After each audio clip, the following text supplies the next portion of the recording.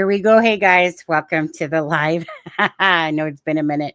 Anyways, Sharmain and Melissa are here tonight, and it's just really a YOLO live on this. And I'm not at all ready for Christmas at all. But Melissa, I want to say to you guys in the US, happy Thanksgiving yesterday. Hope you guys had a Thank good you. Thanksgiving. I did. I got fat. My stepmom sent me home. We call them Buckeyes, but they're like peanut butter balls covered in chocolate. That woman's trying to Ooh, make me gain weight. I swear it. I was going to say, sounds delicious. I always have this question in my head. Do you think it's smarter in Canada where we don't have to deal with a bunch of money going out in the same kind of month? You know, like your guys' is right, like right at the end of the month here this time, but and then you go right into Christmas in a sense, but that's like a lot of money going out. Whereas we, of course, have that bigger gap. So I'm always torn, like which is the worst of the two evils for that one. Sarmaine, what do you think? Do Sure. you think that US or Canada is smarter when it comes to that for just money wise? I'm talking about really. Canada, 100%. Like, there's so much more to it than just money wise, but being so close to Christmas, Yeah. And no. especially this year, Melissa. Melissa, if Yeah, you had your way, would you change it to Canada time? yeah. For me, it really sucks, and I mean, for all of US, when I say for me, I think it really sucks because, at the end of October, you have people buying Halloween candy and all that, and then we skip right into Thanksgiving where we make these big meals, turkey and ham and rolls, and we Yeah. spend all this money on meals just to turn around and have to do the exact same thing at Christmas. It's like, hey, can we spread these out a little bit, because it gets You're, hard when they're so it close is. like that. It gets hard. I know, that's why I'm kind of like it's really more about, you know, like turkey, big turkey day, and then Christmas is usually like a big turkey day and ham or whatever people do, but it just, it's like a couple paychecks and then you're right into Christmas time. So it's a lot of money kind of going out sometimes for that. So I feel like Canada is the way to go. Uh and whoops. Oh, there's Charmaine. I Mm, I fully agree, because groceries aren't cheap. So by the time even if you're splitting up, and one person isn't paying for everything, it can get expensive. And it's heck like, can yeah. we separate these? Like, I can't afford to make, $100 meal back to Yeah. back months. And, it gets hard, especially if Yeah. you're on like a fixed income like I am. It Yeah. does. It gets hard. You know what? Like, I'll just say this quickly because me and my husband were at Walmart today, and I haven't seen Walmart in months. But, anyways, we went to, well, Charmaine's been a member for 36 months. Can't, can't catch me, Wolfie. Basically, eat pie on that one. Christmas pie, pumpkin pie. I don't do Thanksgiving. Christine says. Anyways, you guys, welcome to the live. Happy, Thanksgiving again to the people in the U.S. That celebrated that yesterday. Other than that, obviously, we're going to be talking about Jack and Lily. If you haven't hit that like and share, please do. If people have been wondering where I've been inundated with Hallmark movies and just chilling. Yeah, honestly, it's like I have to feel like I want to do a live for the right reasons. And it was like there was no point because like I'll put it this way, the information that was going around was nothing I was interested in, because it just to me has absolutely nothing to do with the whole Vincent Shannon thing with Jack and Lily. And again, I think that whole line of frickin' hidden and uh Malaya and owing debt and whatever, and I just think it's a bunch of crap. Is simply that, and I'm not interested in stuff like that. To me, that's just a bunch of noise, a bunch of crap noise to the side, and that stuff doesn't interest me. What I'm interested in is the trueness of what Malaya's actions are, Daniel's actions are, where the RCMP are, and pretty much more or less stick to the facts and not this bunch of uh, bullshit going on is how I see it. So, and Sharmain, I'm just going to ask you next. This whole stuff that's going on now, you know what, just your take on it. We're not going to play no videos on it, not going to really talk about, like get into the whole ordeal of that, because I just think it's someone with deep-seated freaking mental health issues and very different personalities and brain tumor and whatever got going on. And I don't know anything about the Shannon person. I don't care to know anything about the Shannon person besides because I just feel like it's all just a crock of crap and it doesn't interest me. Not for Jack and Lily. Charmaine, go ahead.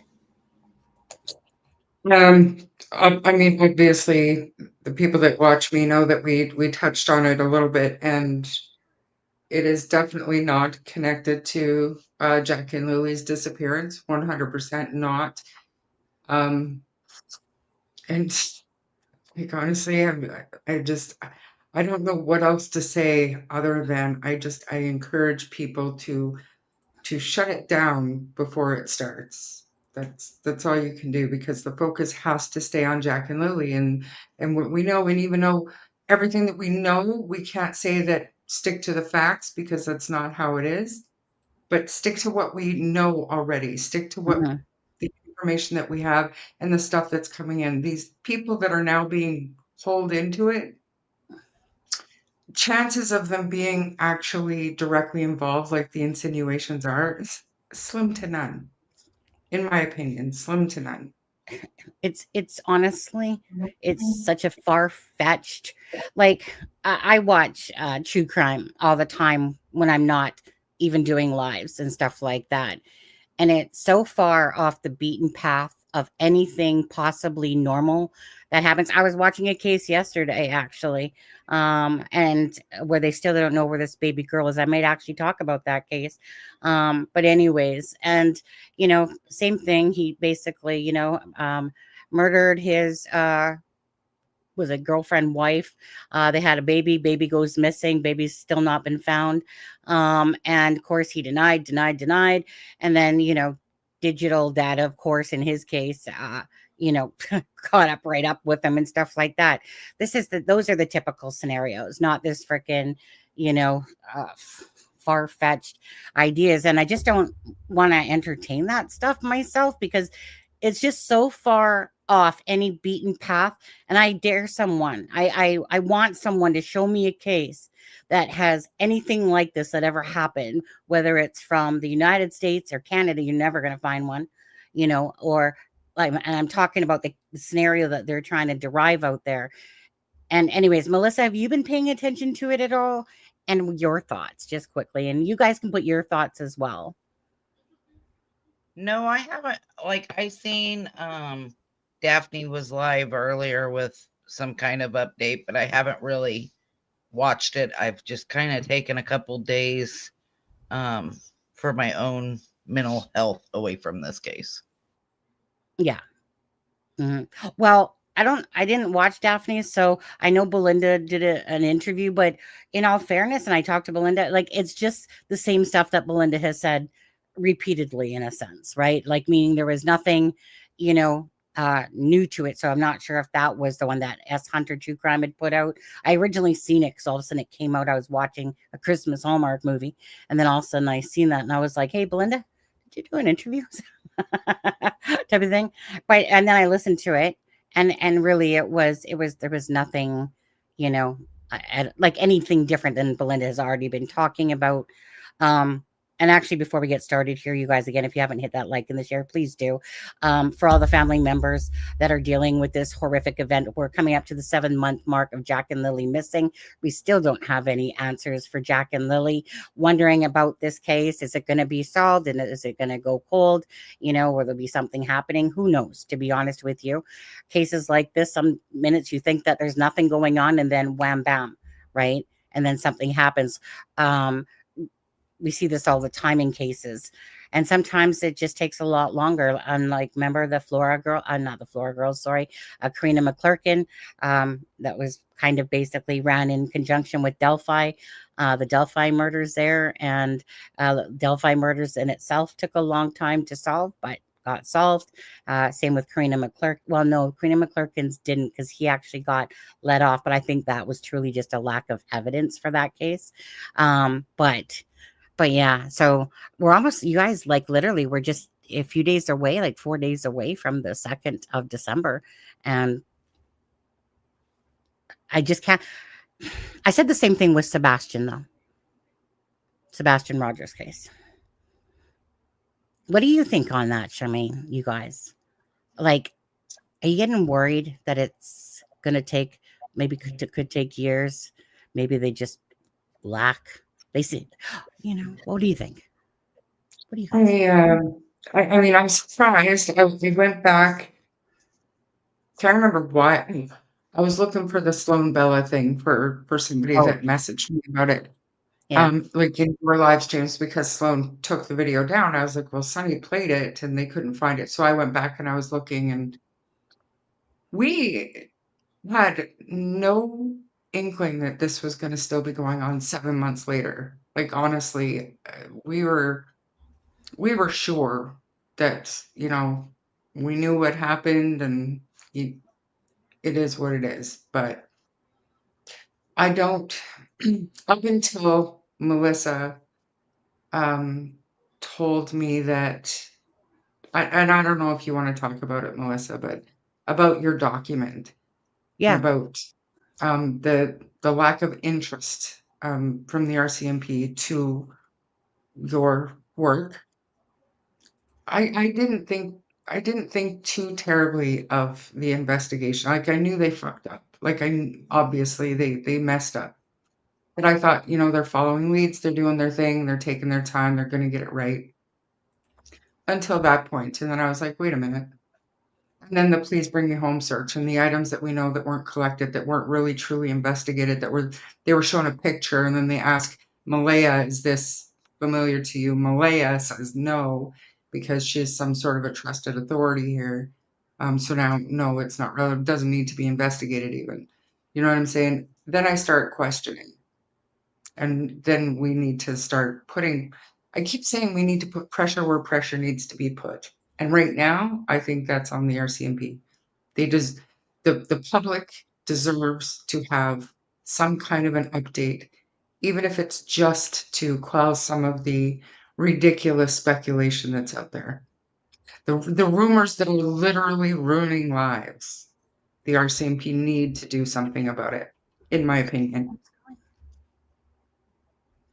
That's Melissa, all go I I say about agree. So I don't remember. Have we done a live since I talked to the RCMP? No. Mm-mm.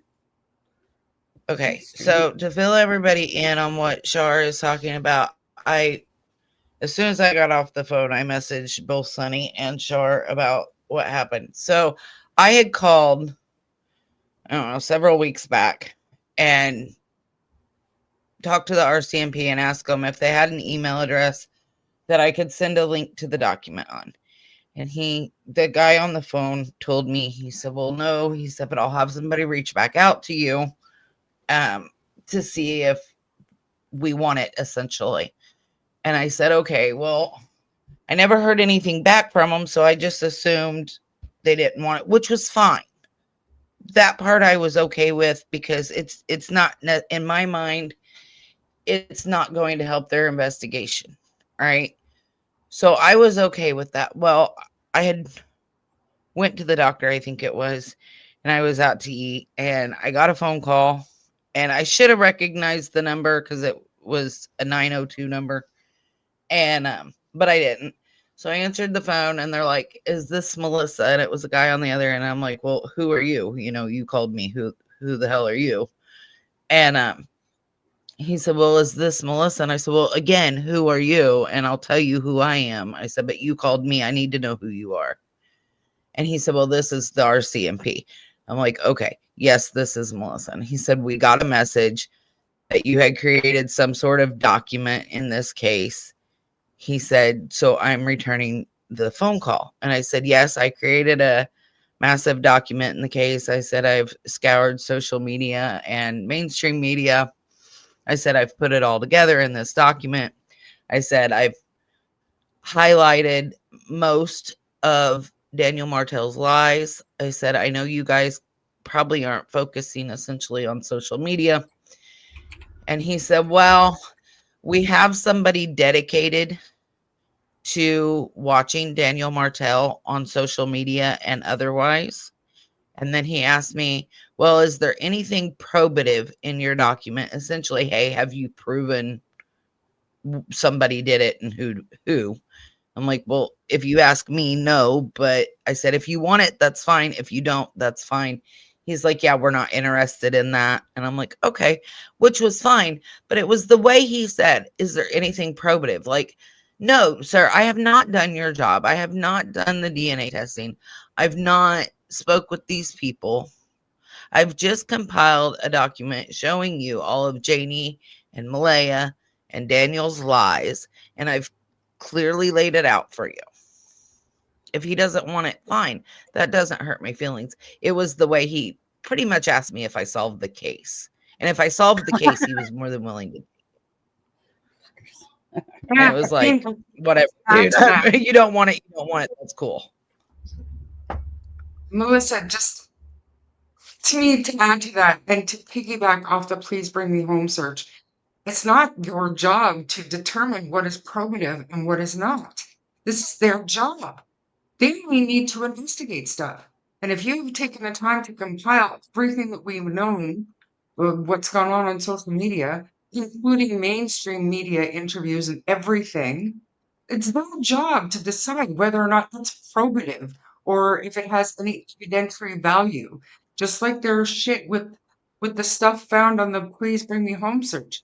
And I think it was Mama Angie said, didn't they collect the clothes? No. No, somebody else collected the clothes and delivered them. So, just putting that Isn't out that there. crazy? Not sure if I was supposed to say it or not, but you know what? I'm done. So I want to answer Carla. Why would the RCMP look at your document? That's actually crazy. It's not that they would look at it, and like I said, I don't care if they look at it or not. However, when I create these documents, as I did even with Sebastian, I turn it over to law enforcement because I cover both social media and mainstream media, and I lay it out where the lies are and where the contradictions are.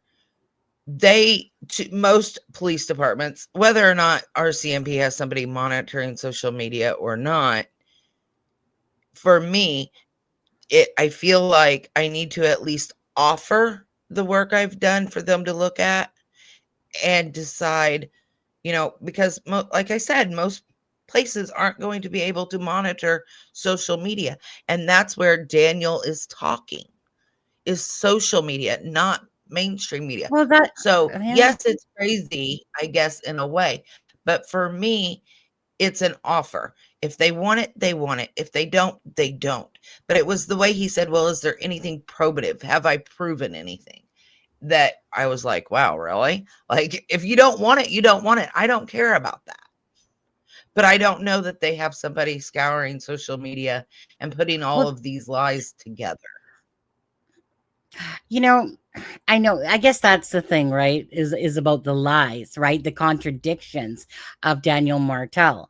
And unless they got someone sitting there 24/7 looking at his ass on social media all day, what does it hurt to look at those parts, right? But maybe they just don't care because maybe they're so like I said, they already think that they know the answers and they don't need any of our helps really, even though they called you back, right?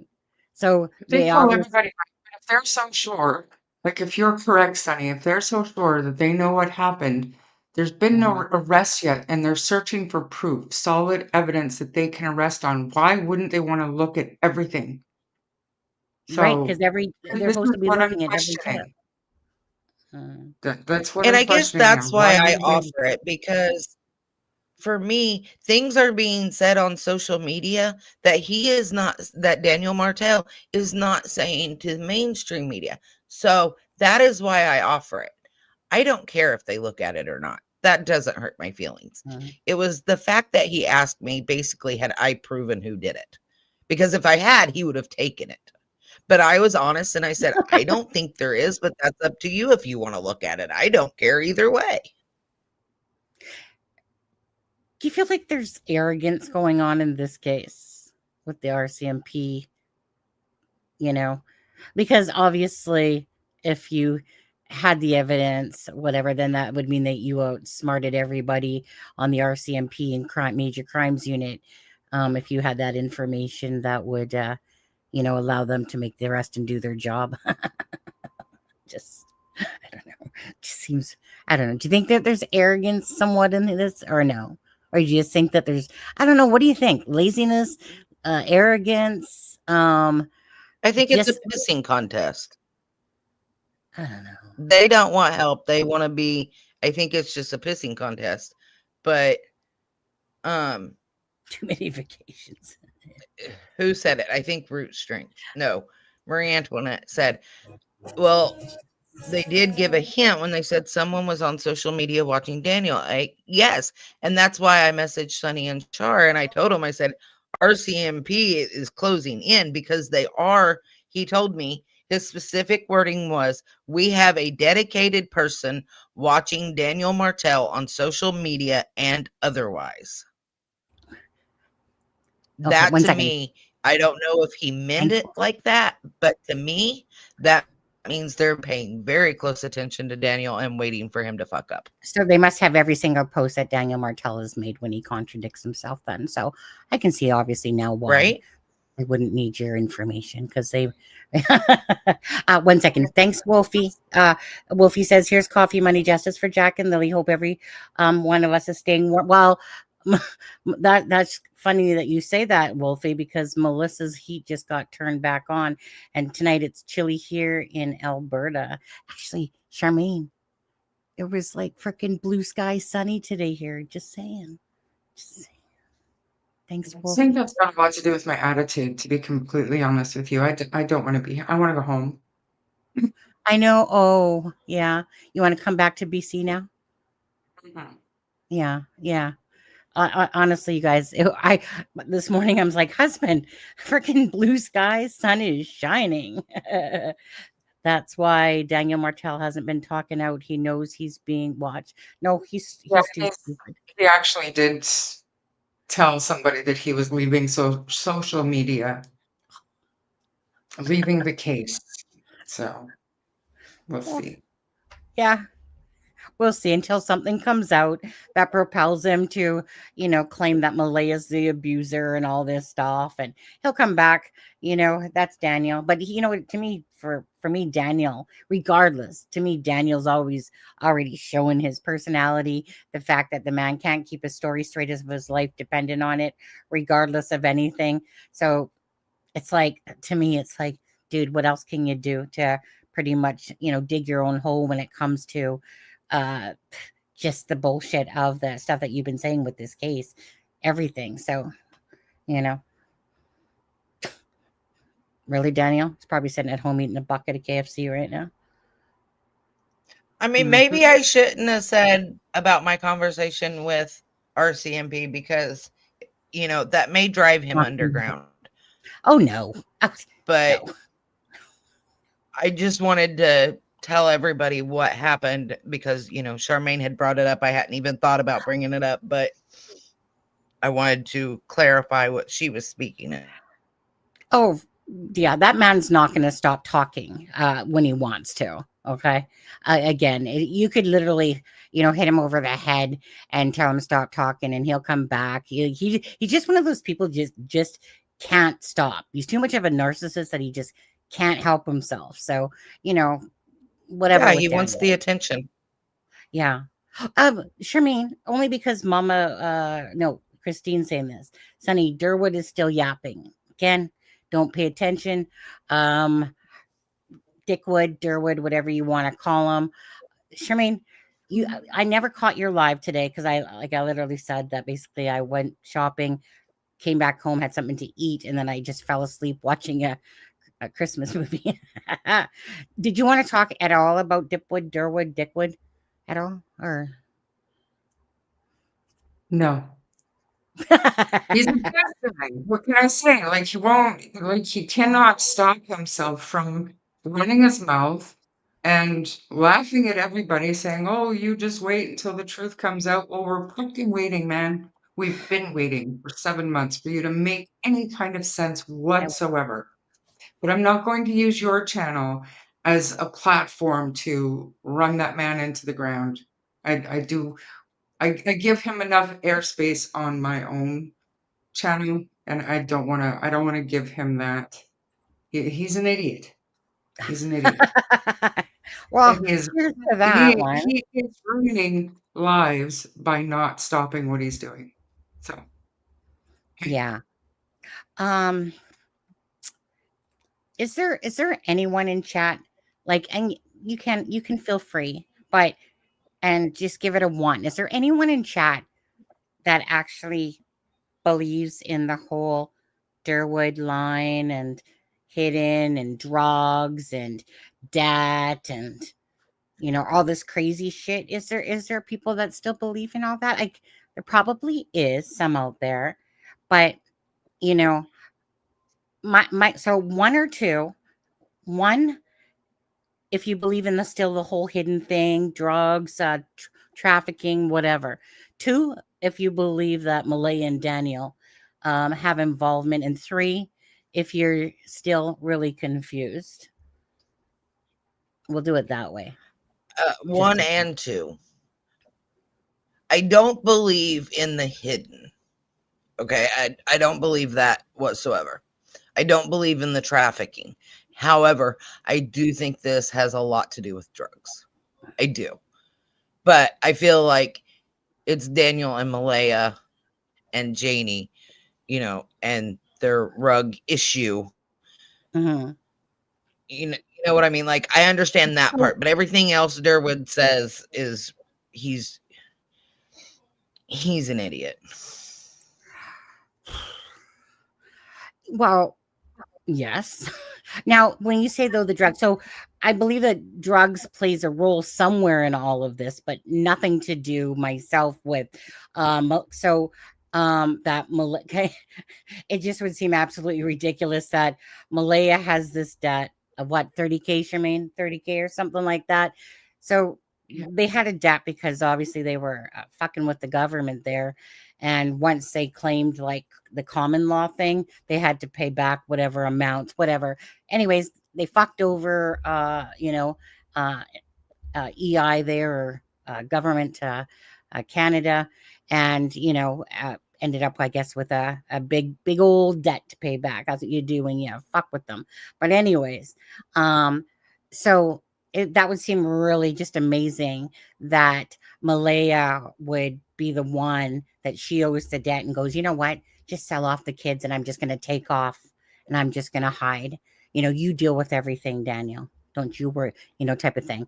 It just seems absolutely ridiculous. Like the story just keeps ever I agree. changing. Mm-hmm. Thank you, Willis. 1 and 2. Well, do you expand on that? I think Ruggs had, a play in it, Drugs. but I don't think it was like a debt that was owed and all that. But I think that, I think that had a part in it. But I think if I had to just pick one, number two, Daniel and Malaya were the ones that were supposed to be watching those children. Daniel and Malaya were in charge of Jack and Lily, and they failed to do what was necessary to, one, protect the children, because they're doing drugs in the home. They're doing drugs at all. They're neglectful. I mean, come on, they missed 41 out of 55 days of school. That is just ridiculous. Called that. Yeah, of course it is. And they keep making stupid excuses. Sharmain, is there anything that you're seeing that you want to input on? Big chat. Yeah. I mean, everybody's always got such great comments, but I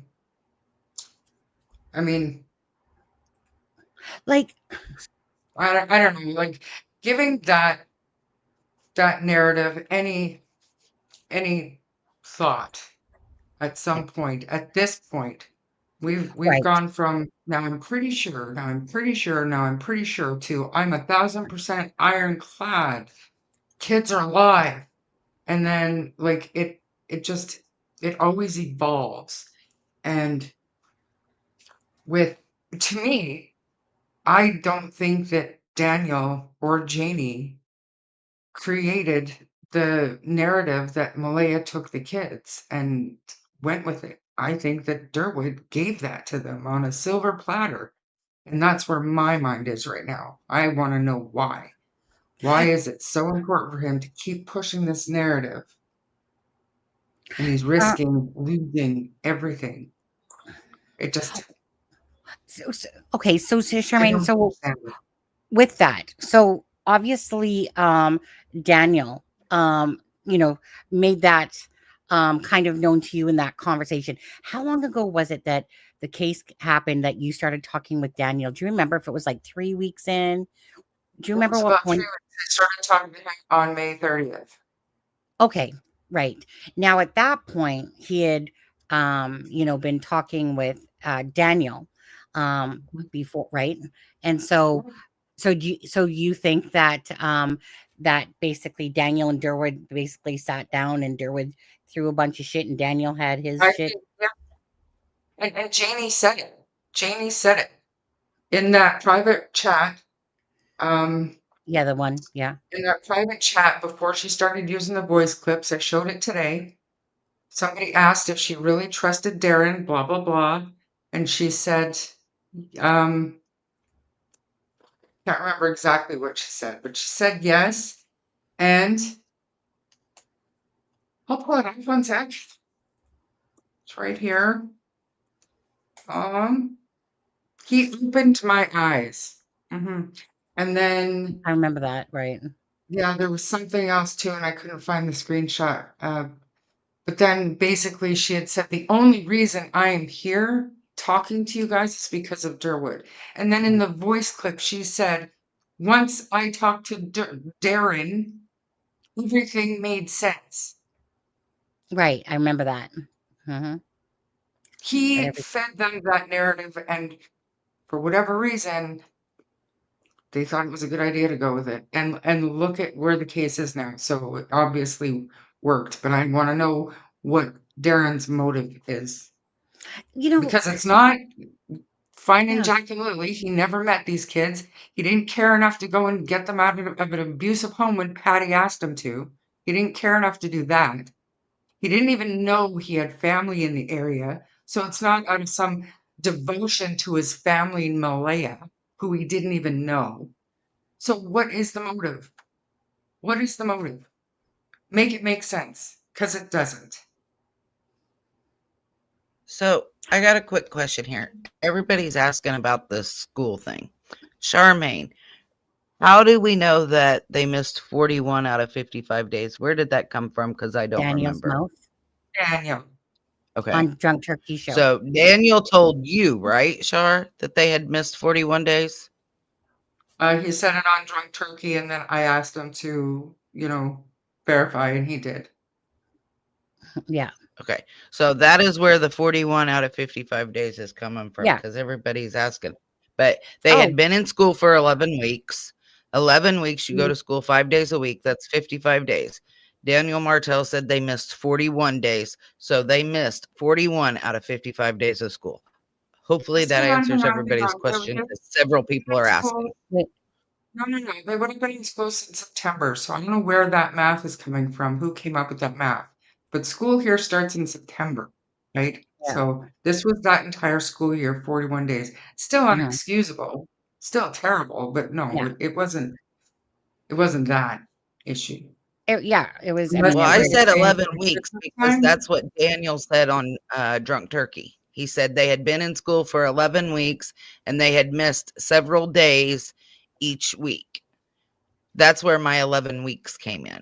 The 41 came from Yeah. Daniel. Where The did he come up 11 with weeks that? came from Daniel.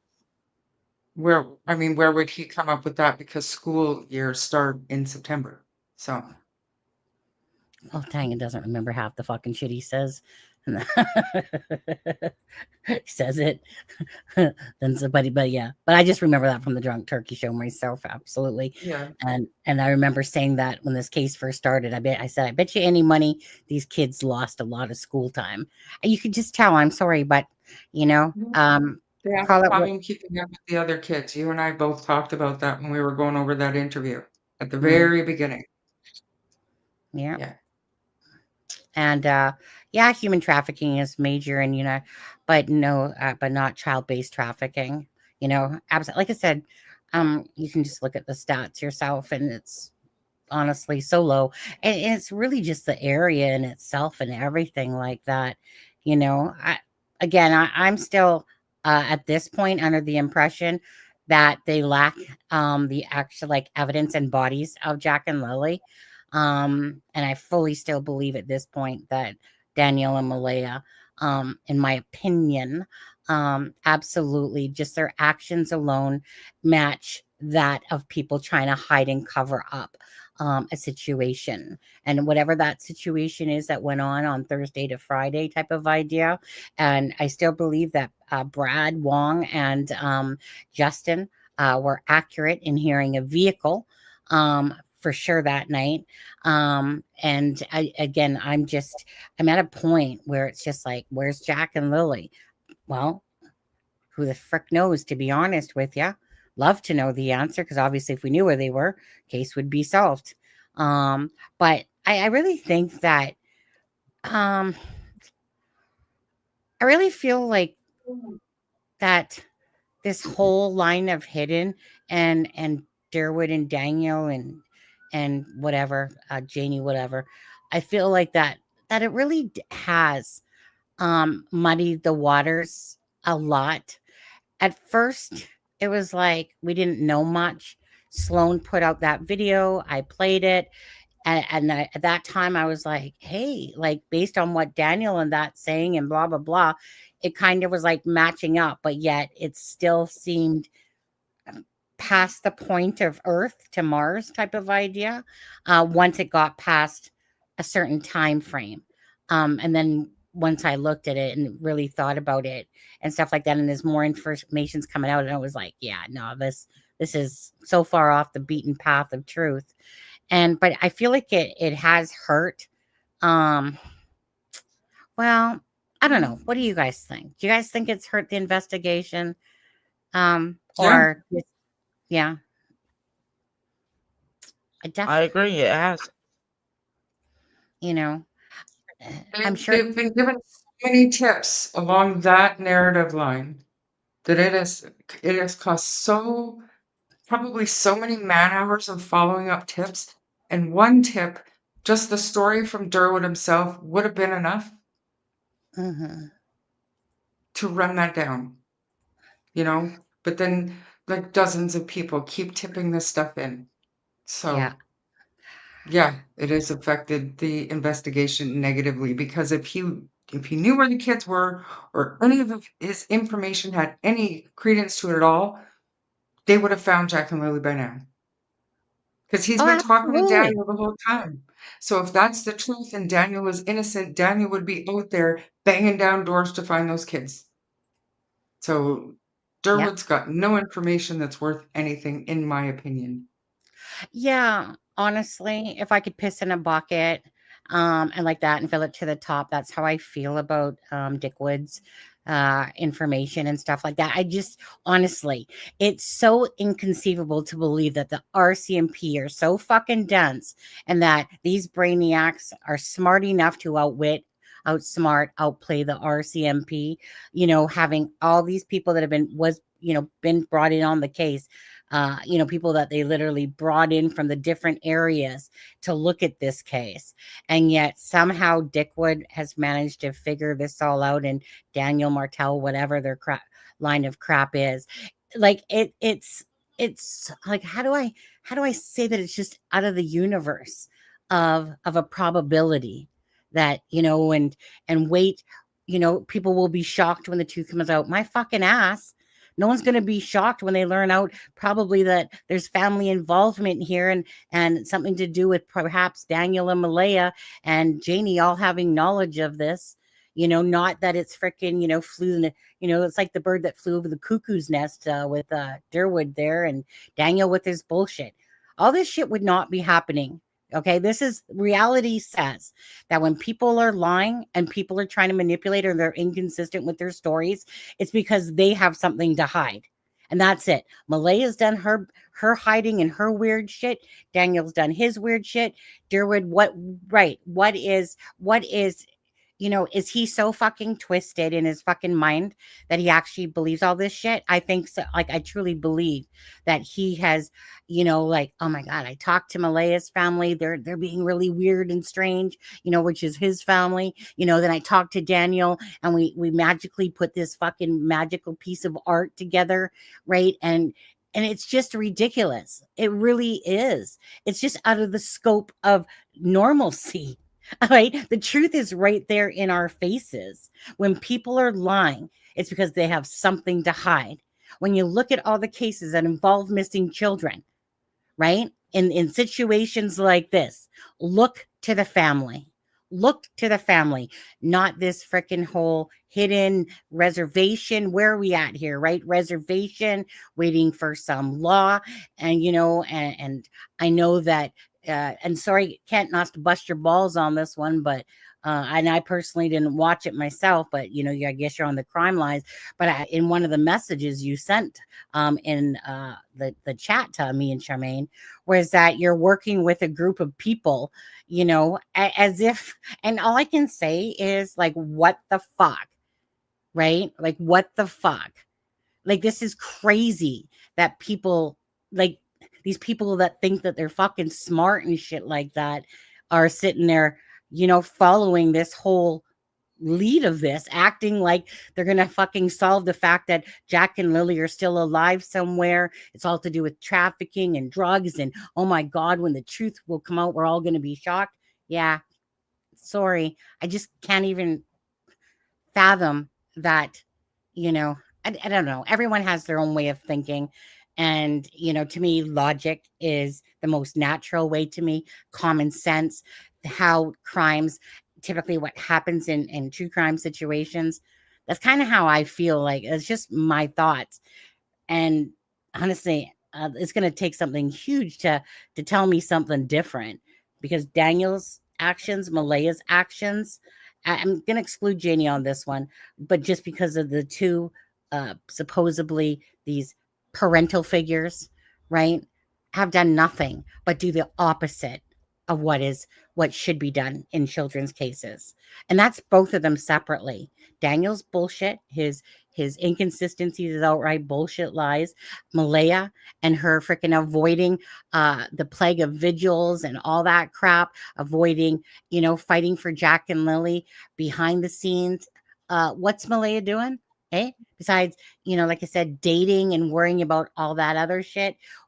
What does that tell people? Like, seriously, these are not two people. Even when you look at what Daniel and Janie's interview, it's all telling you that they care about what their fucking perception is and what they're trying, the narrative. They're not on this course of fighting for Jack and Lily. They just aren't. None of them. They're on a course to make you guys think that this is the perception and woe is me. Woe is fucking me and my dog. Woe is fucking me and poor me, Daniel, that's almost died 3 times and all that crap, right? But there's never really anything projecting the fact that they're actually putting out there about missing for Jack and Lily. Let's get searches together. Let's get all this. No, all they keep wanting to do is make you believe their stories. That's how I see it. Preach it, Sonny. Yeah, I agree. I get. And I mean, what else can you say about it, right? Like, we're dealing with a mom who had an opportunity to write a letter to kind of more introduce herself in a better light with that letter than she did in her first interview, which I'm willing to forgive the first interview because thankfully I cannot relate to judge her. But the letter was It was a big fail. There's words, and I don't think they were her words, and they certainly weren't read by her. But then her actions behind the scenes didn't match anything that she was saying in the letter. So, and then they have Please Bring Me Home come in and search, and this was the perfect time that nobody would judge her for coming out to join this search for her children. Nothing. She didn't go to Jack's vigil. Nothing. She would rather stay home, have cupcakes and a visit with Meadow instead of. But she sends Cheryl, Haley, her mom, when her mom is willing to speak for her, I guess. And that's what I keep saying. Like, technically speaking, out in public, who does the Brooks Murray side have speaking for them in public? Constantly and won't shut the fuck up. Durwood. Durwood. That in and of itself should be enough to get Cindy or Malaya out here just even once to address that. Those are the only two people that can shut that man down for good, unless Patty wants to speak up.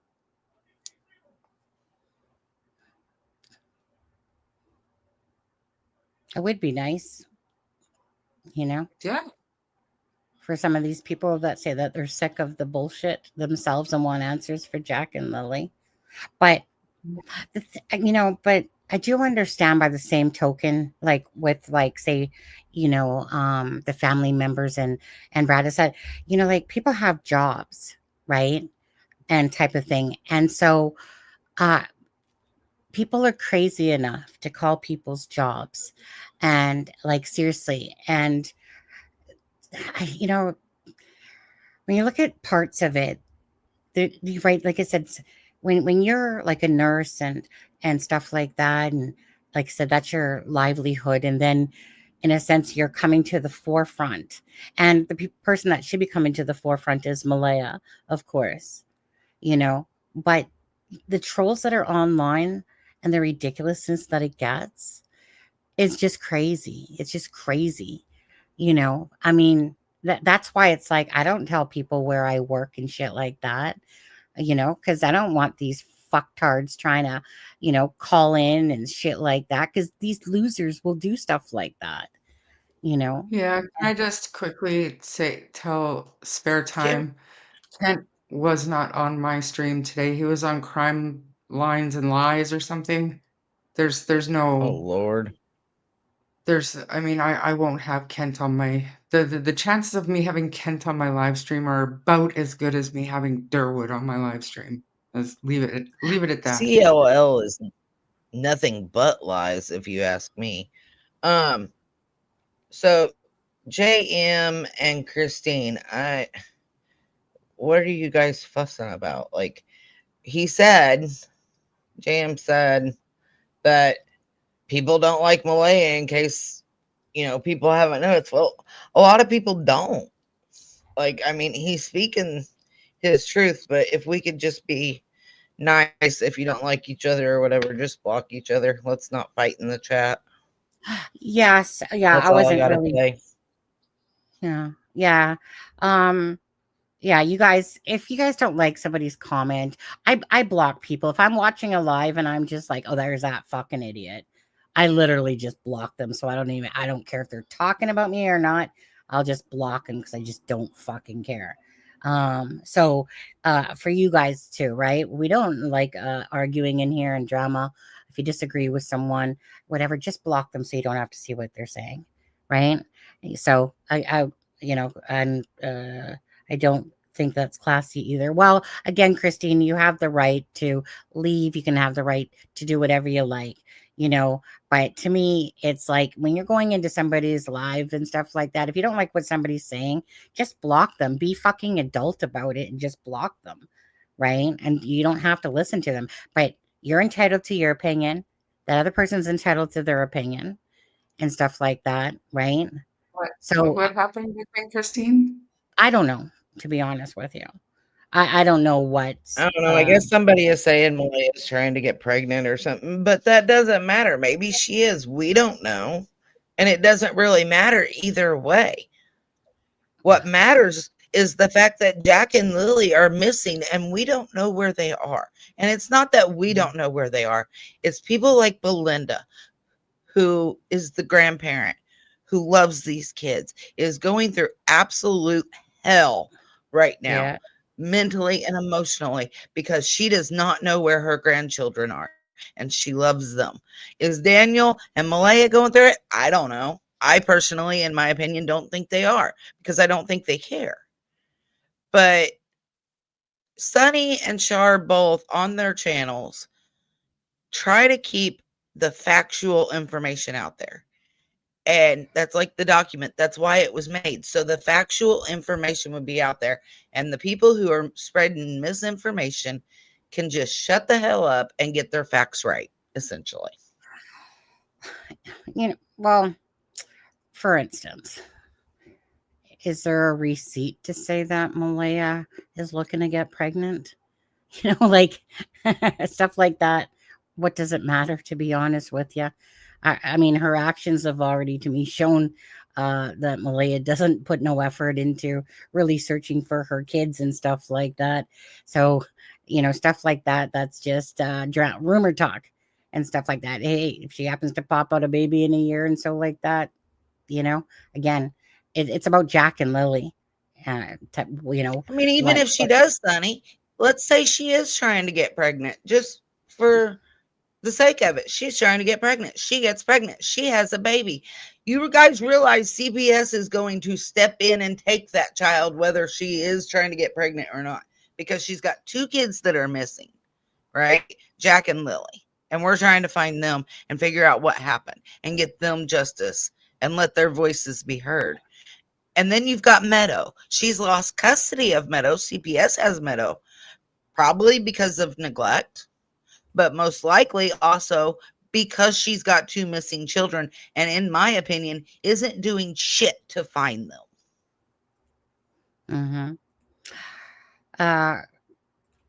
Oh, absolutely. Now, just touch on a few things, Deborah. Okay, so I did a members live, which I had to remove the songs because it was blocked because of probably pentatonics and whatever. So, anyways, I did a members live the other day.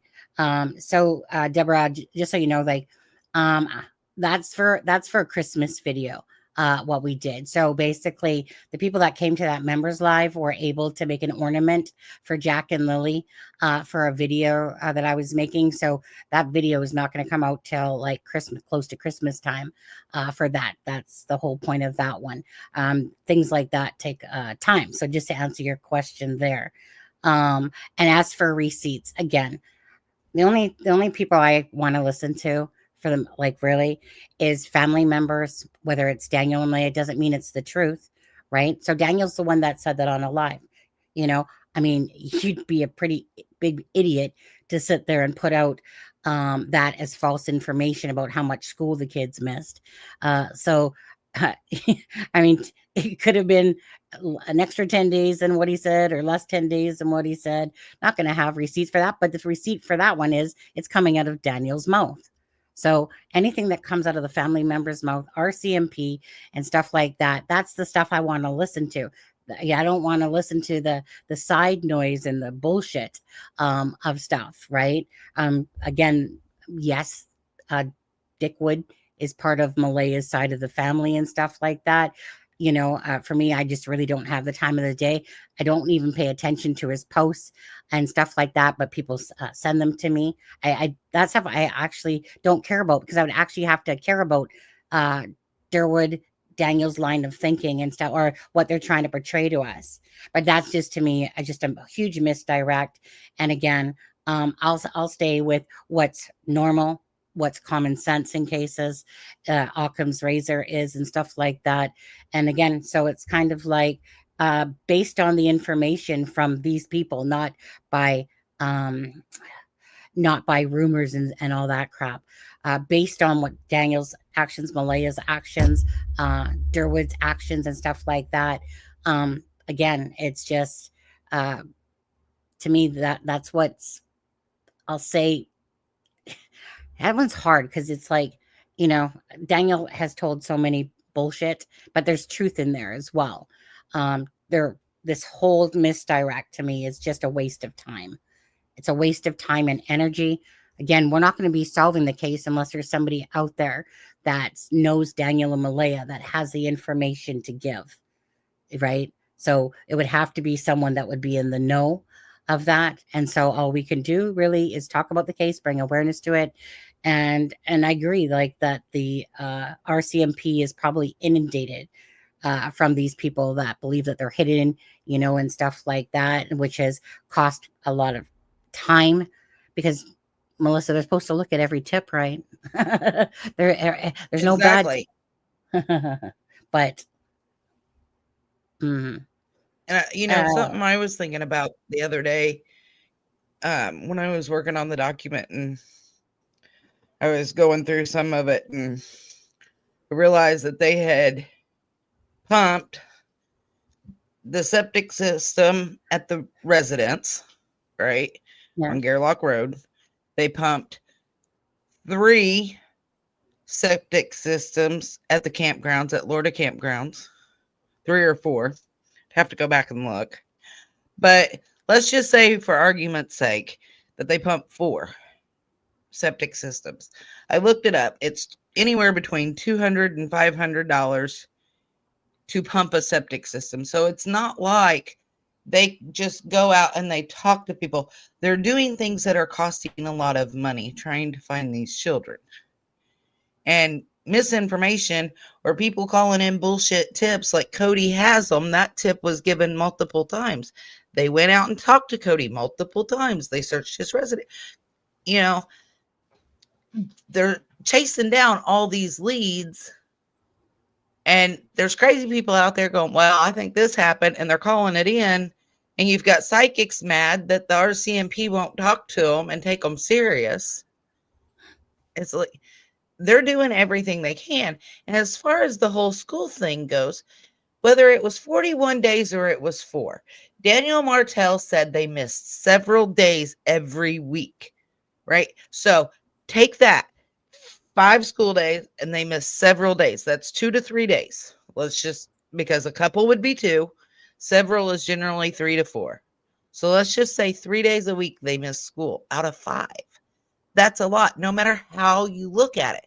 The fact is they were neglected physically. They were neglected emotionally, in my opinion. They didn't have the care that they needed.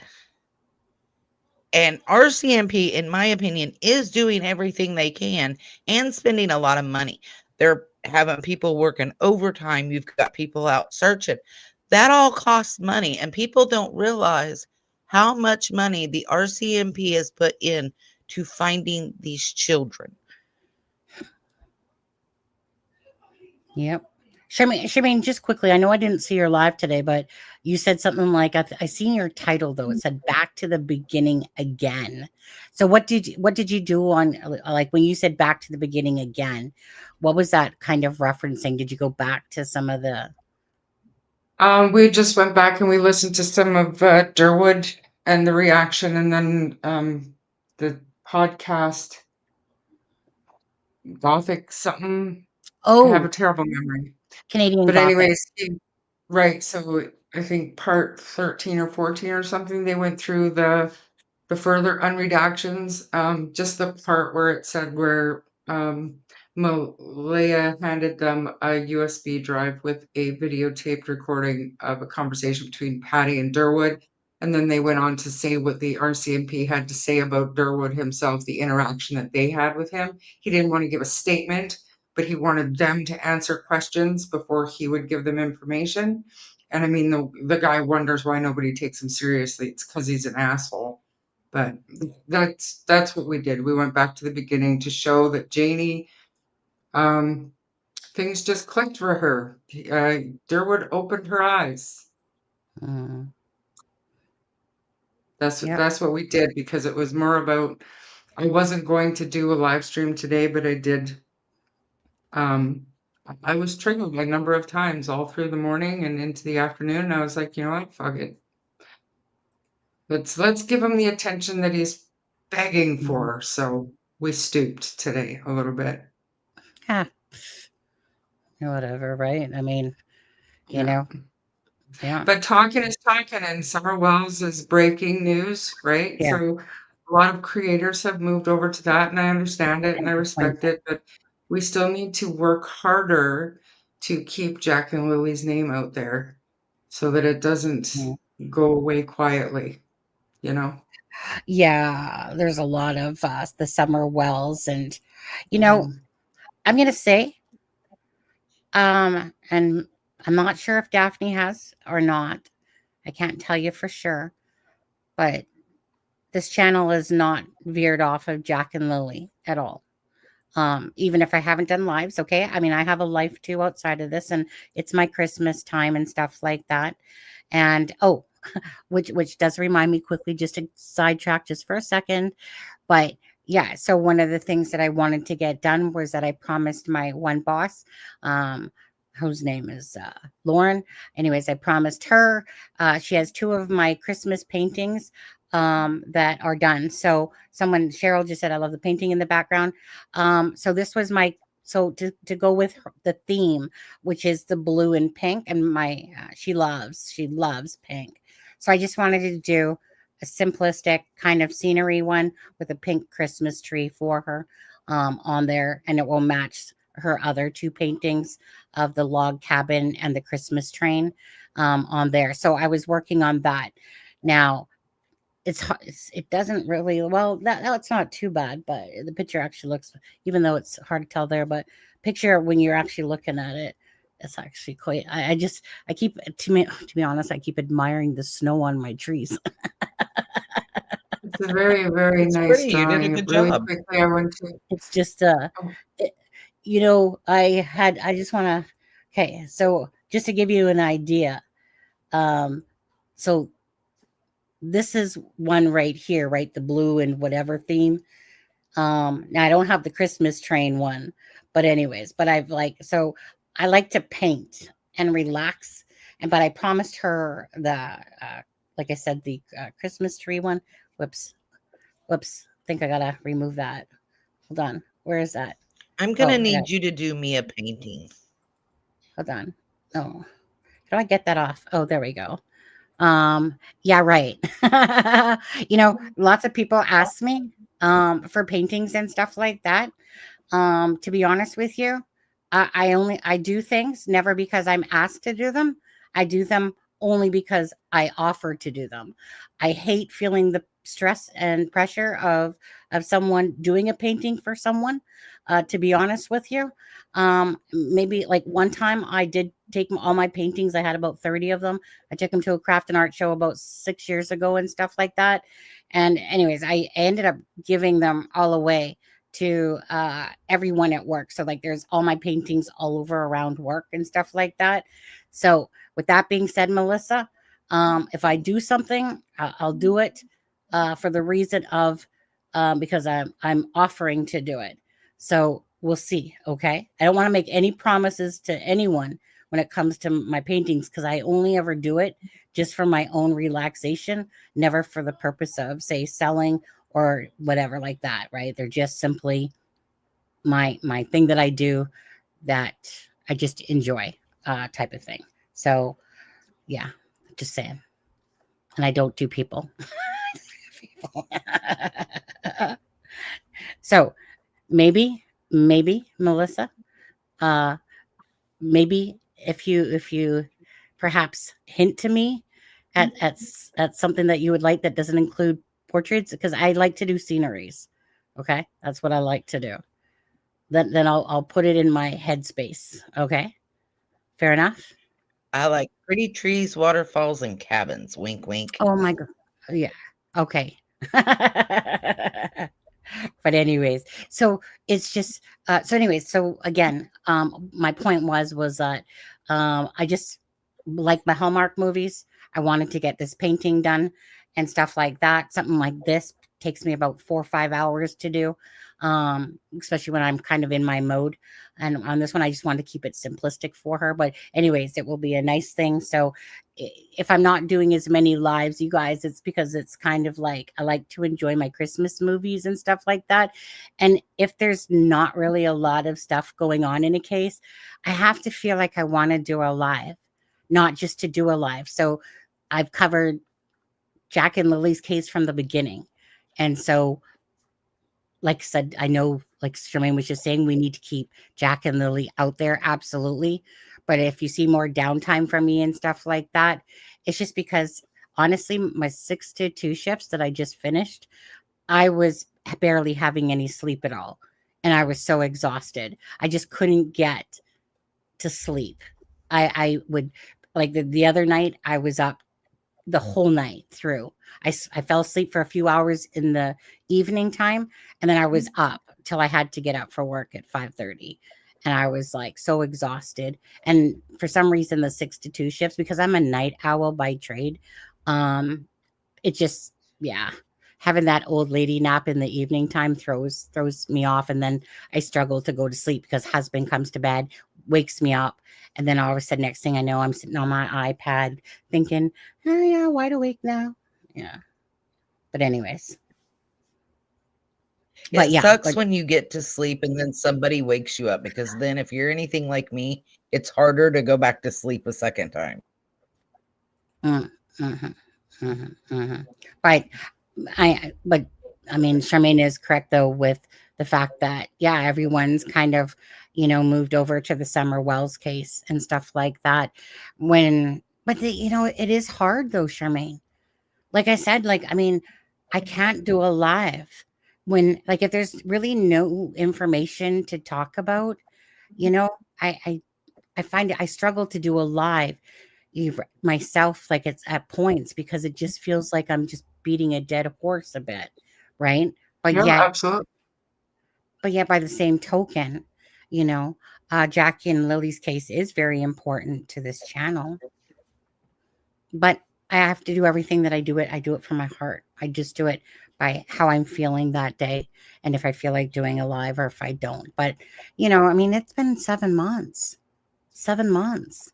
And I've gone really strong on this case, at start on pretty much almost every day, and stuff like that. But good thing that Sharmain has her channel up there.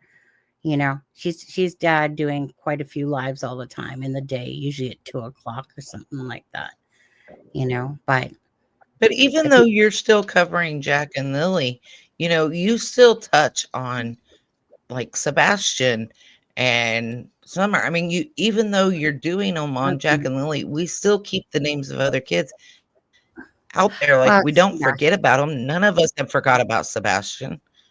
And we're not going to forget about Jack and Lily, not until they're home. And even then, we're not going to forget about them.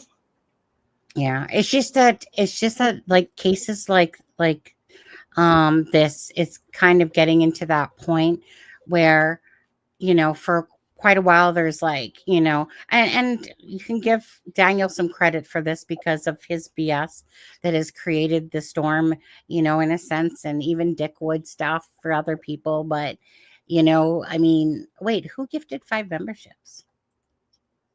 Jamie. That's so nice. Eh?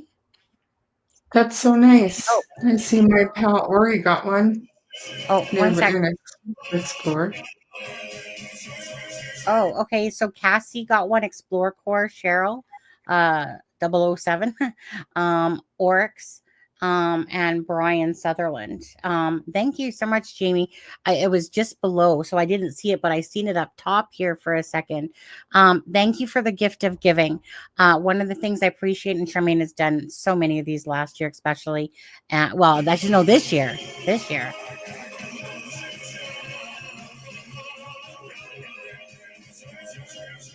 Jamie, is that your Jamie Doll? Jamie Doll. Yeah. But you guys make sure to say thank you so much. Oh, you know what? Before the live ends tonight, oh my goodness, I don't think I've given any memberships out this month from YouTube. So I will give out 10 of those tonight as well. And yeah, Thank you very much for that. This is more to put Sharmain in the mood. There you go. Yeah, What? congratulations. What do you mean? What'd you say? Who, me? Oh, I said this is Yeah, the Rick rolls are for you, right? I can't hear them because the way my mic is set up now, if I have it plugged in, I don't get like music. Huh. I don't hear my intro or my outro or anything. I have to actually watch and see when it's done and when I show up on the screen to Oh, know. oh. Weird. Well, I'll hear it for you through my ears. Yeah. I was thinking about doing a live, Jack and Lily, and doing a painting. I'm torn on it because I don't know. Gotta set it up and whatever. But I was thinking about it. I'll still think about it. Um, maybe in the future I'll do more paintings.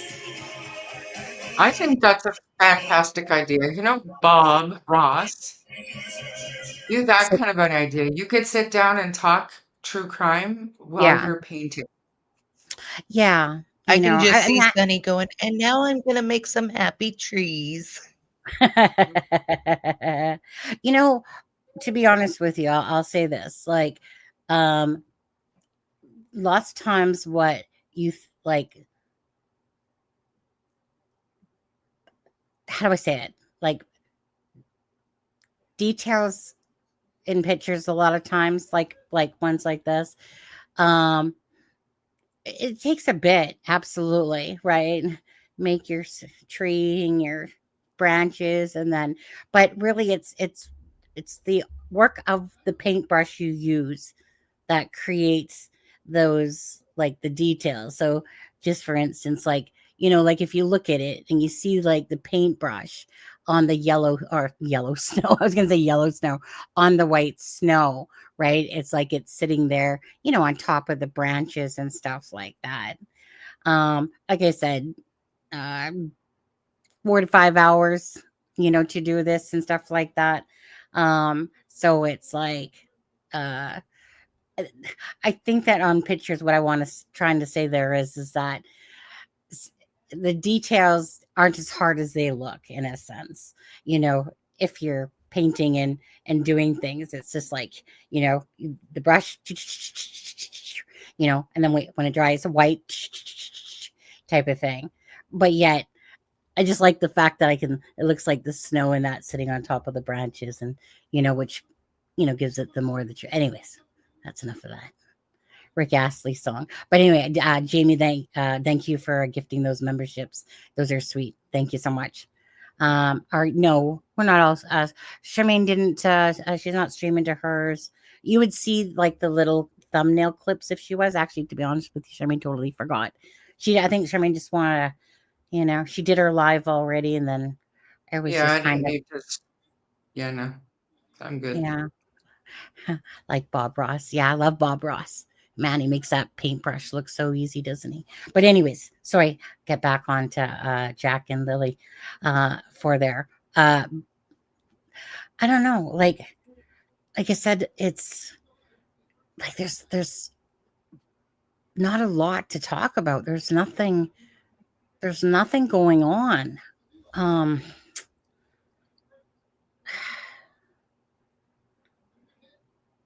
like I said, I have to I do know live. we're not owed it.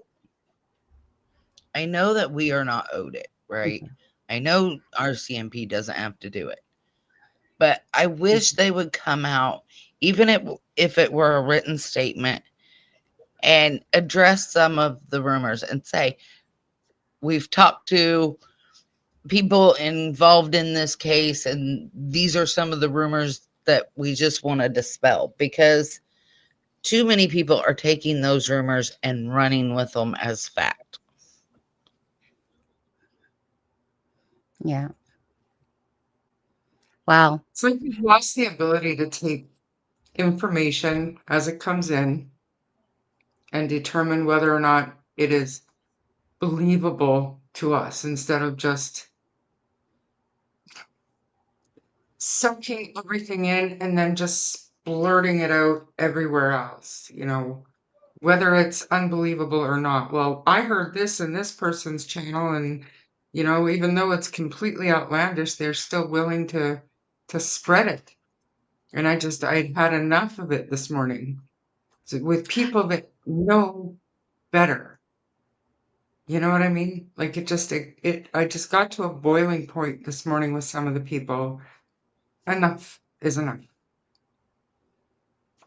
Yeah, and I'll have to I go back and watch that tonight. Sharmain's live.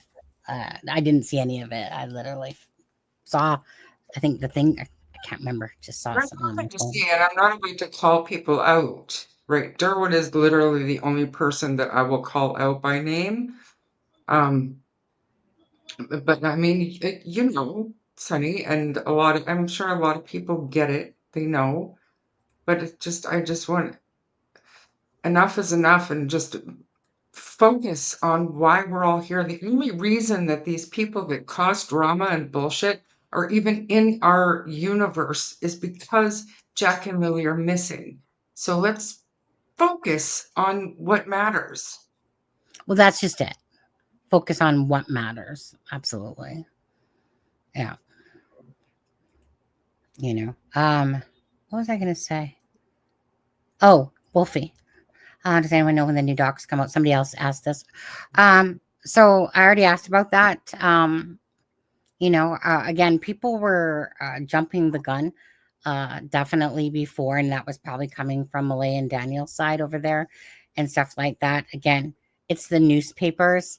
They're the ones with the lawyer and stuff like that. And so people were jumping the gun. So I just literally asked about this yesterday. And at this point, nothing. There's nothing yet. We'll put it that way. Like the lawyers, whatever, and are supposed to meet. They might have last week. I'm not really sure.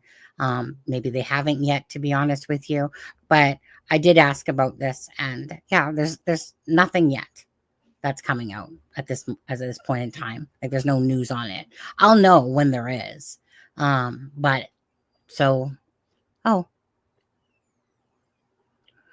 my fucking God. Okay. Oh my God, Sharmain, what the fuck? I thought for a second that was my fucking husband coming in the door, and I'm literally going, who the fuck are you beside me? And then I realized it was fucking Ian coming to. I literally looked down at your door thinking it was my door. Crazy. Thinking that my husband, and I'm like, husband, you don't normally just walk in the room. Holy shit, man, that freaking blew my mind for a second there. Oh my God, I thought I was in your, which is because the door and my door and I'm not like Christmassy. I'm literally in a storage room. is that where you're in? Oh, so you guys, Charmaine's in, yeah, she's in like Slave Lake up there now again. She's up. Snow? Sharmain's in the So much snow. Yeah, she's in like Slave Lake up there, and that's freaking gets lots of snow. How much snow, Charmaine? Well, when we got here, there was no snow, but now there's probably 6 inches. I hate it. Yeah, just sunny day, beautiful blue sky, not missing it whatsoever. And the worst part about Slave Lake in the wintertime is Ian doesn't shave from November to March. Oh yeah, And literally, we're only on week 3, and he looks like homeless. Sasquatch. It's terrible. This Oh, whole thing is terrible. Sometimes It's a large broom closet, but I think I'm going to stay here because my options are not good. My furniture didn't even fit. So. Oh, yeah, because it's a different place than it was before, right? That other place though was beautiful. Yeah, remember? I remember that. I was like jealous of just looking out the window at the picturesque kind of snow and all that. But yeah, different place now. And yeah, you guys, I'm seriously, I don't know. You would think I was doing drugs by thinking that that still freaks me out, Sharmain, that I literally thought that was my husband walking in the door. And that's why I was like moving in. And then all of a sudden, when Ian went to go kiss you or whatever on your cheek there, I was just like, hey, what the fuck? Who's that stranger coming in my door? I still can't believe that. I thought I was too busy focused on. I still can't believe that. Anyway, That's yeah. funny. Oh, I just can't believe that I literally, like, I was literally leaning forward because I was like, oh, because as soon as it opened, I was like, oh, my husband's coming in. And I'm like, well, that's strange because my husband normally knocks. And so I was just kind of like, in my head, just watching the door and watching this person. And then I'm like, wait a second. Oh, that's Ian. That's crazy. Oh, yeah. No, trust me. Freaking, you'd think I was drinking or something like that. Which I wish I was. Oh, by the way, you see my cute little, I have a blue one as well. Walmart, $9.97 for Nice. two little Christmas mugs. Well, surprised it's not Timu. Nope. No. Not too mid today. No. On there. But sorry you guys. I'm probably like so far be freaking behind in chat. Oh wait. I'm dissatisfied with how RCMP is not using the media to apply pressure to see who will pop. They don't have to misstate anything, but there are ways to see who will squirm.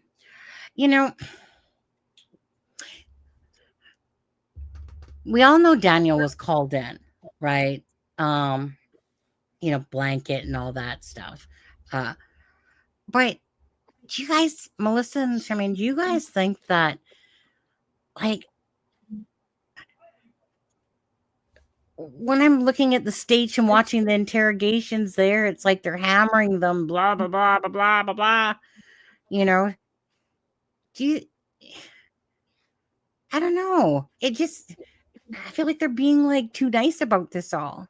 Like, I don't know. Like they should be freaking tossing them both in fucking jail just for the fact of their sheer, of course, ignorance and lack of taking care of Jack and Lily, by lying in fucking bed with Meadow and just knowing the two children are up and they went missing on their dime, regardless how you look at it. You think that you would just want to, like, you know what? You're going to get, maybe, I don't know. I guess what the charges would be, if they would just be like a slap on the wrist or what. I don't know. I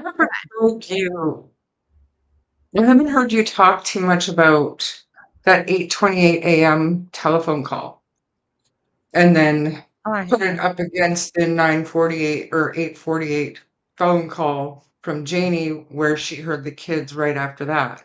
Right. So, like, what do you think of that? I think there's no Well, fucking way that she's got that toddler in bed with her and she fell asleep hard enough to not hear her kids outside. Well, that's just it. So I have talked about that multiple times because I just think it's a bunch of horse shit, the whole thing, actually. But that's just it, right? 8:28, 8:48, and all of a sudden Daniel's claiming that he's not in the whole thing is just utter bullshit to me. So it's kind of like, the phone records that show that phone call. Say it again. 8:28. The phone records that show the phone call, the failed call to her mom. So we know she was up out of bed, either at the bedroom window or at the kitchen window. So she was up, and now she's got her toddler with her in bed. Right.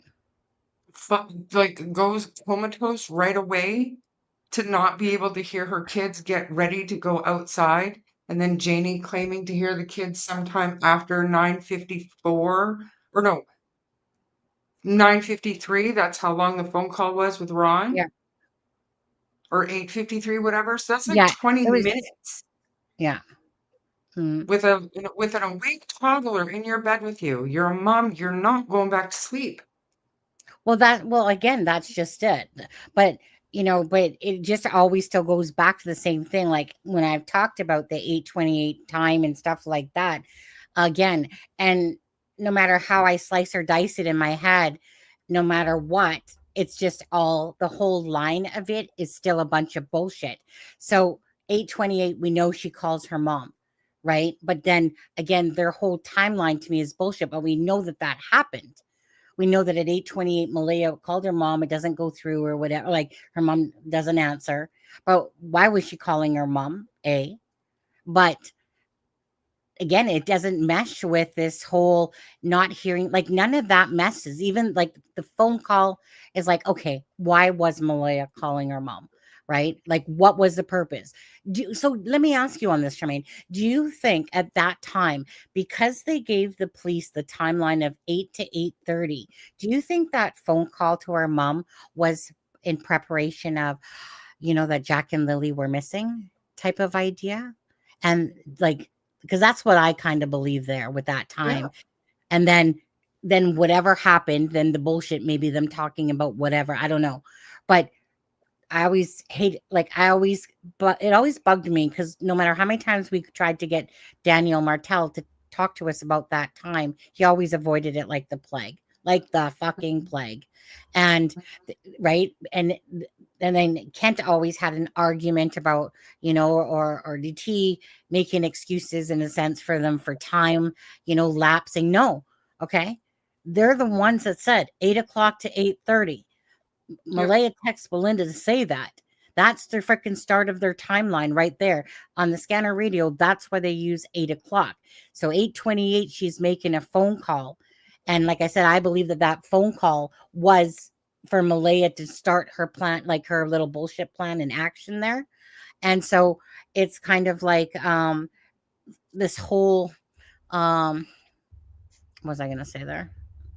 Totally fucking lost my train of thought for a second. Anyways, but bottom line was that whole timeline, like after that, before that, is just utter crap because there's no way that Daniel and Malaya are sleeping. Malaya is inconsistent and says that Daniel was sleeping the entire time from 6:17, 6:18 to 9:40. But what I was going to say was, but yet people try to keep making excuses about 9:40, about that time, that's when they woke up and all that stuff. And that's when they noticed the kids were missing. Fuck you. Bullshit. You didn't. Malaya, when you saw Daniel doing meth and whatever, you didn't even check on your children. You didn't check on your children at all. And you sit there and, like I said, you don't tell that in the story. And that's not going to be probably in the documents because Malaya's already said that Daniel was sleeping the entire time and that she was sleeping as well up until she had to get up for her alarm. So, like I said, so Malaya is the one that's telling that Daniel was doing meth in the bathroom and stuff like that, right? And then also there was an argument, whatever you want to call it. It might be been minimized to a squabble, but an argument that went on and stuff. So to me, the whole thing was just a plan of call the kids in. Kids are at this point no longer alive to me. Call the kids in.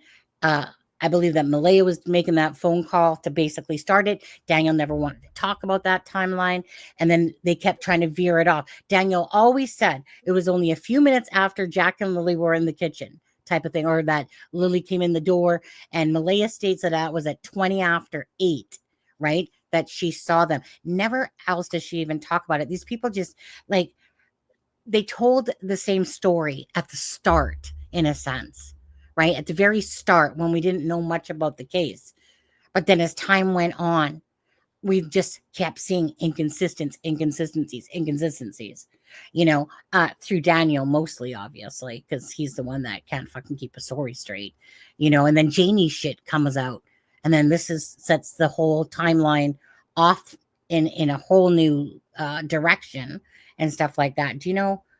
So, Um, go but ahead. my point was, and I'm tired, and I didn't think to finish my thought, and I think it always gets lost. But if so, the RCMP have this stuff in their records. We know that. Yeah. That's how we found out about the 8:28 a.m. phone call. We Yeah. know about Janie's phone call to Uncle Ron. We know that everything that Janie did that morning is out of her regular routine. We know that the Yes. RCMP are aware that Meadow was in bed with them.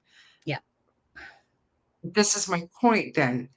So if we're so sure, that the timeline is bullshit.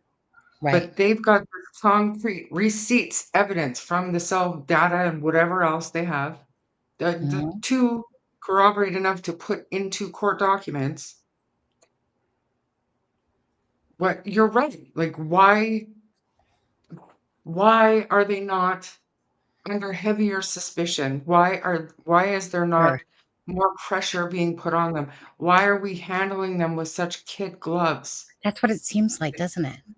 It is. It does. And it doesn't make sense to me because if we see it, Right. they see it. They're the trained professionals. And I know Right. there's a lot of people that think that they're a bunch of dipshits. They do have to go through a certain amount of training, right? So they either don't care or we're just all fucking crazy. Right. It's one of the two.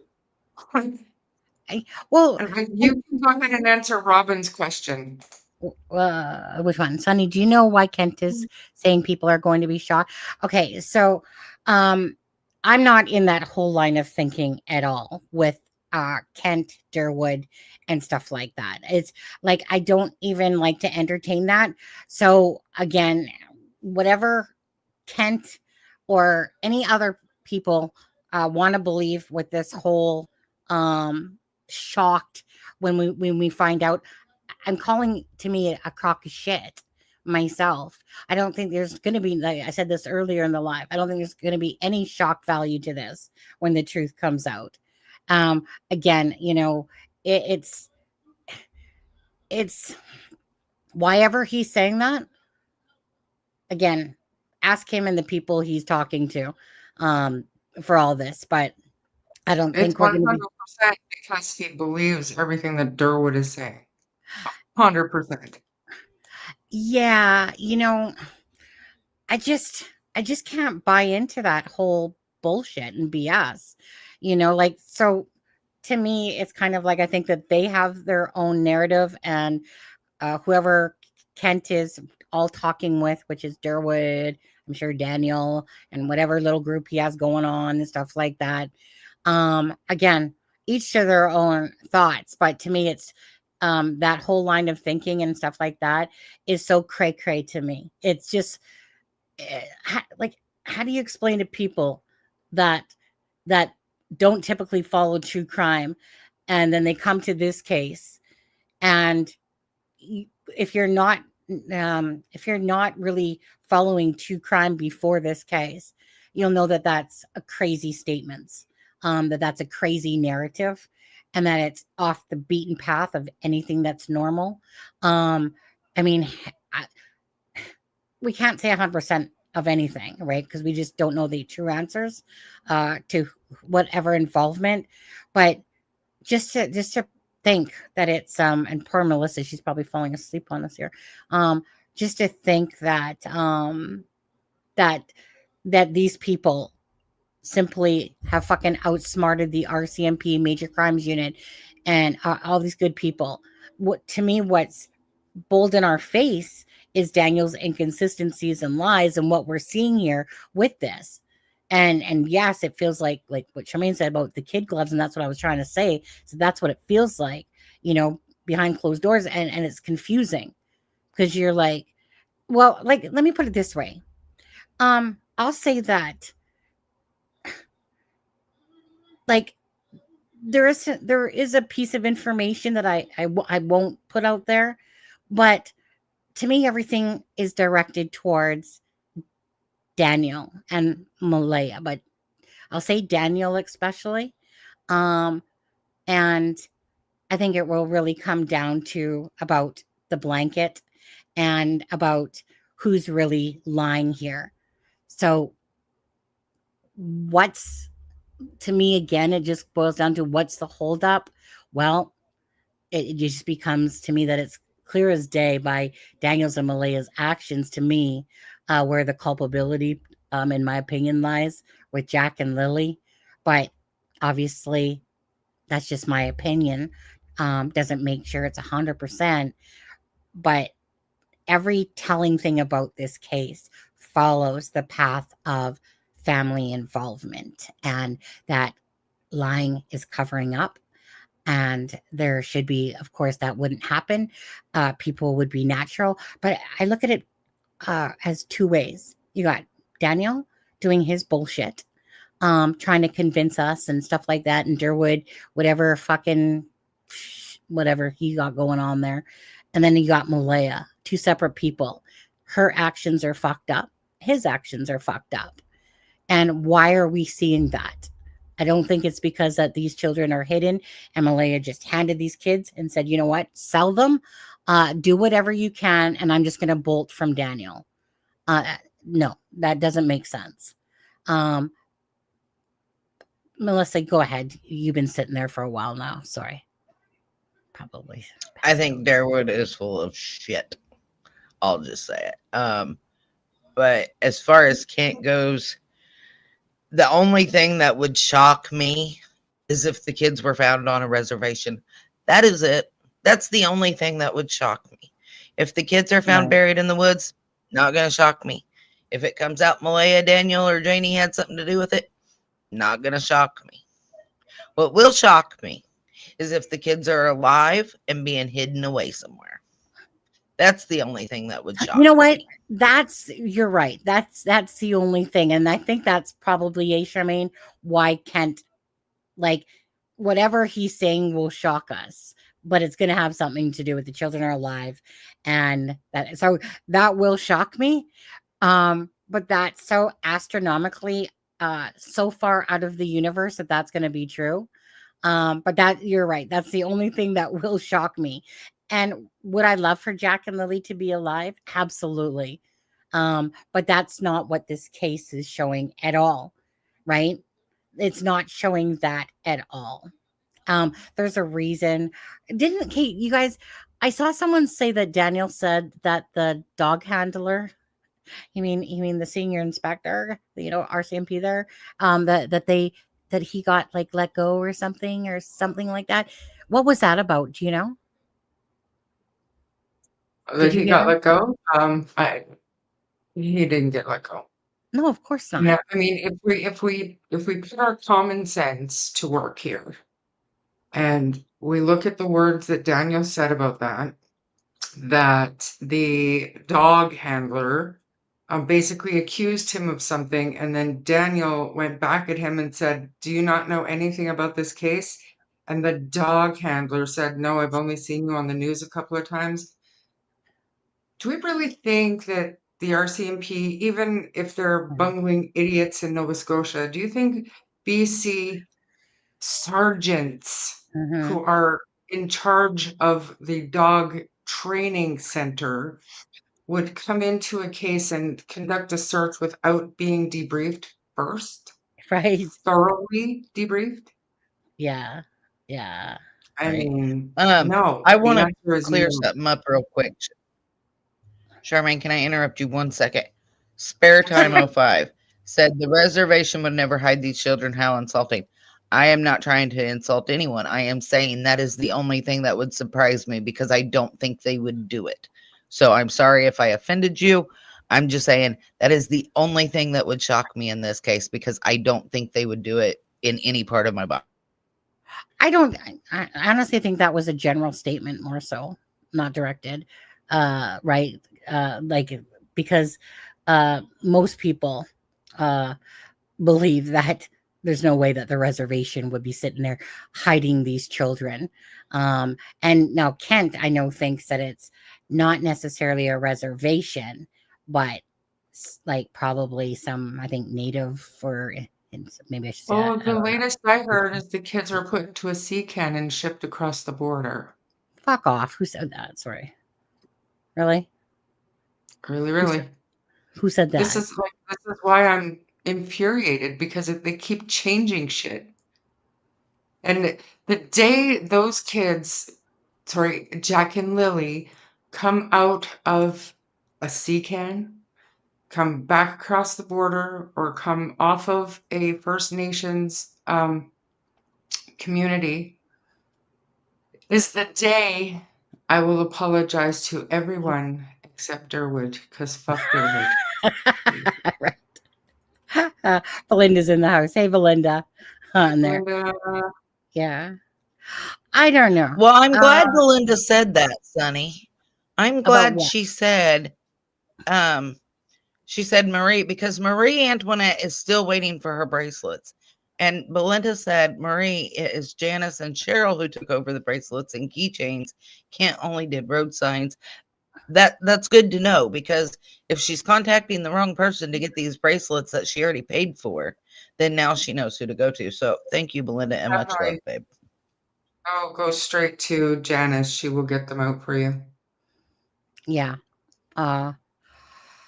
Yeah, that was.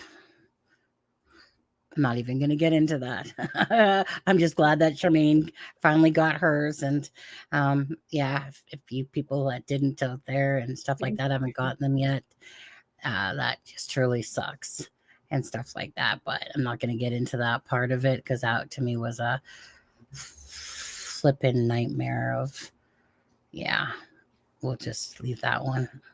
I just glad you got yours finally, Sharmain, after all this. Yeah. She does what Jason and Belinda, just to ask you, if you don't mind, I'll just ask you, are you under any impression that these children are hidden, trafficked, because of some debt, and scope like that? Like Belinda's, as far as I know, has always just believed that the children are not alive anymore, and not that they're hidden or trafficked, or I don't know right now. Yeah, right. You know what, I think the natural gut instinct that Belinda had at the start, and the fact that Malaya left the next day, said a lot. That's what I gotta say about that. I'm just like I said, I'm about the information that's coming from family members and stuff like that, just meaning not the drama crap of this case, and things that absolutely are common sense that happen in cases like this, and what the typical outcome will be. And I believe that the typical outcome will be, in my personal opinion, is family involvement, and that Jack and Lily are no longer with us. And I hate even saying that, and I hate the fact that it's been 7 months, and I hate the fact that, again, that family members have to suffer with the ongoing, what I call BS. And I hate the fact of that there's been nothing, I mean, getting the documents was unexpected. I definitely would like to see more on redactions come our way to give us more knowledge. But I think that the proof, right, that, like, to me, is in the pudding there. It's like right there, just glowing at us. But why has there been no arrests or any resolve to this case at this point? I still think it's going to boil down to the demographics of the area, the lack of digital data, lack of proof. I believe that they definitely have it, but I would like to know that Daniel and Malaya, like I said, their actions to me, right? But we don't know exactly what RCMP are up to. We just don't know the answer, because what we see visually from perception is that you're just thinking, like, freaking toss the freaking book at them, just for the fact of that they were disappeared underneath their care, and stuff like that. And that's the reason why we sit here today, and then Daniel's inconsistencies alone. The RCMP are not dumb in the fact, and like I said, maybe Melissa, like I said, they just don't feel like they need the document, but yet they're out there wanting that piece of evidence or something that somebody's gonna open up and speak and give them that vital information to Jack. I don't know. It's just, I hate cases like this. I hate it when you get to that point that, okay, Daniel Martell, you're a freaking ass liar. Malaya, you're a bullshit mother that's not even representing Jack and Lily. And Daniel, suck it. You're not representing Jack and Lily. Same with you, Janie, suck it. Durwood, you're on a different flight path than most people, and stuff like that. And all we're waiting for is just answers now, you know, for There's something RCMP. to go on of something, some kind of statement from the RCMP. And like I said earlier today, it would do the RCMP very well to put out any kind of a statement to even dispel some of the stuff that is easily dismissed or should be Mhm. easily dismissed. They can't possibly I still be agree. considering some of this bullshit. They can't possibly be. And because if they are, if they have failed to run down or disprove some of this shit, then they're really not doing their job. They need to release a statement, just like they did in the Idaho 4. Put some of this bullshit to rest once and for all. Yeah, right. Yeah. I agree. And that's what I Yeah. was saying earlier. Just put out a statement to dispel some of these rumors that are going on that people are just running with and saying are fact. I mean, they don't have to do a Mhm. news release. I mean, they could just put out a written statement saying, we've Yep. looked into Yeah. this X, Y, and Z, and there's no credible proof or something But all they're to saying is stop. everything's on the table. Everything's on the Yeah, and table. that has to stop because Hmm. if everything's on the And by table, then them that saying means that, they're getting all kinds of stupid tips right, off of rumors. Hmm. You right.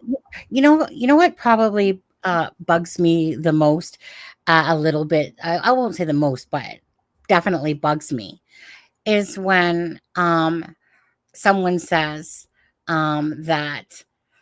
Well, actually, sorry, Kent, it's you.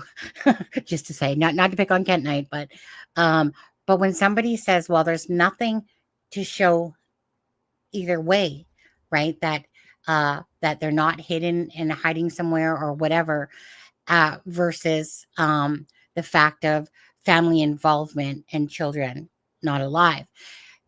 The reason why that bugs me a little bit when that's being said is because normalcy normalcy of a case is that it's typically family involvement, and that when you're lying, so that is straight down the road, that when you're being inconsistent and you're not telling the truth, or you're doing these actions of a mother, these are typical things that would fall in line with normalcy, how cases typically will run. So it's more normal to think of Occam's razor and then this far-fetched idea. So it's kind of like when that's like comparing apples to oranges to me, is that one is realistic, the other one is virtually, I won't give it 100% unrealistic, but it's like pretty much at the like less than 1% bar of anything that we've ever heard of in a case that all this shit would have happened and that these children are still alive out there, right? So that's why that one always throws me off, because what do you mean there's nothing to show?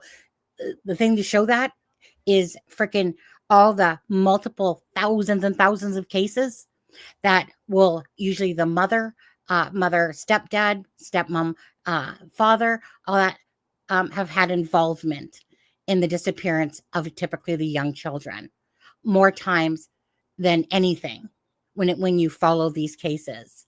So we got one thing that is Occam's razor, and the other one that is like fucking fairyland out there. Which, and people can think what they want, whatever. But I'm going to stick on this planet and what's normal and what we're being shown. And when like I said, bottom line is when you lie and you bullshit and you make stuff up and you sit there and you can't remember what you said, and you sit there and you dig yourself a grave, Daniel Martell, and all your BS and stuff like that. Okay, that is normal for liars to do when they're covering up something. It is not Sunny, normal. Yeah. somebody in my chat today raised a good question. We were talking about the fact that Daniel couldn't talk about what the kids were last seen wearing 'cause it was Oh, part of the investigation, right? right. Yeah. And then somebody else had said something, but a very good point was brought up because Malia had said the kids went to bed in the same clothes that they were wearing, and at that time she wasn't aware of them changing their clothes. Right. But then when we had the proof of life video, the CCTV video, if the RCMP were told that the children went to bed in the same clothes they were wearing, Hmm. and these are missing children, the RCMP believe they're missing children. Number one, the big thing is to have their what they were last seen wearing. Like, what are we looking for? Number Yeah. one, why wouldn't they go back and confirm what they were last seen wearing if they were on that CCTV video? Yeah, I thought Right. that was a really good point. That is a good. 'Cause I That know is. that it probably took them a couple of weeks or a week or whatever to get that video, but still, when you're looking for missing, especially children, you want, because even if you're looking Right. for a discarded T-shirt or something, you want the Yeah. description of that clothing out there, but it's never given to us Right. officially. It's Yeah. never been given to us. The Right. only thing we get is from Daniel, and then he says, "But I can't say anymore because it's part of the investigation." Yeah. Well, not no, because it's a missing persons case. We're Right. looking for these children, Hmm. you know? Yeah, good point. But then that instantly makes me think, Sharmain, about how Brad said that the search and rescue is right in front of his home, where like where one of the cameras are, right? And that they didn't even bother to come for like another week later. Um, and then same thing with Justin, right? He calls in to say, "Hey, if you need someone," and they don't even reach out to him till the 17th. So that just instantly takes away my this and how uh I mean, I know this happens in a lot of cases, like even Sebastian Rogers, but how the case was handled at the very beginning, it seemed like they were just so focused on the woods and believing them in a sense, because I don't like, and it just blows me away that people were able to traipse all over that freaking property with two children missing, and they just went full tilt on this. But it just really showed a lot of like, what the fuck did it take you so long to get in touch with someone that literally said, and because they were just so focused on the woods, it seemed like. And it's almost like, oh, it reminds me of Sebastian Rogers, where it's like same shit. And then they're like, oh, um now the kids are disappeared for this long, not in the woods, couldn't find them with anything that we had. Maybe we should start looking at other, things. That's how it comes across, like reminds me of damn right Delphi stupidity. um Mhm. and that's how I feel about the clothing, like you're saying. It's like you're right, like they're on the cameras on Thursday, so they would know what they were wearing, what clothes they had on. In a missing persons case, obviously you want to know with what the hell they were wearing, in case they are out there, in case someone does come across it. Absolutely. So it just goes to show me, I don't know, I just feel like a lot of incompetence at the start, in even maybe now. I don't know, like it, I don't know, like. It's crazy, and I know But we just used to to say all the expand on time, this what is no different than any other true crime case, but I have to say this has gotten to the point of ridiculousness. It's embarrassing, I mean, Yeah, truly. go ahead, Melissa. just to expand on, what you guys are saying, it does matter what the kids are wearing, because if we're looking for like a pink shirt like what Lily's got on in this picture, and somebody comes across a Barbie shirt, they're going, well, that's not what she was last wearing, so it doesn't matter, when it could be she was wearing the Barbie shirt. So I agree, why not put out the clothes that they were last seen in on video? Don't take the parents' Mm. word, because you got one saying, well, I flipped on the light at midnight, but they were covered up all over their heads, and I couldn't see a thing of what they were wearing. And you've got another one, well, they didn't change clothes because I didn't feel like doing laundry and, grabbing a shirt out of it so they have clean clothes. Like, it does matter. Like, how dark of a brown? Okay, brown. Well, I consider what Jack's got on in this picture brown. Some might call it tan. So if they call it tan and they come across that, they're like, well, it's not brown. It doesn't matter. But it does. put it out. Put out the correct clothing description, because little details like that matter. Yeah, absolutely. Why is my Christmas? Where did I must have clicked off of it or something. Sorry, my bad. They really do matter. And like I said, if we're truly, truly looking for two little kids, if it's a really missing children's case, I'm not talking about all the different stories that Daniel and Malaya and whoever else have come out with what the kids were wearing. I'm talking about provable clothing that they were last wearing in that Yeah. CCTV video. Why haven't at least the RCMP come out and tell us what they were believed to last be wearing? Like, why? And I mean, they Why could are come they out not and say, releasing it?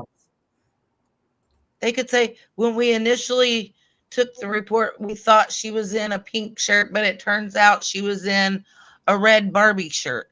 Like, just come out and say, hey, we fucked up.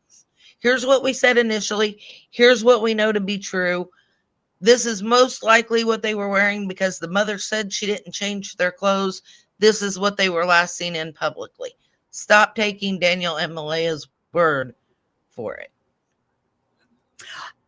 Well, because yeah, like I mean, I know that originally when Kent had talked about this at first, I was like, well, what's the point? Because they're not missing. But then the point became, well, regardless if those clothes are found somewhere in the woods out there and maybe an animal is dug up, say, a portion of a body or stuff like that, then it is important to know regardless on both ends. Whatever what your theory is that you believe, it's definitely important to know, but especially for the fact if they're deceased, but yeah, just knowing for sure what exactly it is, and for them to come out and say it, not say please bring me home, or when they were doing all that, I think stuff with around the Malaya letter and stuff like that, saying what, and then Daniel, of course, from those messages that I have from screenshots about him saying like it's important to or you can't discuss it. He's already saying too much, and that just know that the kids weren't wearing what you think they're wearing and stuff like that. It's just crazy. This case is crazy. Go back to Sebastian, Sonny. I know. And I know. remember how long it took the TBI to fix the flyer that they fucked up? Yeah. I mean, that was in my head. One of the top priorities. You would think. You know what? I couldn't help but think of Sebastian as we were talking about this, how long it took exactly, because when they originally gave, like from Katie and whatever, and then it ended up being different clothes, and it took like quite a while there for them to fix it, and you're just like, but that's one of the most important details. Of if Sebastian Rogers is out there, right, and people would have seen, okay, I've seen this kid, he was wearing these clothes and stuff like that, and so I instantly thought of that too, Melissa. And yeah, I just, I don't know. I mean, I know finding the kids is the top priority, but having an accurate description of what they were wearing is like second on the list for me. Mm-hmm. Yeah. That was a long time after what I'm talking about. I'm asking why the RCMP wouldn't have released some kind of clothing description based on what they were wearing the day before, since they were told they didn't change their clothes to go to bed. Right. Daniel's story about the laundry came out down the road. And then Sonny can also talk more about how he had said, first he said, all Malaya's stuff is at the trailer still. Twice. And then he said, well, it turns out Malaya left all of her clothes over at Patty's on laundry day. Yeah. And then more recently, he came out and said, all of Malaya's belongings are still at the trailer. So, yeah. I mean. And so I'm just going to say this personally for myself. Anything that Daniel says, I definitely take it with the lowest grain of salt out there at all.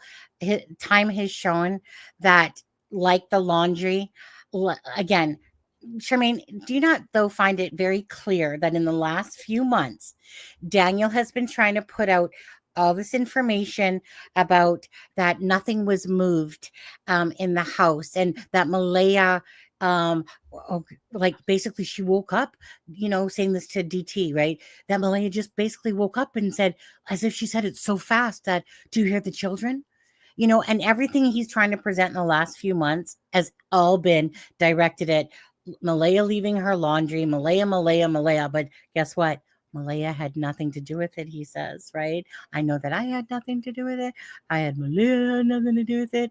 But yet everything he's doing is about inserting all these weird things that Malaya did. You know what, Daniel DT? You know what? Now that I think about it, she just woke up so fast and she just said it. It's like, I mean, I guess she could have meadow in her arm. I mean, there's nothing that's impossible, DT. I mean, I guess she could have woken up and got up and slipped outside the house and handed those kids over.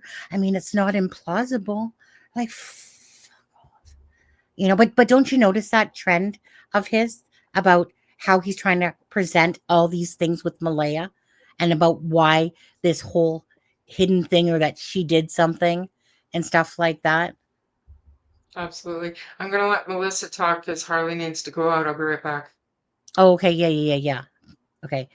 Melissa, like, you've been putting this document together, but have you noticed this trend in the last few months of Daniel's BS with all Malaya stuff? But Malaya, he's such a liar. Like, I can't even take that man seriously. Go ahead. Yeah, it's like when the documents came out, all of a sudden it was, well, the documents say this and the documents say that. And pardon my language, but bitch, I don't care what the document says. I want to know it out of your mouth. Stop repeating what the document says and tell us what happened, what really happened, and be honest. But he can't. And I notice a lot of times when I think he's lying, he's always like, right. Like, that's normal, right? Stop trying to gaslight me. I have common sense. And, I think one of the things that irritated me the most, and I hate to put it that way when I was putting this document together, is when he referred to Jack and Lily as it. That went through me. Yeah. Again, to me, oh my God, I don't even know what to say. I think, like, in my eyes, my opinion personally, from following cases, I think Daniel's one of the biggest pieces of shit out there. And his behind the scenes shit and his cheating ways and his narcissism and this whole thing to try to present that Malaya's abusive and all this stuff. And, I don't want to sit there and say that, Malaya and Daniel might not have, gotten to arguments where they're both freaking, smacking each other type of idea. Who knows what that, all I know is Daniel's the victim of everything, according to Daniel. And again, it just really just boils down to me when the truth isn't being told, and you need to sit there and keep trying to, make the perception about himself instead of Jack and Lily. That's what probably pisses me off the most out of like all of this, is that the representation for Jack and Lily, has been so shadowed by their own trying to just make everyone say, like, no, look at this. This is why I'm being honest. This door, my mom tested it or whatever, and blah, blah, blah, blah, blah. It just all is it's just a joke to watch people say that they care about Jack and Lily, and to watch them just try to, make us believe like about themselves and about their excuses, about their bullshit. And it's never been about Jack and Lily for them. Daniel tried to represent that at the start. You know what? I love Malaya so much, and I promised her that to the end of the earth, to the end of the times, that no matter what, I will look for Jack and Lily, because that's my promise to her, right? Kiss my ass. And as time has flown on, you can just tell it was nothing but utter BS. And then you can't help but go back to his interviews and see these things that he does all the time. And you're just like, dude, those aren't real cues. But just to watch Daniel be such a narcissist and to make it all about himself, but it's the inconsistencies on top of that. It's disgusting. There's nothing more I can say about it. Janie, Daniel, Malaya, you're all disgusting to me. You are some of the biggest pieces of shits that are out there to represent Jack and Lily. And it's just horrific to even know that these children, unfortunately, were looked after by these so-called parents that they couldn't even, according to their own bullshit, couldn't even be asked to get up, right? But I don't believe any of that timeline because it's just bullshit. And go ahead. I agree. I mean, there's nothing that we can believe in the timeline. Oh, hold on. Let Sharmain go for a sec there, Melissa.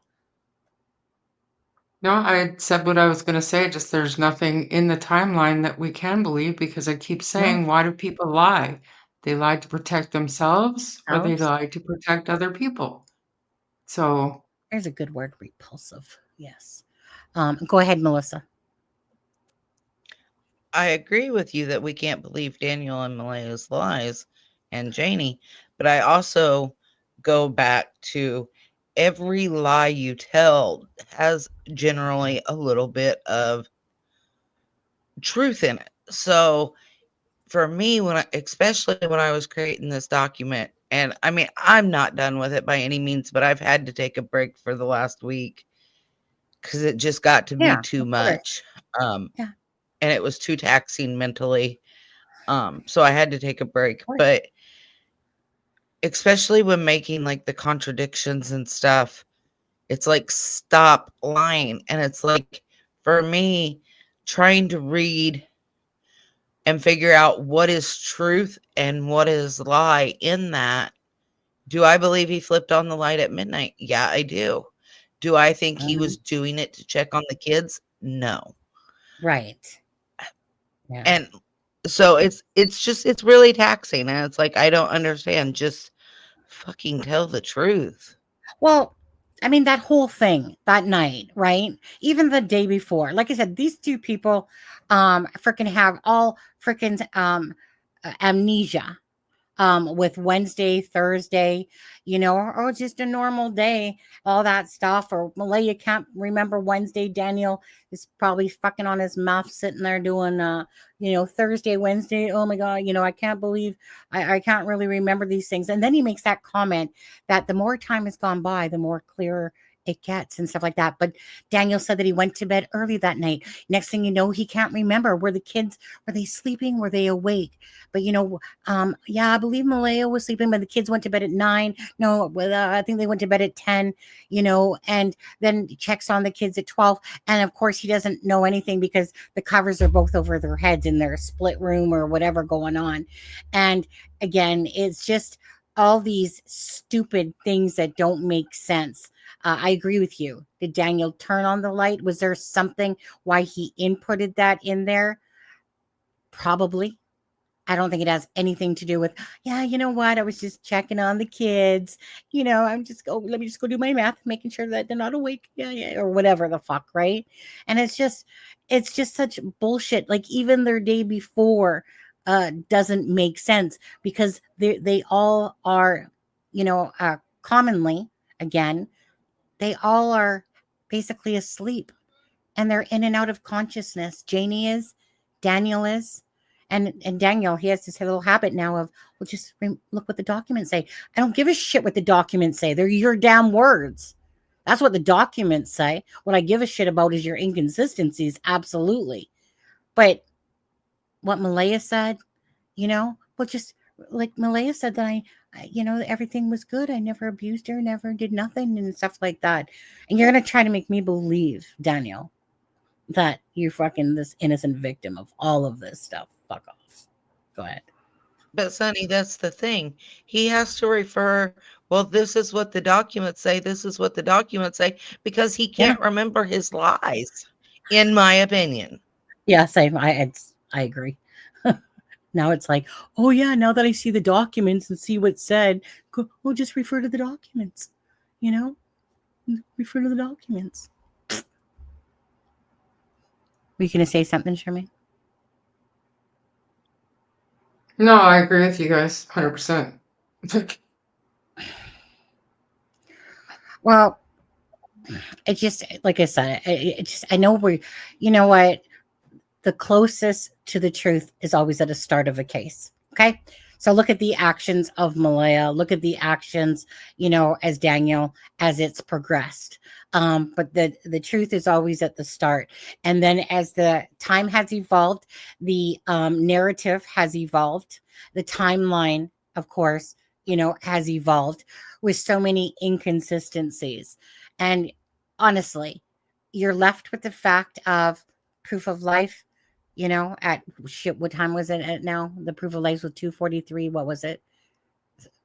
Was it 1:43 or 2:43, something like that? The last time that they were seen at the Dollarama, right? I think Malaya goes in at 1:42 and Daniel comes in like 10 minutes later, which kind of seems strange all the time that seems to happen. It seems to be their thing. Malaya seems to go in, then Daniel seems to come in afterwards with the kids, but whatever. But it's just one of those things, is that, again, as time goes on, more muddied waters comes in. People want answers, but then they also start spreading a lot of rumors or mistruths and stuff like that. I'm not in, and again, if anyone's watching this, I don't give two craps, in a sense. When I say that, I'm talking about with this case with Vincent and the Shannon person that was brought into it. I think that old man obviously has mental health issues. He's obviously got the brain tumor going on. He's schizophrenic or something going on there. He has multiple personalities. He actually kind of creeped me out, actually, watching his video, the way his voice would change, like 3 different voices. I was like, what the fuck is this? Dude, I Anyways, had to skip past that. I couldn't stand it. I couldn't I was, stand listening to him. well, I'm sorry, Shar, I had to skip past that in your video. Well, she only played a portion of it, I think she said, because she said, I'm going to stop the video right here. Now, all I know is that to me is just, again, a bunch of side noise. I'm not entertaining it myself because I think it has no bearing at all on Jack and Lily's case. Besides, and the weird ass comments that he said to Belinda, like, make me a star. I think that the man has definitely, this going on. And we're talking like how many months later? Like almost at the 7-month mark, and then this stuff all comes out and stuff like that. Anyways, to me, there's no credence to this. I'm not going to entertain it because to me, that's just absolute side noise that has no bearing on Jack and Lily's case. People are going to try to spin twist it and stuff like that. Just because a lot of times too, just there's nothing else. So let's talk about this. I refuse to talk about stuff like that I think absolutely has no bearing on the case. I think that it was just really creepy and strange. And yeah, so anyone that's entertaining that, go right ahead. I'm not going to be doing that on this channel. I don't like anything that I consider out of the realm, and the, like Sharmain said, like the dates and stuff like that. Okay, this man is not stable at all. And it's just weird. And yeah, just I don't even know what else to say about that, to be honest with you. I'm not into the fruit of the loop type theories and stuff like that. And yeah, I mean, So the Sonny, problem for me what with time that, was it you were one looking of the for? problems, one of the one sec. problems for me with that was the changing of his relationship with Belinda when he started Oh yeah, threatening to put her address out and stuff like that. Then I wanted to get ahead of it, and that was my point. And I stopped his video when it stopped being about Jack and his Lily. his story about Jack and Lily, where Jack and Lily came in. And we made it clear on my channel that there was no credibility to this, and he was clearly mentally ill, but that I knew and I had information that other people were going to run with it, saying things like, if even half of what this man is saying is true, blah, blah, blah. And my whole point was, then even if that's true, then the other half is bullshit and it's dangerous. And then he turned dangerous, in my opinion, not only to himself, but threatening Belinda. And that's where I think we all have to draw the line and say something. Mm. Especially when you have a platform, sitting, and I'm not like, I get it, you don't want to address it, I understand it, but when you have a platform that a lot of people that are following this case, they go to you for the information, they're looking to you to say exactly what you said. This Yeah. man obviously has mental illness. There's nothing to his story. Now, I know myself that the RCMP do not believe that any of it has any credibility whatsoever. It's important to put it out there, because there are That the part. the Yeah. people out there that will take it and run with it. And if we choose to remain silent about it, to me, we're adding to the problem. So you face it head on, you try to get ahead of it, you've said Yeah. what you've said, move on. Yeah. Yep. I agree with that. I've done that a few times with some stuff because it's like, especially when it's just kind of like utter bullshitty stuff and stuff like that. You try to do that. You try to keep people in the freaking realm of reality and stuff like that. But some of the stuff gets put out there and you just want to, freaking tackle it. And, like I said, it's just, it, I don't know how to keep saying it, but I know that we're in the line of, you know, reality of Jack and Lily and what stuff falls into the BS or bullshit and stuff like that. And try to bring it back always to, again, the facts of the case or things that are deemed perhaps as truthful. At the end of the day, I will say this. So the RCMP, I have seen this said a couple times. The RCMP has been asked for update, okay, by news, and they're offering up nothing, right? So it's not like they're not asking, right? The news and that sends in questions. Hey, can you clarify this and that? And times they get back, it's an ongoing investigation, typical bullshit, ongoing investigation, everything is on the table, right? They're typical lines of what they'll say. Boilerplating. It's boilerplating when they don't want to give out information. And I went through the other night when I did my RCMP show. And it was only 3 cases this year alone of an RCMP officer in Nova Scotia being charged with an SA. That, you're talking about And maybe that guy? That one? what? Are you talking about the 3 one that, different ones, Sunny. yeah, 3 yeah. different ones. January, July, and October of this year alone. Mm. And the same man with the watchdog, whatever, came out and said the same boilerplate bullshit that they say when they don't want to face something, when they don't want to be accountable for something, or they don't want any kind of backlash with anything they say. And I'm sorry, but that's got a lot that falls back onto the community policing that I think has been completely lost, especially in Nova Scotia, where you Mm. need to have the trust of the public to be successful in your work. And they've lost that. And it seems Mm. to me like they don't want to regain any of it by just putting to rest some of these rumors, Yeah. in my opinion. Yeah. Go ahead, Melissa. I think you were going to say Oh, she said something. she'd be right back. Oh, did she? Okay. And you know what? And that's probably what irritates me is that honestly, it just reminds me of stupid Delphi and all these cases where, I like it when we come across transparency, like with the Idaho case, where it's kind of like when they came out and they said, look, these people are under attack, Jack and whatever, and stuff like that. And then they came out to kind of like try to stop that, nail that in the, what do you call it? Nail it in the head type of thing. Yeah. And, take it out of the equation. It didn't matter that people will ignore that. Absolutely. But to me, when I hear the RCMP sitting there saying, like, not, well, in that case, it's the LE in that particular case. But when you hear that, then you're like, okay, and I'm not that one to sit there and go, you know what? Fuck that. Let me just still include them. If they've been cleared, and they literally have been cleared, Malaya and Daniel have not been cleared at all. Right? There might be a few people that they know are cleared, perhaps, that they know had nothing to do with it. But for Daniel, Malaya to be cleared and stuff like that, and I'm sorry, but to sit there and even say that they've been cleared is ridiculous to me, right? It is. To me, that is just crazy. You're responsible to put it out there. What you mean? I said irresponsible for them to put it out there, for certain content creators to put that out there that they were cleared. Based on what? Mm-hmm. Based on what? Like that. Right. Like, at no point did the information say that Daniel and Malaya have been cleared. Right? How can you clear Daniel, Malaya, Janie, any of them if the kids haven't been found and we don't know what happened to them?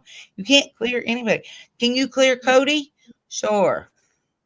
Can you clear Belinda? Yeah. Yes. Can They you have clear alibis? Daniel, Malaya, and Jenny? Hell no, not until the kids are found. Well, there's no freaking alibi for Daniel. Like, honestly, it's their words of what happened to Jack and Lily, or what happened that night, right? Like, obviously the police are going to have certain information, right? Whether it's through digital data or whatever, about certain, sequences of events and stuff like that. But it's just crazy that like I said, Daniel and Malaya, they don't have an alibi. It's just their word. It's their word from 3 whatever. Well, I mean, the Google thing says it. So from proof of life up until 10:01, everything is just about what Daniel, Malaya, and has said, besides what RCMP know of the truth in that. So for me, I can't sit there and believe anything from the proof of life to 10:01 when a phone call was made for Jack and Lily. Other than that, all that other stuff in between, I erase it, because there's going to be some truth in there, of course, because obviously the whole, like, there's got to be some truth in there. But at the end of the day, I erase all of it, because it's all bullshit. It's all these people sleeping. It's all these people, talking and don't have freaking memory about what time, the kids went to bed, were the kids asleep, were the kids awake, were the kids this, Daniel was asleep during this time, blah, blah, blah, blah, blah. But 8:28 is a time thing on Malaya's, Cindy's phone, from Malaya making a phone call. So we know that to be true. But what the reason was for that phone call, we don't know. We can only assume. And any other evidence that they have to show any pinpointing. But if you notice one thing as well, Janie and Daniel go well out of their way a lot of times to say that they didn't take their phones. They didn't take their phones. And I remember that when it was said by a family member that day of May 2nd, that Daniel would only use Malaya's phone, that he wouldn't use his own phone. And she thought that was weird. What was the true reason behind that for Daniel about why it was only Malaya's phone? Again, just weird shit, I wonder if it had something to do with her Text Plus app. Right. Maybe he didn't have the app. I don't know. Right. Don't know. Right. Don't know. Just sorry, but this case is just full of lies. Just lies. Yeah. And just so you know, Melissa and Sharmain, okay, I haven't done a live in a while, so I mean, I'm sitting here, I'm pretty good. But if you guys, anyone needs to go, just feel free to let me know. Like, don't feel like you have to stay on or anything like that. I don't want to keep you guys if you hadn't, are getting tired or need to go and stuff. Just saying, I'm good. Okay. Wow. Again, I just find it, like I said, I mean, it's like in my head, it's like, I'm just, yeah, regurgitating the same stuff, but I think out of it all, I just want people to use what God gave them, which is brains, and to use those brain cells wisely. And when you're looking at a case, and you're looking at where these lies or inconsistencies and the actions versus two children, and am I going to believe someone that lies? Am I going to believe in this theory that they can't even put together properly with a timeline of when some magical vehicle or according to Daniel, that someone came in the house and took the children in Malaya, and all these different versions that they keep coming up with? Or am I going to stick to the straight and narrow, which is the normal Occam's razor of what happened to Jack and Lily? And again, Malaya's told a few people, I don't know how many total, about Daniel doing drugs, that she woke up and Daniel was doing meth. So where's that in the documents? Because you're not going to find it if she basically said she slept the entire night, right? Just like I think she's BSing, because obviously she said to me about Daniel holding her down and pushing her up against the wall. And then Daniel's accusing Malaya of being the abusive one, while Daniel, of course, had nothing and stuff like that. Again, those are those words. And people do that, when they're giving a statement, because whatever, like they try to protect each other. So I don't believe at all that Daniel's this innocent victim and Malaya was this, the abusive one in the family, while Daniel did everything for these kids. Like Daniel has built himself, his ego so big to what he has done for Jack and Lily, right? And he has basically trashed on Malaya since this whole case. And to me, that's because Daniel, regardless of what happened to Jack and Lily area, that Daniel's pissed that his ego was so bruised that Malaya left his ass, because she's probably living in some sort of freaking weird ass demented situation altogether, right? It's just, but I just think that Daniel's pissed that Malaya actually ended up leaving him and stuff like that. And that's why he's like, but it's like, Malaya, I'm pointing the fingers at you, but I know you didn't have any involvement. That's strange. It's just so weird. Yeah. Did you see Mary's comment? And I'd like to know where she got that information. But she said, Sonny, Sharmain, and Melissa, Lily, and Jack have no dental records. I'd like to know why you say that. It wouldn't surprise me that they don't. But I'd like to know why she says that. What do you think? You think they were ever taken to the dentist? I don't. I highly doubt it. I don't know. Probably not. They weren't even taken to school half the time. I mean, I would probably agree with that. I'd probably agree with that. But they probably don't have dental records. But I don't know where there's a receipt of, besides, unless it's like a family member saying that. I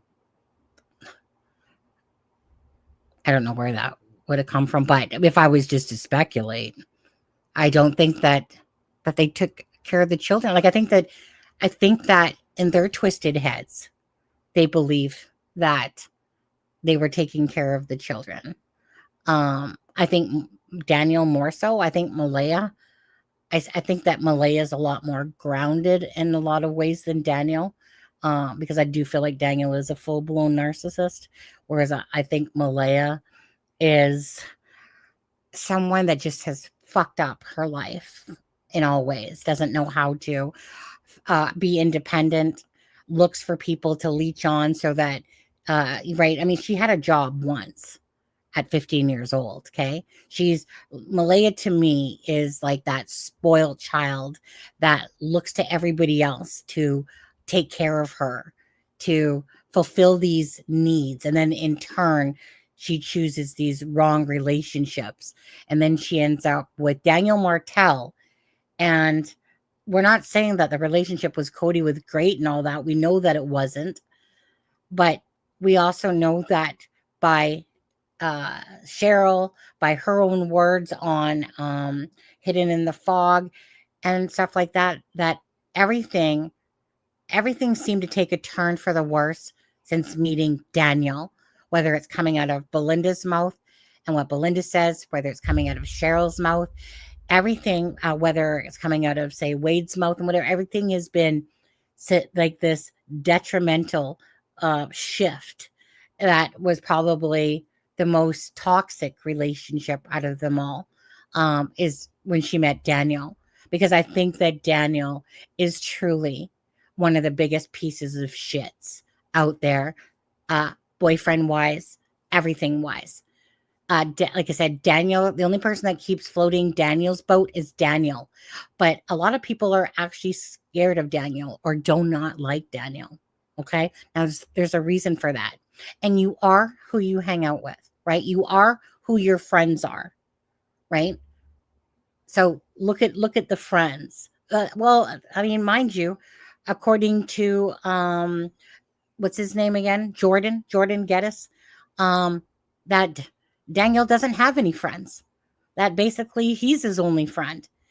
Well, Jordan, I think you're blinded by the outside instead of from the inside of truly who Daniel is. You're seeing the side of buddy Daniel, that he's this good person and great person. Really? I mean, again, to me, that's just somebody that's got blinders on and he's seeing it from his perception.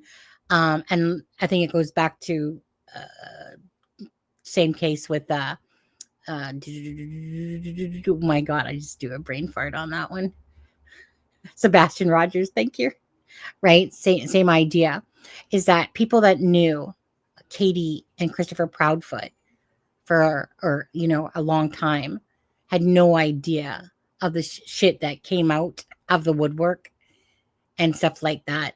And so, yeah, a lot of people, let me rephrase that. A lot of people are scared of Daniel and do not like Daniel in his own community, besides his freaking family members. And there's probably some out there that probably don't like him either too much. But that says a lot about what Daniel thinks about himself and this great person that he was to Jack and Lily and Malaya versus what the people around him feel about him, excluding family. But there's probably some family in there that think he's a piece of shit too. I'm sure there is. And they're hiding, like they're ones that don't speak. But anyways, Well, I want to be clear. This is all speculation as far as no dental records. We don't know for a fact. Right. We don't know. It was just, I want to make sure that everybody understands that is purely speculation on our end. Yeah. Oh, absolutely. We don't know that. But I mean, I was even speculating about the school stuff right at the start when we were having that conversation, Sharmain, right? About the whole school thing. And it wasn't shocking at all to hear when Daniel said that about the children, because all I see is a person that's working 1 day a week. They're freaking in dead up to their yin yang because of fucking with the government. They don't know how. Wade said it when he said, even when they did get checks, that Malaya would be asking Patty for money, right? So where was this money going, right? It wouldn't shock me to come to find out that Malaya was doing drugs as well as Daniel. Well, to me, I know Daniel was, in my personal opinion. I mean, Daniel's even said in the article, right, all the different stuff, but Daniel fucking lied about that shit too. How long was he claiming that he wasn't doing drugs? How long? And then little by little, he started being more truthful, because you're not going to sit there and bullshit people that know fucking that you're buying it from or that you're doing it, and Malaya saying it, and stuff. Like, your own fucking girlfriend is telling the world that Daniel did drugs, that she knew he was doing drugs before, whatever, induced, whatever with that, but I don't know. All of this, and yet 2 children Um,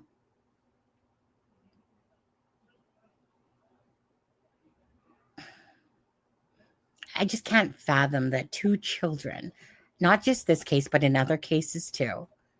It's when everything else seems to matter besides Jack and Lily, but to some people, you know. Um, and it's Hey, Sunny, I'm gonna get going here. Need to okay. let Harley in and do my nighttime stuff, but I'll see everybody on my channel at some point tomorrow. And thank you for having me, Sunny. All right, Missy. Well, Glad thanks. to have had. Good to Thanks. see you, Melissa. And You too, Shar. Good night. yeah, have a good night, everybody. Bye. Bye, Sharmain. Thank you, Sharmain. Yeah. Boom, boom, boom, boom, boom. But Oh Okay, my well, gosh. Sonny, that's like people want to know, you know, about where Malaya was getting money and how Malaya was getting money. People need to realize Cody was paying child support on both of the kids up until 9 months before they went missing. So Malaya had only been without her own relax. money, so to say, for 9 months.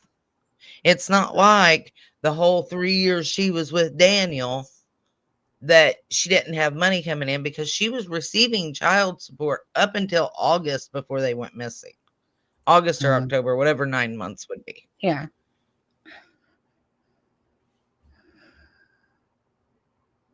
You know,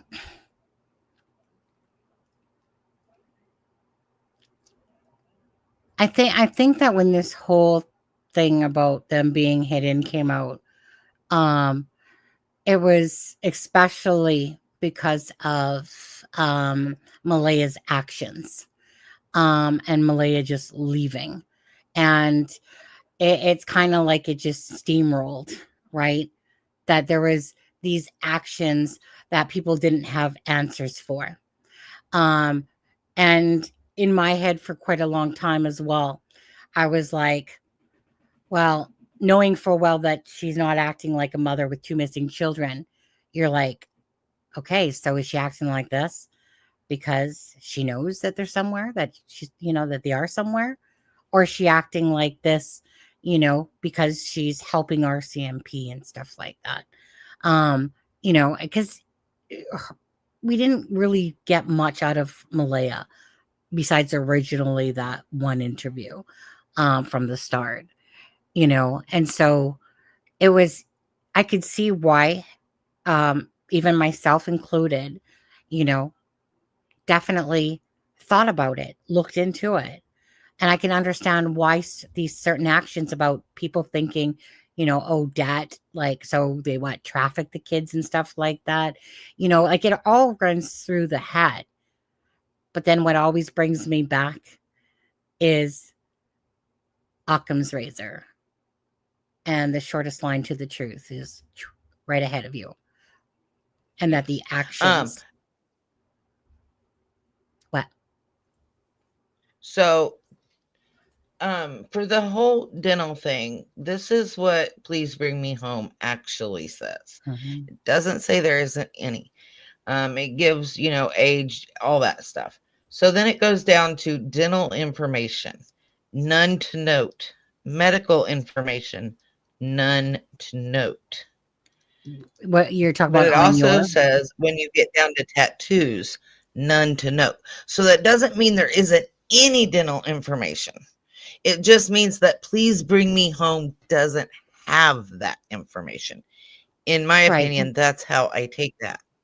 So you're saying, well, Please Bring Me Home said they didn't, not you, but people are saying, well, Please Bring Me Home says they didn't have dental information, but that's not actually what they said. They just said they don't have any to note, which means they don't have it. Doesn't mean the RCMP doesn't have it. Right. And there could very well be. We just don't know. We just don't have any receipts to show that. Is that going to help find Jack and Lily? Well, I guess if they're, usually a lot of times they use dental records. I guess that's the point of that being said or whatever. Because a lot of times once bodies are, to identify and stuff like that, then they obviously use dental records and stuff. I don't know. I mean, I don't know. They didn't take care of the kids, so why would they take them? They didn't take care of these kids properly, so why would they take them to the dentist as well? You know, like it seems like Malaya was in just a depression, like a really bad depression. I think she was in a really bad nightmare, but it wasn't a nightmare enough for her to choose to leave at all the different points that she could have and stuff like that. So it really boils down to her own free will to stay or leave. And I'm pretty sure what was leading up to this was the actions prior to the day that the children disappeared, or the night of Thursday or something like that. That it was the actions of an argument, Daniel being fucking snapping. Malaya maybe said something to him that said, tired of your this fucking shit in life with you. You know, maybe there's some truth to Durwood's original thing where he was hypothetically saying that they were arguing over money from basically when they had gone out that day, and that argument continued on. I believe that there's truth to that, to be honest with you. I mean, I know there was an argument, so. Yeah, I mean, I think we can all, or most of us can agree that chances are there was an argument that started this, whether that's her leaving him or over rugs or over the kids or over his overbearing, way too involved mother. Yeah. Well, I'm just going to put this little tidbit in there. Malaya, I'll just say, think about doctor's appointment. Think about Daniel cheating on her. Think about doctor's appointment. Think about Daniel cheating on her. So why did she have an appointment? Think about Daniel. Well, that tells me she probably went in for STD screening because she don't know who he been with and who they been with and so on and so forth, in my opinion. So she gets a text on May 3rd saying that Daniel's cheating on her. Well, like she probably hasn't heard that before, you know? So perhaps do you think that there was an argument? Yeah. Well, I know that there was, so. Do you think that Daniel was doing meth? Oh yeah, absolutely. I believe it when Malaya told that Daniel was doing meth that night. And I believe that something happened inside that home between Thursday to Friday. That's why their timeline is such a shitty timeline. And that's why they're all claiming that they were sleeping in and out of consciousness. That's why their details are very foggy, right? Daniel will give details in a sense when he wants to. And then, but even listening to Janie, and that foggy. I always think that there was one thing that stands out that Malaya said. I said, you know, about the timeline. And she said, well, that's a good question. That's what the RCMP want to know as well. I'm like, well, you fuckers are the ones that have the truth there about the timeline, you know? But I just thought it was weird the way she answered that. For some reason, it always stood out to me. It always bugged me the way that she said, you know, and that's what the RCMP want to know. Well, you're the fuckers that have the fucking timeline, you know? But that's the problem. They're trying to go back in time and make a timeline to cover what they did, but they can't keep their lies straight. And you can see that now with Daniel, because now Daniel's like, oh, well, the documents say. Why? like you said, the documents are your own words. Can you not remember what you said? And if you can't remember what you said, then chances are you're lying, because you remember the truth. The truth is easy to remember. It's lies Well, that are that's just hard to it. remember. And the truth Mhm. doesn't change, but lies do. Well, your story keeps changing. That tells me you're lying. Everything Well, about what he does tells me he's lying. well, that's just it.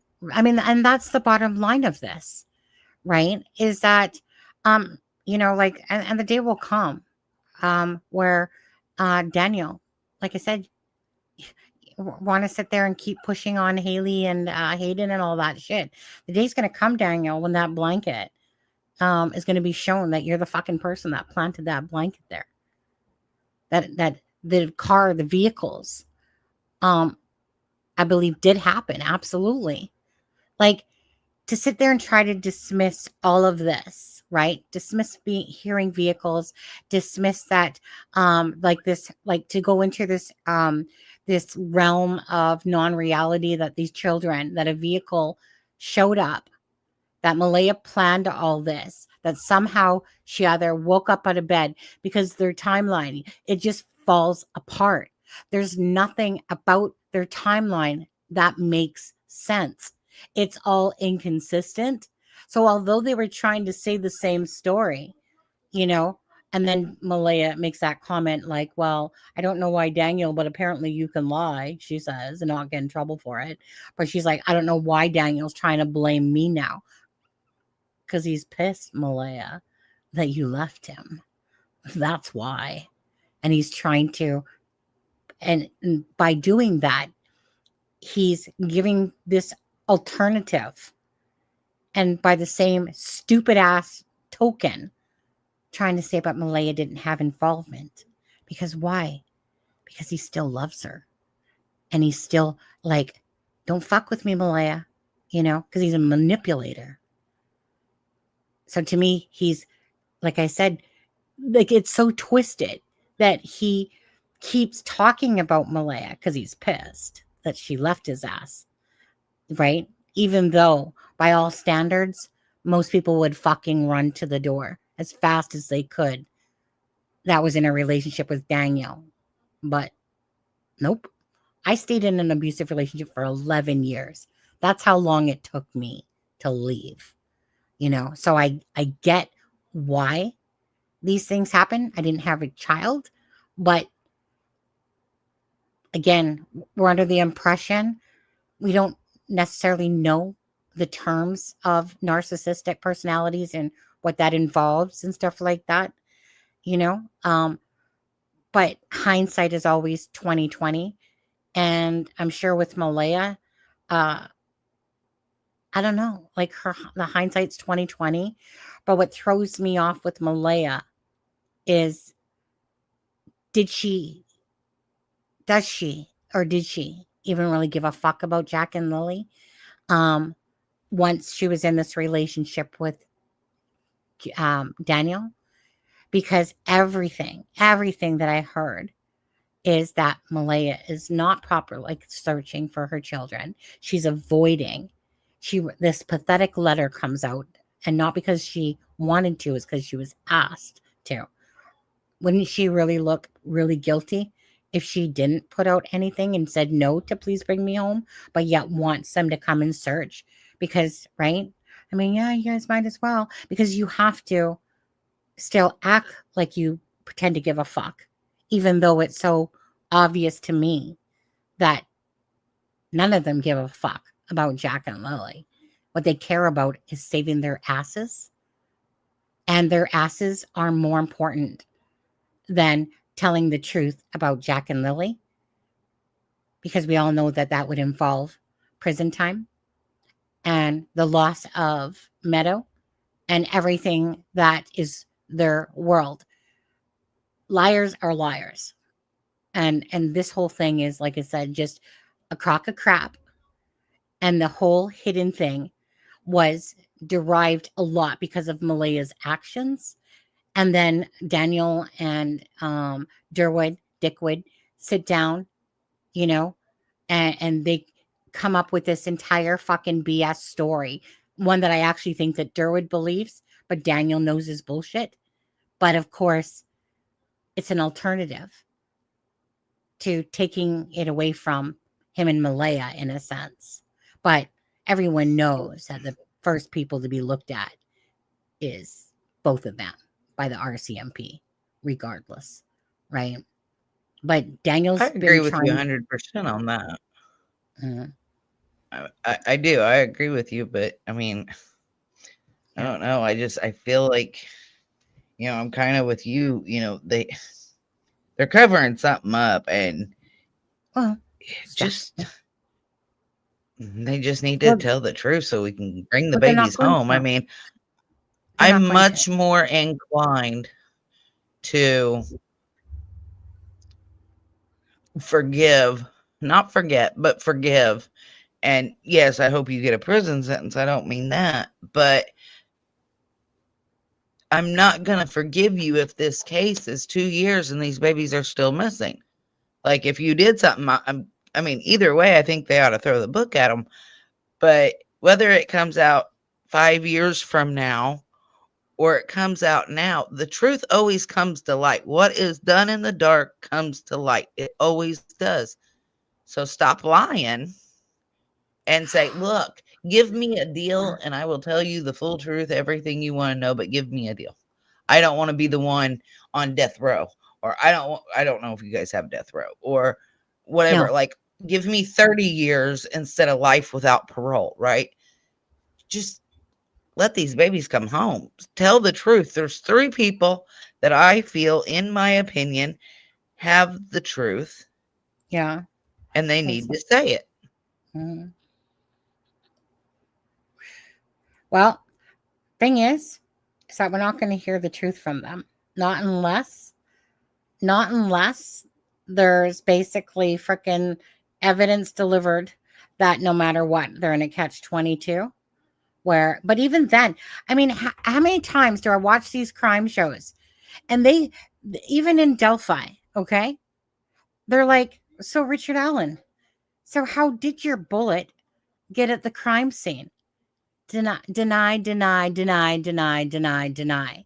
They could literally have all that, right? But obviously, like, to me, there's to me in this particular case, there's going to be a point at some point, don't know when that is, that the evidence that they need to surface or something to make a case, build charges, um, you know, that to me is the next step I'm expecting to happen. That at some point that the truth will surface, and it's definitely not going to come out of Malaya's mouth, Daniel's mouth, or Janie's mouth, or anyone else that has any involvement in this case.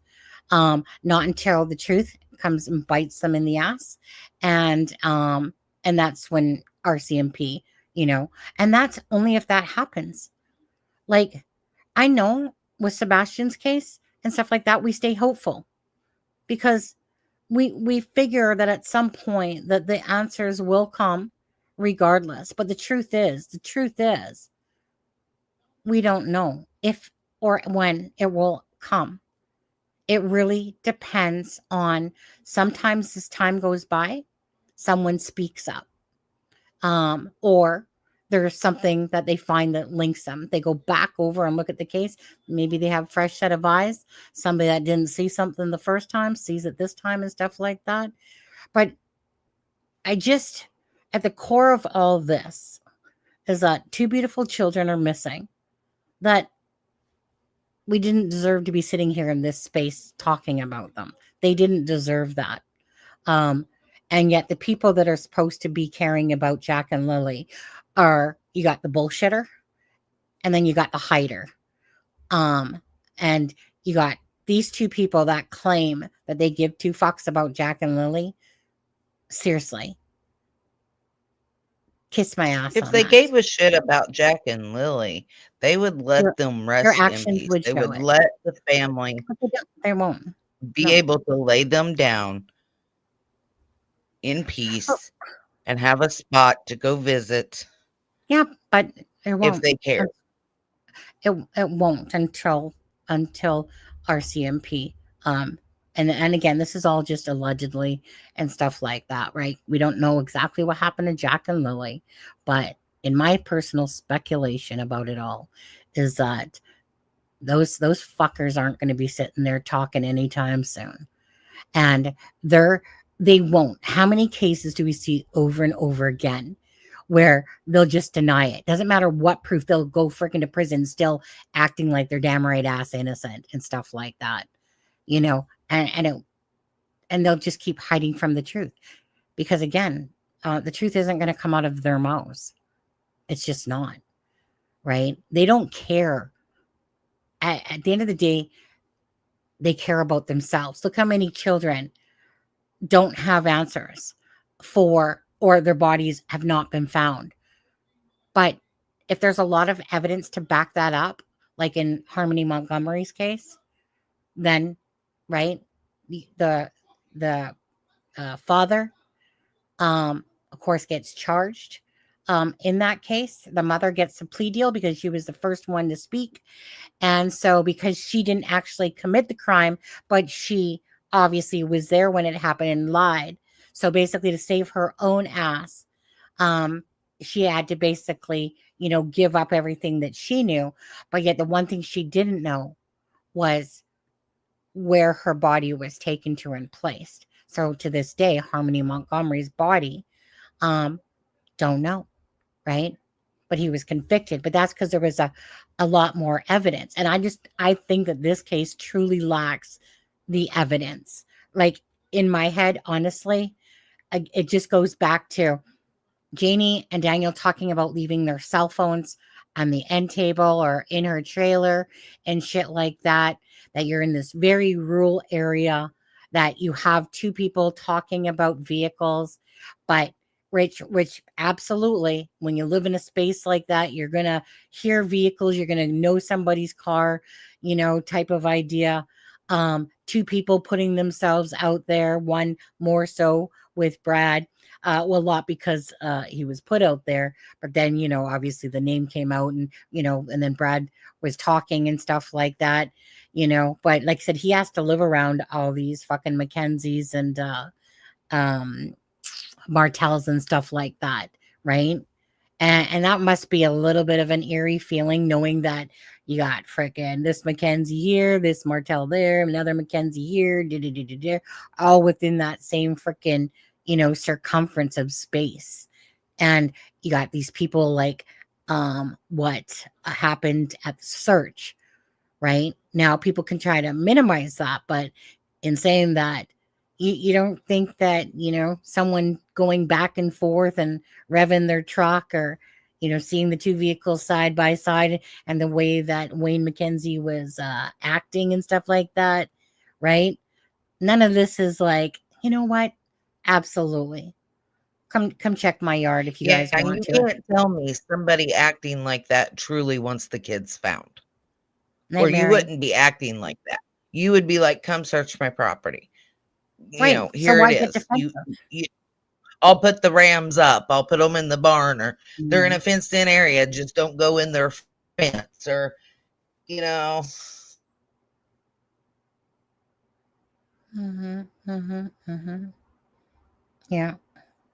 I just, like I said, you know what? Just do me a favor. For the people that are still watching now, put a 1 here if this is your first time really truly following true crime, um, following true crime on the crime community out there. I know that there's, all the different, whatever it's called again, CBI or not CBI. What's that show called that people watch? CSI, and stuff CSI. like that. But yeah.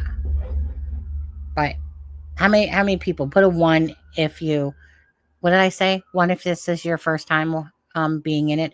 Because there's a lot of people that have said over the time like that they don't typically follow it because it's around their home in a sense. And it's a first case, like Kent, same thing, right?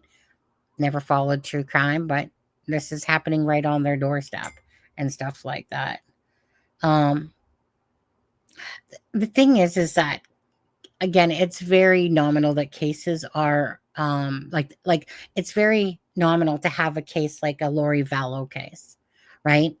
Usually everything is still it's based around um you know an ex-husband drinking, gunshot, um jealous husband or jealous wife, money issues, depression, um the husband or stepfather, the other partner doesn't want children around. These are usually a lot of cases where they're very dysfunctional households and stuff like that. Usually there's, like they lack money and stuff like that. And they live kind of like, um, you know, uh, a lot of these cases, honestly, are like what I would deem as people that are living like the homelessly poverty lifestyle, in a sense. That a lot of the like Harmony Montgomery and stuff, right? They're like living out of a vehicle. Have you And ever watched Dr. Phil? of course, It's I've a watched TV Dr. show. Have Phil. you ever? Okay. So, Dr. Phil, come on now. something he says all the time, and it has always stuck with me, that if the statistics say that if you are a parent, you have a step parent in the household, the chances of abuse or unaliving goes up. If you have a history of abuse, it goes up more. If you have this and that, it goes up more. If you're on at poverty level, it goes up more. So if you look at the statistics, you have abuse allegations, you have CPS involved, you have a step parent, and you have 2 missing kids. Statistically, that tells me it is most likely the step parent, but it also tells me that most likely something happened nefarious. Yeah. And that's just going by statistics. And that's like the same way that RCMP said, they're calling off the search, they're scaling back the search because statistically the kids couldn't survive. It would no longer be a rescue, it would be a recovery.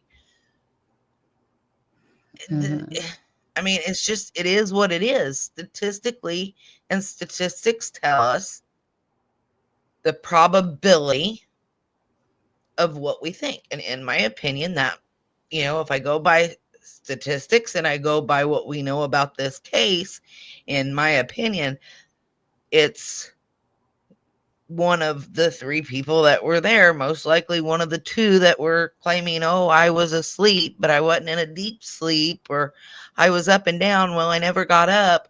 Well, I got up to call the kids into school, and I got up to get a bottle for the baby, but I didn't bother to check on my 2 sick kids. I mean, well, let's be honest here. And not only that, but the one child that's fine is Meadow, the child that's between them. Right?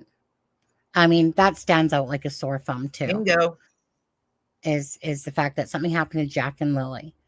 And I think this is exactly to do with relationship shit going on. I think that there was like in the household, definitely drugs going on, and money issues, anger, resentment, on both sides. I think Malaya's resentment towards Daniel, and I think Daniel's resentment towards Malaya. But again, I think that to me, it's just following every case out there that is what we deem as, I don't want to say normal, but but what is normal, because this is usually always what happens. We saw, I played you guys Oren and Orson, which is classic and sincere, the 2 little black boys out of California there. And again, I played you that video where you watch these 2 parents, and then probably for them at the time, they thought having the masks on would mask their bullshit. They tried to claim the things that the kids just got out of the gate, and the pretense of driving down the road looking for them, but yet when the van showed up on the one neighbor's camera, you only saw the other kids get out. Like now, all these children, most of them were brought in like the foster care. They were supposed to be looking after them underneath foster care. Again, it's about the money. It's about the money for them. But bottom line is they're standing there in front of the news, and like the mother and lots of people are like basically like, you guys are freaking lying, basically. And they had no true emotion. And I see, like, I know Sharmain made the comment about like Malaya's first interview, but that interview I'll never forget. All the things that weren't said, um, all the things that were said, and all the things that weren't said, and none of it was a cry for Jack and Lily. Um, Again, a mother, especially like I said, you're literally on that day. Um, I think that her tears are those welling up moments are just from the knowledge of knowing, and that's why she left, because she knows damn right what happened to those children.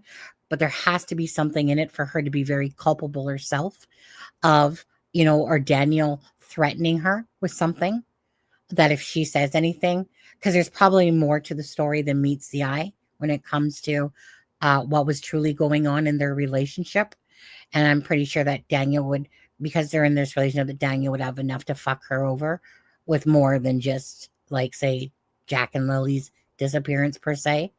That, and I think that that's truly what it is that regardless, Malaya wanted to still get away the fuck away from Daniel, because he is, to me, a big piece of fucking shit, and she knows that.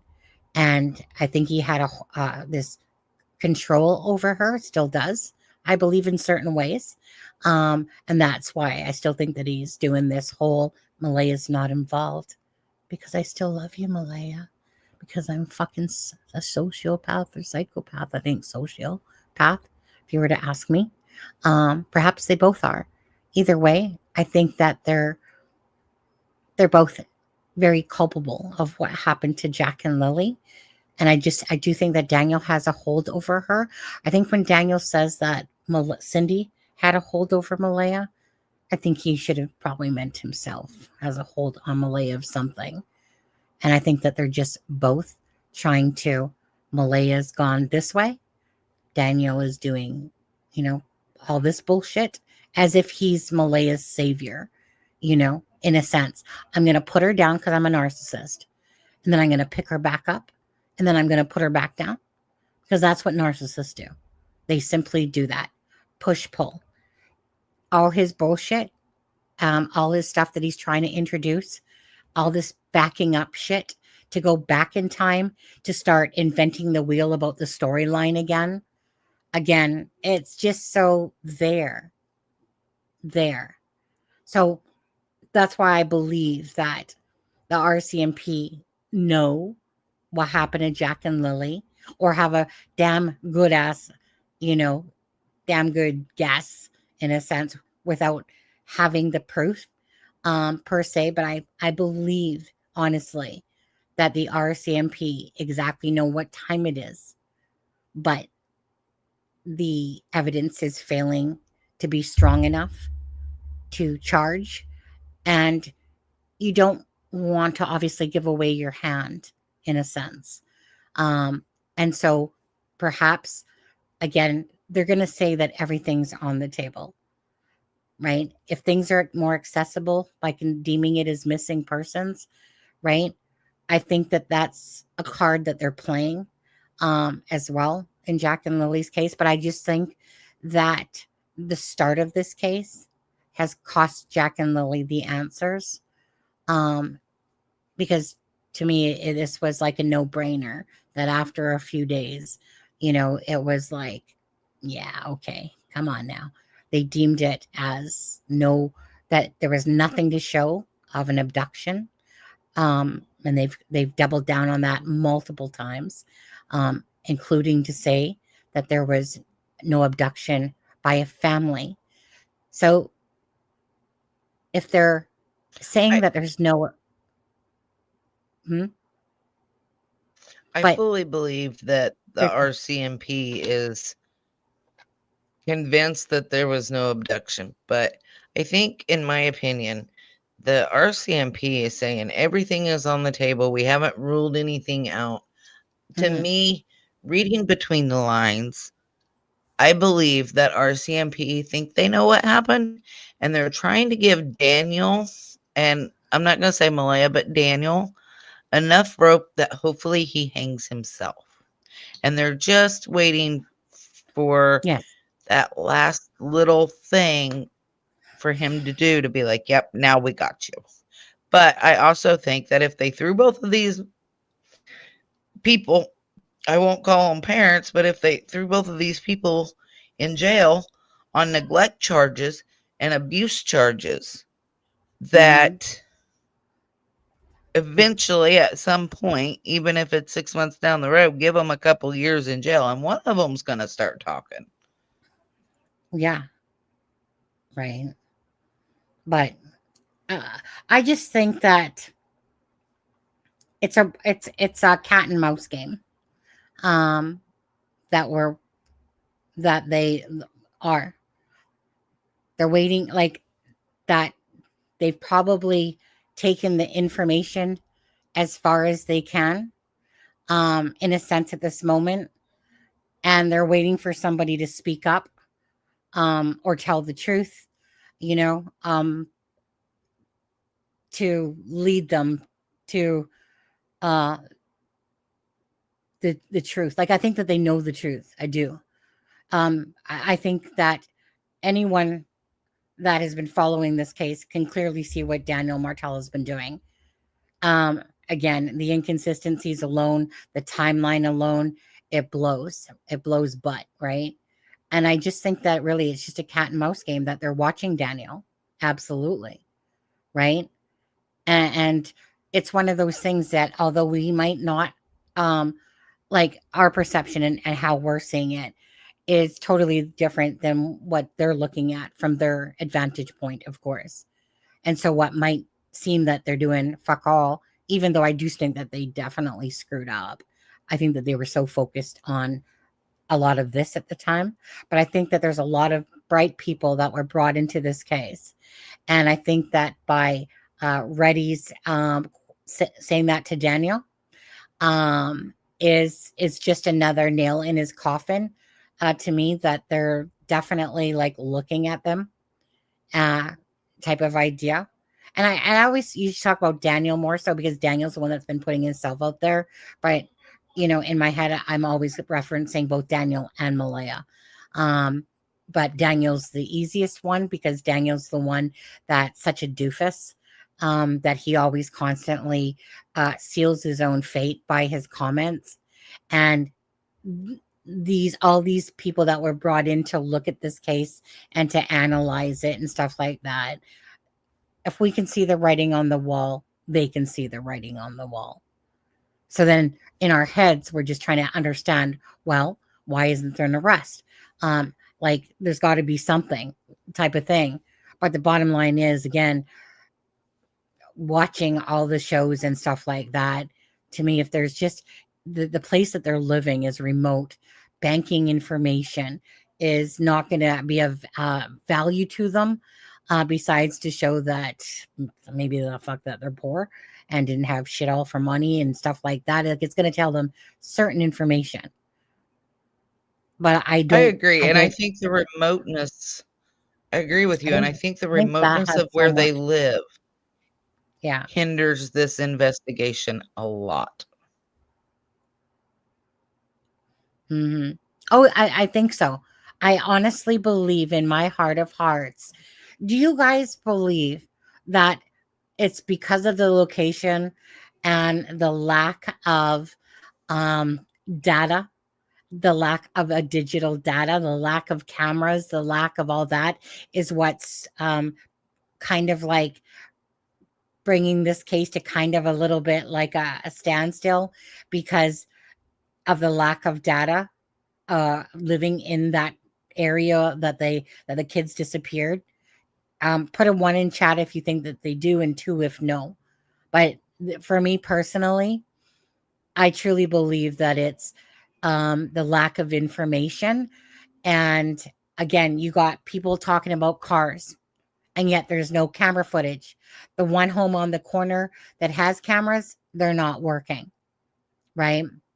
So most of those cameras probably are the one at the whatchamacallit, at the KOA there, right?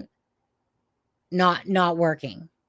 So if there's lack, and then Melissa Scott has 7 cameras, and it takes like 18 minutes to drive there, but she has like 7 cameras. But again, right, it really depends. Nighttime, are they good cameras? Are they great cameras? you know and how far did Daniel go, or whoever, for instance, say took the kids. Did the kids disappear before they got home? I don't ever feel, but yet I don't outrule it as well. Like if something happened to the children, and this is where people are, again, they kind of are riding off of this time of, trying to add the money there. Did they even make it home? Were they given off to someone? Trust me, again, it would make sense if Malaya maybe stayed around, perhaps, to some of the speculation.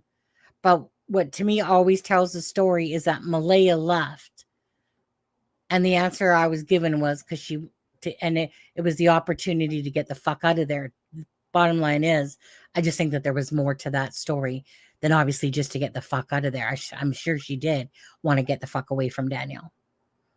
But I mean, you've got people saying no in the chat because, yes, old fashioned boots on the ground detective work.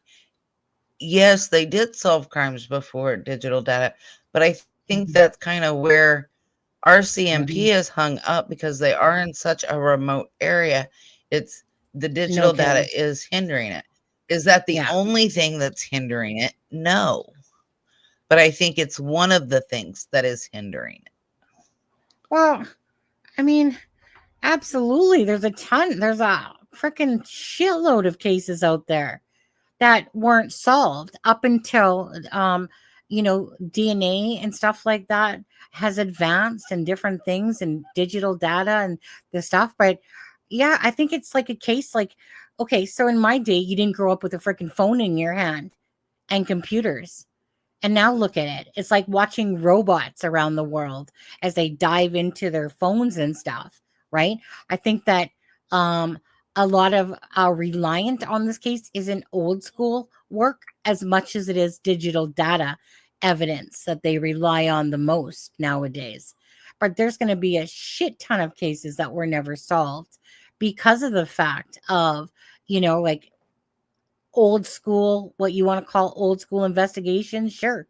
But I'm telling you, there's going to be a ton more cases that are unsolved during that time than there is now with digital data, and all that stuff that blows people's stories out of the water because of their own ignorant stupidness, of them taking a phone. Look at Brian Koberger, turns off his phone as he gets to basically the crime scene, and then turns it back on later and shit like that, right?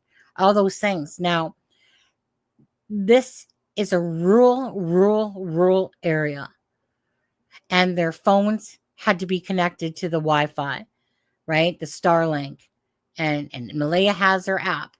Daniel and Janie both talk about leaving their phones.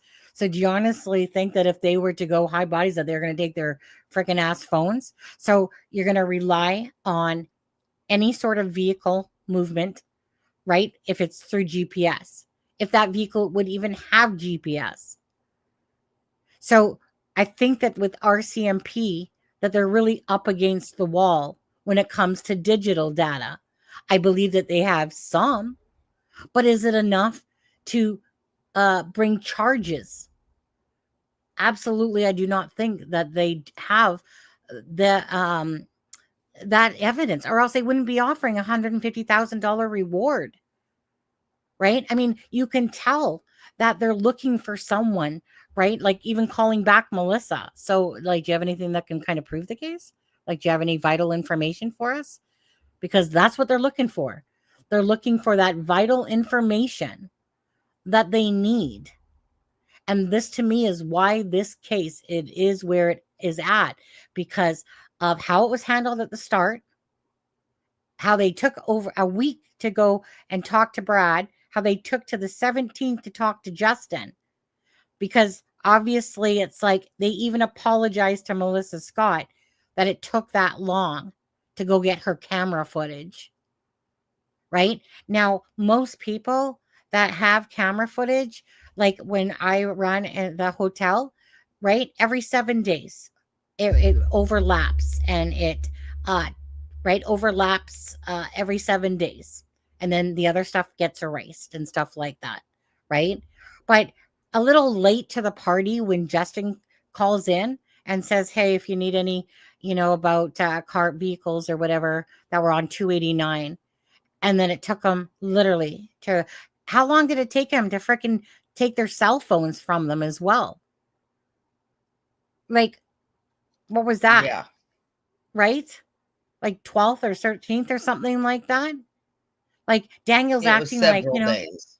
I just gave them everything. I just, you know what? Here's my right arm, my left arm, take my drug test. Why the fuck? Because you'd fail that dude, buddy.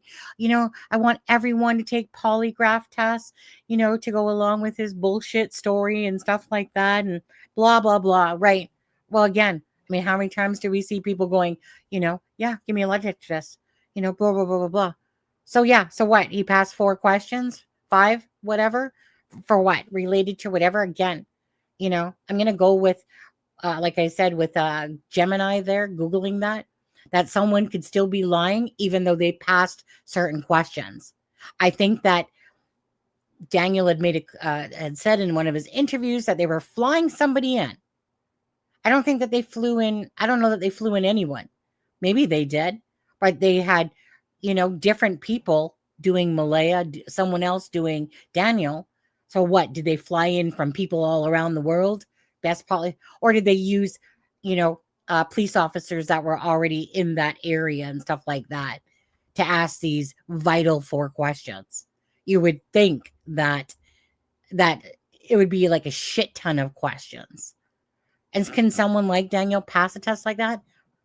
Like, why is that so important? Honestly, like, they don't fucking mean anything. I mean, I remember showing you guys with Jennifer Coffindaffer and the one police agent or whatever he was that had been doing crimes for a long time and basically say that polygraphs are shit. Like, they get people to try to do that to see if they get this, okay, are they inconsistent? Are they consistent? What's kind of the read? But why are they so important all of a sudden in this case when people want to, well, Daniel, well, you know what? I mean, just passing the polygraph should say it all. Yeah, to you, motherfucker. Of course you're going to say that, Daniel. But why is there any importance on the polygraphs, to be honest, at all? I mean, they don't matter. They don't count.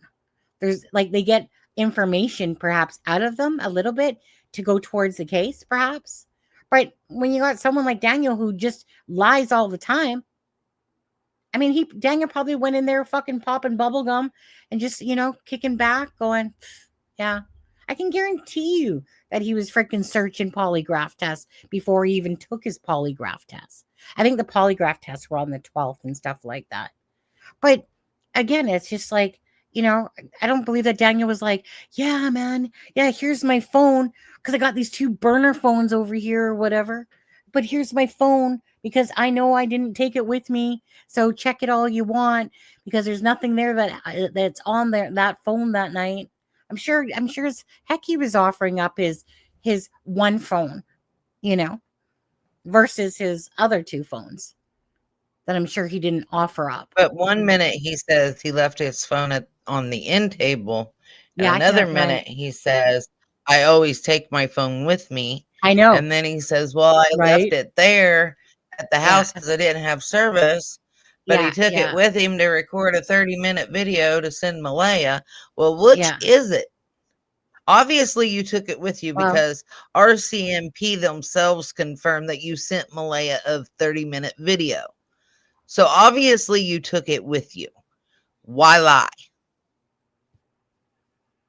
wait, what video? What 30-minute video? So, yeah, You're he not you're not took a getting 30-minute video. you're not Crap. getting that Hold on, let me confused open. with what video? So he said, hold on, let me pull the document up and I'll be able to tell you exactly. Give me just a second. I'll come. Okay. Anyways, the bottom line is this case says everything written on the wall of this that there, to me, in my opinion, is absolutely in family involvement. And it's not because they're freaking hiding, hidden, trafficked, and sold. The actions don't match that. But when again, when we don't really get answers, people start inventing shit and they start trying to make it make sense. And to me, all I ever could see after was Daniel and Durwood actually believing it, and Daniel's like, it's like watching puppets. It's like, that's what it's fucking like. It's like watching Daniel, and be puppets, and then you got Durwood, Dickwood there, you know, absolutely running with it all, you know. And like I said, that's why it's like when someone and Kent makes a comment that and again, fair enough if that's the way he thinks, but when someone makes a comment like, well, you see, there's nothing to prove that they're not alive and there's nothing to prove that they're dead. So, I'm gonna, I think that whatever, because he's got these people in his ear. Okay, I have it. Okay.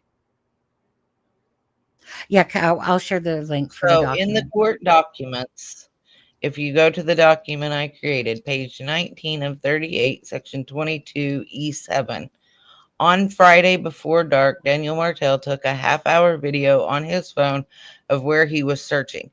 It was at a steep part Wait, of a hill, and he did not think Jack and Lily could have gone wait, that way. read it Daniel again. Sorry. Read it one more time for me.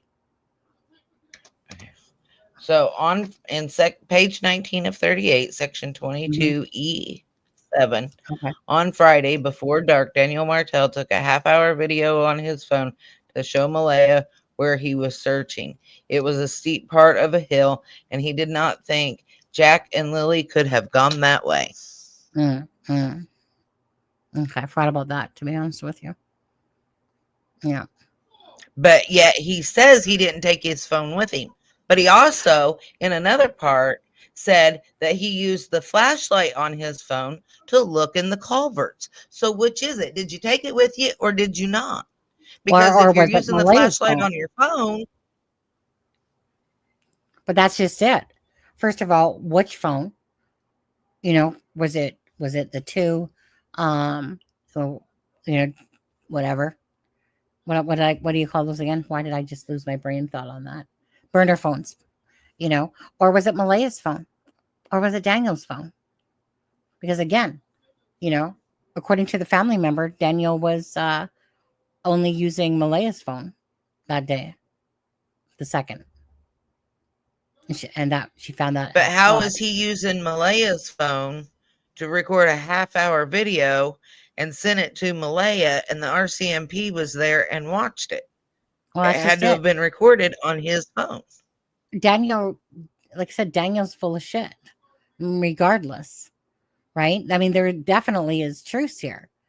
You know what? One of the things that always stands out, like there's many things, but when Daniel's like, like with the whole blanket thing, when he's just like, and then they said about this blanket in the tree, and then he's like, and then I just put two and two together, and then I thought about the blanket that was in the garbage bag, and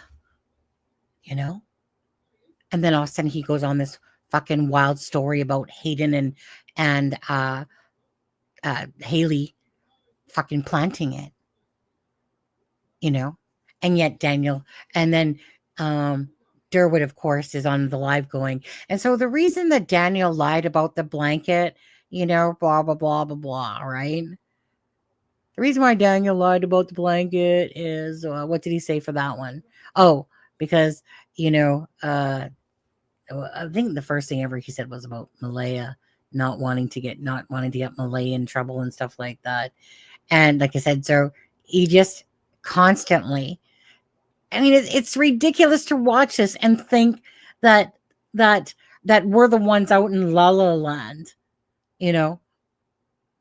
It's so ridiculous to have someone say, when Durwood comes on, well, Daniel said that the reason about the blanket and the reason about the shirts is that he was being smart, because he thought that he would get ahead of the game, tell the RCMP, hey, look, if these shirts are ever found, just know that, like I had nothing to do with it. And it basically referencing as if you find the kids dead, just know that I'm going to get ahead of the game because I'm going to let them know that someone went into the trailer and took out 5 items from the trailer. And not only that, but that Haley and Hayden obviously, went to the garbage bin and that they miraculously punched a hole in the bag and all that. Like the whole thing doesn't make sense. From the whole blanket being taken down and stuff like the blanket thing. Like I said, Daniel was called in, right?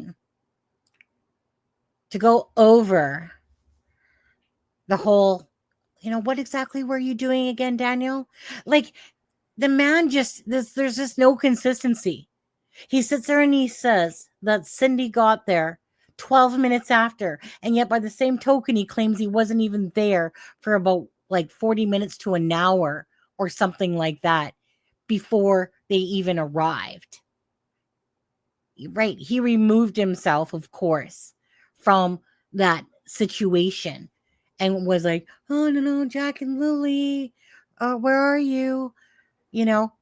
And yet he's trying to say that Cindy arrived 12 minutes after.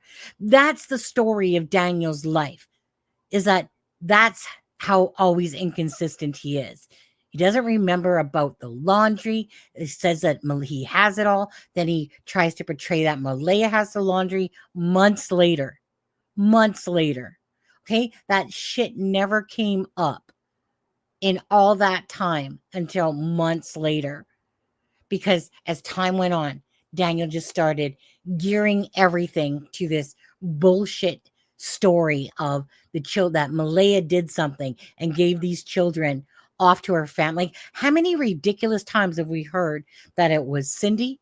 Then we heard it was freaking Haley and that. Then we heard it was some that Durwood saying that he knows who was driving the truck and that he just needs to talk to Malaya, and get her to freaking just, say the truth and stuff like that. So you have Mr. Inconsistent.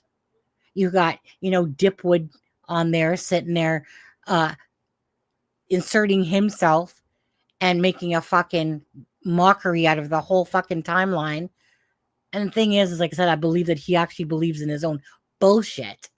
Okay? It's what you call Cracker Jack status. That's what you call that shit. And yet the truth is like right there. Right in our faces. The truth is right there. Because the actions, the bullshit, the timeline, right? All that gets kind of blown away. Because, again, it's just a misdirection. It's just a way to manipulate. And I just think, and the thing is that they just don't, to me, have the digital data. And I think that Daniel is a fucking laughingstock to the RCMP, to be honest with you, of what he's doing and what he's acting like, meaning I really think that they're fucking rolling over, fucking laughing at the RCMP department with Daniel's bullshit that he keeps trying to put out. Durwood, okay? Dickwood, okay? You and your bullshit, they made a mockery of you on that interview. Why they showed fucking 30 seconds of your freaking thing as you were dissing the RCMP. They don't want to have anything to do with the stupidity of your freaking stories. Okay? So to them, you're probably just a huge pain and thorn in their ass just by all the bullshit that you've been spreading. And it's because they don't believe it. That's why they even doubled down again and said that there's no family. So what did they do with that? Well, let's just twist it. And Daniel's like, well, that's because willingly, the kids were handed over and the kids were hidden. Oh, why now? So now it's to do with what? Trafficking, and drug debt and stuff like that. But isn't their story that they were just willingly handed over and are hidden to be for some sort of freaking rights about who has rights over the children that's in the court battle and blah blah blah blah blah. Like, I'm not twisting my story. My story is very clear. That the Occam's razor story of that the truth is right there in front of our faces. And that's what happens when people lie and cover up. Not that fucking Durwood and Dickwood and freaking Janie and Daniel are all that much smarter than the RCMP. Imagine that. Just They think imagine. they are. Well, that's just it. You got Looney Tune Dickwood out there claiming all this stuff. Like, he'll sit there and like, I have absolute proof. I'm not going to go to the RCMP. But dude, you sound like a fucking moron, because you are a moron. You're an absolute moron. Even if you think you care about Jack and Lily so much, honestly, like, hello, like, where the fuck do you make this shit up in your head and think that that's normal lines of thinking? And that's because. But all of these people, Janie, Daniel, Durwood, Patty, I'm sorry, Cindy, you all say you care so much about Jack and Lily. Your actions don't show that you care about Jack and Lily. You sure as hell didn't care when they had black eyes all the time, or when they were constantly sick, or when they were constantly missing school. And it took you how many months to come out and help because you were going to search? Like, come on. Stop acting like we're all stupid. Stop trying to gaslight us. And just come out with the truth, because we're not stupid. Well, again, we understand. Yeah. But that's just it. Is that, again, to ask them to tell the truth is not going to happen. It's not going to happen. Like I said, no matter what, it's not going to happen. Even let's just say hypothetically, if Daniel was arrested tomorrow, right? There's no fessing up. He's still going to deny it. He'll roll the dice with his narcissistic attitude. The only person that might roll over that does jail time, it would be Malaya. If anyone's going to roll over, and it's going to be her, if her ass is put into me in a jail cell, and you know what, type of thing. Why? Like, again, I don't know for the negligence part, right? Is it a slap on the wrist?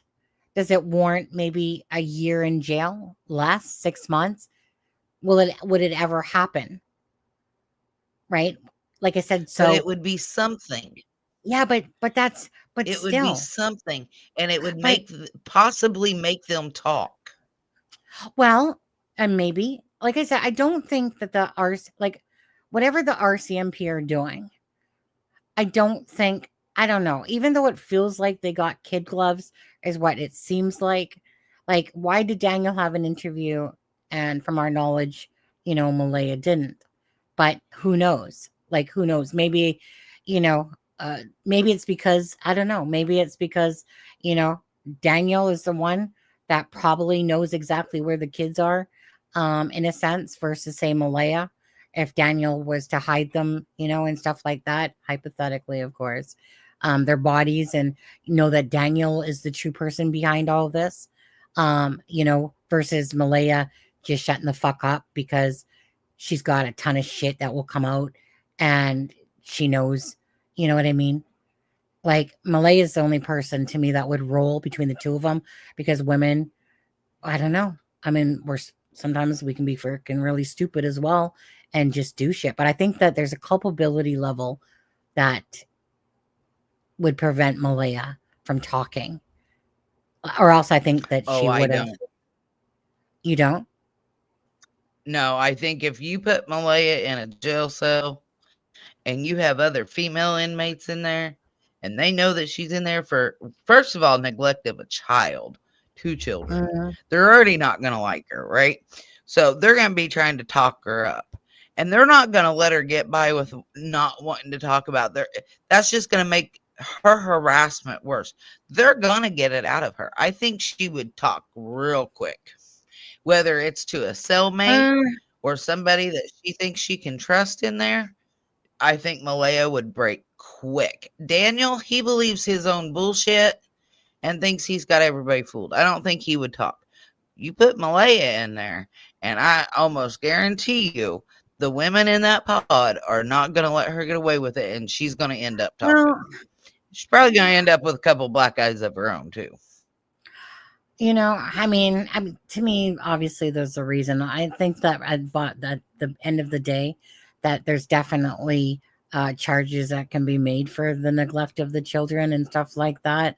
I just think that there's a lot, that there's definitely a lot more to the story that we don't know and what they're doing. But I still think that the bottom line is that the reason why nothing has happened is because of lack of evidence. Not that there's not evidence of other stuff to do with CPS and stuff like that. But I think for that part of Jack and Lily, obviously it has to do with, yes, I'm sure there's documents that can prove that these children absolutely were living in basically a shithole, from the time period that those two were together. I think in general that these poor children have, it just hurts my heart to know, because even in the relationship, regardless with Cody, this isn't a healthy for any children situations to be in, where drugs are being done and abuse and stuff like that. And it just, you just want to hug them and just wish that I could take care of them, because I know how to love a child. I know what it means to give children everything that they deserve, because they deserve so much more than these pieces of shit that were taking care of them. And again, it's going to me, it's the lack of evidence that's stopping this right now. I think that it's clear as day. And I think that Daniel, like I said, is a mockery. And Daniel's just so far up his own ass. It's not even funny, but I mean, Daniel has been showing himself for a long time now. And now it's just, dude, seriously, he'll speak up again. When documents come out, if there's documents that are going to come out that are going to expose both him and Malaya, even more to the bullshit that was going on in that home, he'll be out there to try to get ahead of it and stuff like that, unless he's gotten bored now. Maybe he thinks that if he doesn't talk anymore, that somehow it's just going to more go away, more innocent he looks. But again, it's remained very clear that the truth for Jack and Lily was not by Janie's actions, Malaya's actions, or Daniel's actions. The truth for Jack and Lily is them fighting for their own self-preservations and bullshit and cover up and trying to manipulate. But what's going to seal it is if and when evidence comes to bring forth light to Jack and Lily and what truly happened to them. And no, if DT wants to believe that they're in the woods, absolutely. I believe that they're dead in the woods, and not because that they walked there and hid underneath some freaking mushroom cup or some tree stump and shit like that. I think it's so absurd to think that these two children just wandered off, going against every grain of salt. Everything about this case is just utter BS. BS. I'm going to step in here real quick, Sonny. Woman's warrior. She said, Sonny, Belinda was right there to take them and love them. That's so sad. And she was.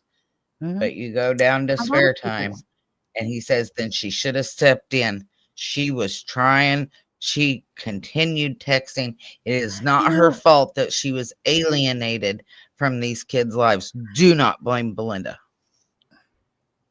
Well, you know what? Because Belinda would have drove there and took those kids in 2 seconds. That's just it. For these children, there would have been a lot of people, I think, that would have stepped in had they seen the truth of it. But to honestly, to sit there and say blame Belinda on this as if because first of all, no one could predict that a couple years later that these two children would go missing and stuff like that. Hindsight, is always 2020. But that's just like, you know what? If I'm sitting there talking with like I said, whatever it is, if I'm in Belinda's situation, what's she gonna do? She didn't know where they lived and stuff like that, right? Basically, Daniel didn't want to give out where they lived. Basically didn't even want Malaya to go see Daniel. But I wouldn't put no blame on Belinda to be honest, like, these people already feel guilty in hindsight of what they could have done, should have done, and didn't, in a sense. But that's hindsight. But to think that, oh, well, Belinda had 2 years to try to, get everything. Belinda's already told you that, that her and Malaya had a good relationship for about a year afterwards. And so it was all up until Daniel, as if Belinda somehow should have just predicted that that Jack and Lily, she didn't know what was going on with the children per se, as in, right, needing coats for school or lack of food or this or that and stuff like that. So I don't really feel like it's fair, because I think that there's the guilt regardless of other family members, including Belinda. When I think even Belinda had said, like, we all failed them. We all failed them. CPS failed them, right?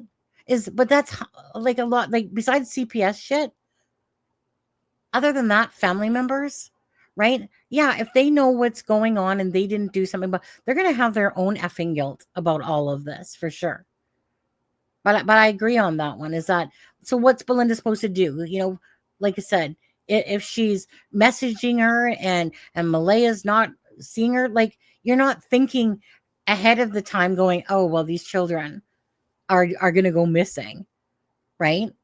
And it's Sonny, I'm not saying that they're blaming Belinda. I'm not. I'm just saying, don't go down that road. Do not blame her. And I'm not saying anybody specifically is. I'm just saying don't. And I agree with Woman's Warrior. Belinda would have took those kids in a heartbeat. There's no doubt about that in my mind. I just don't want anybody spare time going and saying, well, then she should have stepped in, because that's what you said. And she didn't know, or she would have. I guarantee you, if she knew about the black eyes, and she knew about the abuse, and she knew about the rugs, and she knew what state the house was in, if she knew any of that, I fully believe Belinda would have stepped in 1,000% within moments. Oh, yeah. It wouldn't have been, hey, can you take the kids? I understand. Women's Warrior was not blaming Belinda. I'm just saying, don't do that. Don't go down that road. Now, and I'm going to say this, because if anyone had the more pertinent information about this, right, I would have been Cindy and Wade, not Belinda, first of all, right? But Malaya's Cindy was on the phone with them the day before when they had a black eye. Well, but nothing stood out. Nothing was abnormal. Why? Because it was normal for those kids to have black eyes.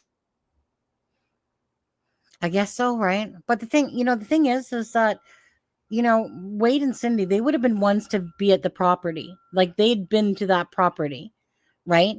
Like, maybe not a ton of times, but had been to the property. Now, I do realize as well that Malaya's family, regardless, right?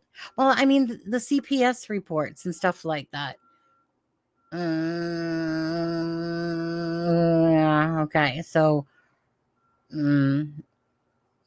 There was knowledge there. There was knowledge there. But I was gonna say, by the same token, I think she just did. Yeah. Yeah. This one? Oh, Yeah. we just that one. What's up? Because of that's the one you're talking about. Then we just did. I already Yeah. put it up. And like I and that's said, what- I'm not saying anybody is blaming Belinda. I'm saying don't go down that road of blaming Belinda or blaming Cody. They weren't allowed around the kids. If you're going to blame somebody, you need to blame well, Daniel, or you Cody's need to right, blame no. Malaya, or you need to blame Janie, or you need to blame Cindy. You need to blame the people that were in the kids' lives on a daily basis Yeah. or 3 times a week or any of that. Yeah. I fully agree with Woman's Warrior. Belinda would have stepped in if she had known. Absolutely. 1,000% she would have stepped in. Absolutely. Yeah. And others in the family would have too. You know, but the thing is that this is what I believe though, is that yes, these people would have stepped in. But the thing is that didn't happen, right? Yes, Malaya could have, if the children were too much, but that's not what I believe happened. I believe that Malaya was in a depression, but I think it was, in my personal opinion, that Daniel snapped and that Daniel was the one that did something to these children. And he did it out of anger. And that's why Meadow is still there and these other 2 children aren't. And I think that Malaya knows exactly what happened that night. I don't know that she knows where Jack and Lily necessarily are, perhaps, but I believe myself that leading up to this is what propelled that day to happen. And that hence why when you look at it all, that the children were out of school. We hear about a black eye, right? We all of a sudden, like I said, Thursday, argument happens. Okay. Argument did happen. Make no mistake about that. An argument did happen. And the bottom line is with all of this is that, I don't think that Malaya ever thought that this nightmare would come true. That Jack and Lily, that something would happen. But I believe that there must be something that Daniel has over her. Something's going on that she would protect, in a sense, Daniel, because it's really about herself as well. But I believe that, in my personal opinion, that Daniel's the one that snapped, that Malaya was going to leave Daniel's butt and stuff like, whoops, did I hit my mic? I keep hitting my mic here. And I just believe that, like I said, that this wasn't something that was necessarily planned, but I think that there was a buildup to this relationship's demise. I think this is a relationship issue in a sense. And I think it's about Daniel being on drugs. He fucking snapped. I think that when he talks about turning that light on at 12 o'clock and the kids were underneath of it, what did you do? What possibly could have happened? Did you smother both of those babies? Was there an argument that went involved where the kids woke up? Or was the argument prior to this? Is the 12 o'clock looking at there just a piece of your little stupid fucking alibi that you're trying to sell us with the bullshit? Again, Daniel can't remember if he went to sleep early. Well, no, he said he went to sleep. I believe I went to sleep early that night. Oh, wait, it's after 12, right? Oh, right. Forgot that I was doing math that night as well. Oh, I can't remember. Malaya's like, oh, you know what? I can't remember where the children could have been playing outside, but I don't remember, right? All their fucking memories are foggy as shit. I think that says a lot right there. Not only are their memories foggy, that's what I'm saying. You start from the beginning and you listen to the entire fucking timeline and you listen to the words in those documents, right? And all it is a bunch of BS and a bunch of bullshit. People can't remember when they woke up, when they're sleeping, freaking what they did, that day and stuff like that. All of a sudden they got all this amnesia. And I'm not buying it. I get the fact that Daniel, but I'm not even sure about both of them, right? I can understand if you're fucking druggies and you can't remember fucking nothing because of that, perhaps, and that your whole shit is off because of that. But I still myself, in a sense, like what I feel is that Daniel snapped and they got into an argument and something happened to those kids. And all I see about it is jealous Daniel fucking losing his mind. But Malaya would have to have, there has to be something there for Malaya not to turn around and fucking run and call the RCMP and talk about what happened to those kids. Right? Because this is still Occam's razor. That's kind of like the normal bullshit that goes on in these cases. Drugs, lying, hiding, covering up. Not fucking some invisible fucking vehicle coming up, taking them away, Malaya hiding them, not hiding them, or family members all trying to plant blankets and bullshit. Or is it the person that's feeding us that bullshit? And with Durwood right there behind Daniel or in front of Daniel, sitting there talking about a blanket being placed. What are the chances that a blanket that's in the garbage ends up in a tree? What are the chances that Durwood sits there because Daniel told him about why he lied about the blanket, let alone the shirts, right? Daniel changes his story. Probably, I was going to say he probably doesn't change his underwear that much, honestly.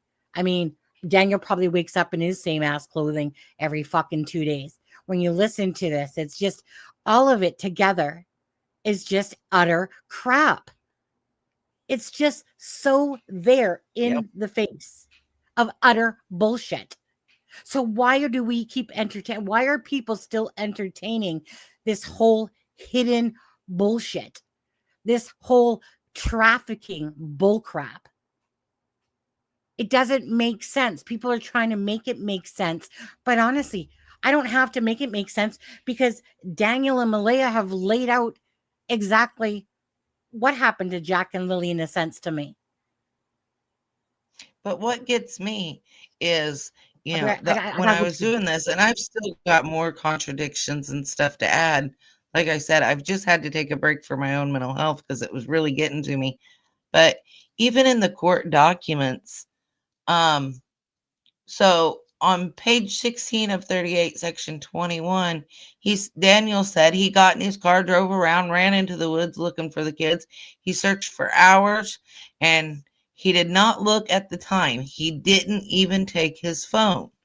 However, on page 20, section 22, he says he always takes his phone when he leaves the house and his timeline will say he was home. In section 19, he says that he took the half-hour video. But on the Drunk Turkey show, he's like, well, I didn't take my phone. There's no service out there anyway. I left my phone on the end table. Well, which is it? He can't even keep his lies about where his phone was straight, let alone the rest of it. I don't think his memory is foggy. I think he knows exactly what happened, and he just doesn't want to say it because he doesn't want to be in trouble. He's covering his own ass. And I feel like, in my opinion, Daniel Martell, you hurt those children to get at Malaya. It's a form of filicide. It's called spousal revenge. It's common enough that they made a fucking name for it.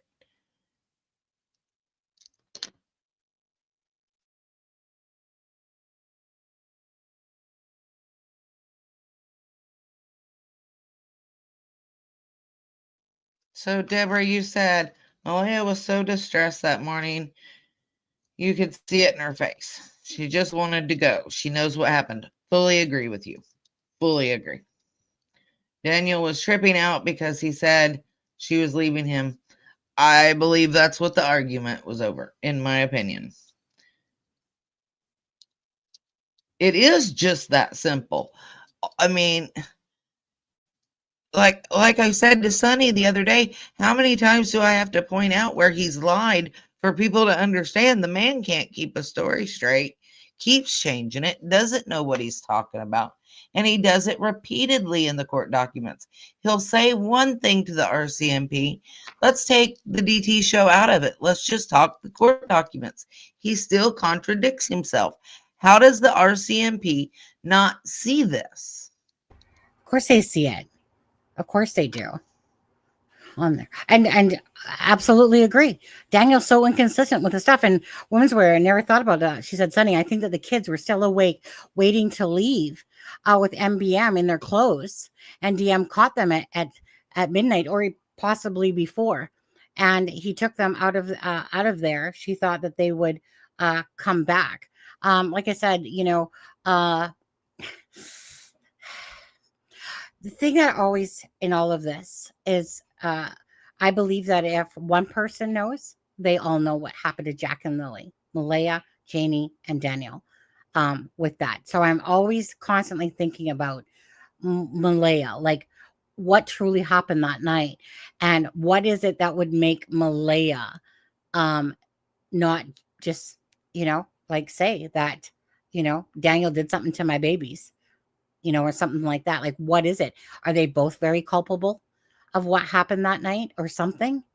What is like, that's the thing that always stays in my head is that everyone normally would be like, if somebody did something to my children, like fucking, like you would instantly be talking to the RCMP, telling them, Daniel, hey, rest, something like that, so it's kind of like, what is it? What is it that happened in that night that would make both of them do these weird ass things? Why is it that Malaya's family members, and Wade included, have spoken out about that? Malaya doesn't seem to give a shit, about the kids missing. You would never know it, that by her whole pain and sorrow and stuff like that. And that she's not involving herself in like truly searching for Jack and Lily, because she knows, like Belinda said, that they're dead. So what is it? Or that why she left that day? Because she knows that the children are dead. Okay. There was other family members like holding out hope that, that the children maybe were hidden and stuff like that. And they just didn't know the answer. But as time has gone on, and again, family would know Malaya's actions. A mother would know about Malaya's actions and how she's acting and whether or not, just like, Janie, I can't include her. I got to include her with Malaya and Daniel there, but someone like Earl Martell, right? Earl Martell, why don't you face the truth a little bit that your son's a piece of shit? Okay. You might love him to pieces perhaps, but because you're his parent, but a parent knows when, especially Daniel, putting himself out there all the time. I really feel like Earl Martell, he's looking for every other answer but his son's involvement. But I feel like deep down, he knows exactly what Daniel is, his personality, what he would act like, be like, just like Malaya. Cindy would know Malaya and her acting fucking strange. Her story not really changing. She doesn't really talk about it. She avoids. Okay. These are not parents. Besides, Daniel's throwing out bullshit. Malaya's fucking hiding and all that shit. And she's not really contributing to truly Jack and Lily as much as she's saying like, oh, I just, what mother wouldn't want their babies to come home? Like, fuck off with your guys' bullshit. This is not the way ever that people that are innocent act like on all levels of this case. This is not the way it would go if people were being genuine and truthful. And that's the bottom line of it. So when you see deception and you see bullshit and you see all these weird shit that Malaya stuff that she's not doing, hiding, like I said, pretty much never attending anything to do with Jack and Lily and making up all these fucking excuses, right? And then she spends, like I said, the vigil for Jack's birthday with Meadow making cupcakes as it's a, type of idea. Nah, right? Could have done that. I'm sure earlier, whatever it was.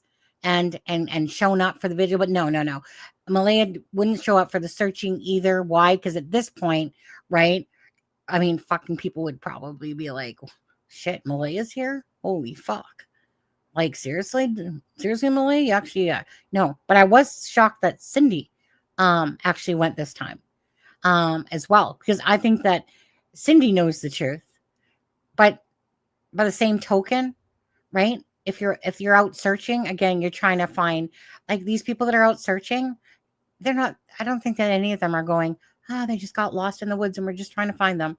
They're looking for anything or evidence of something of Jack and Lily, and that I think that most people, most critically thinking people, sorry guys, I'm not meaning to offend you, but the people that think that they're hidden and all that stuff, that's just like wishful fucking thinking on that stuff.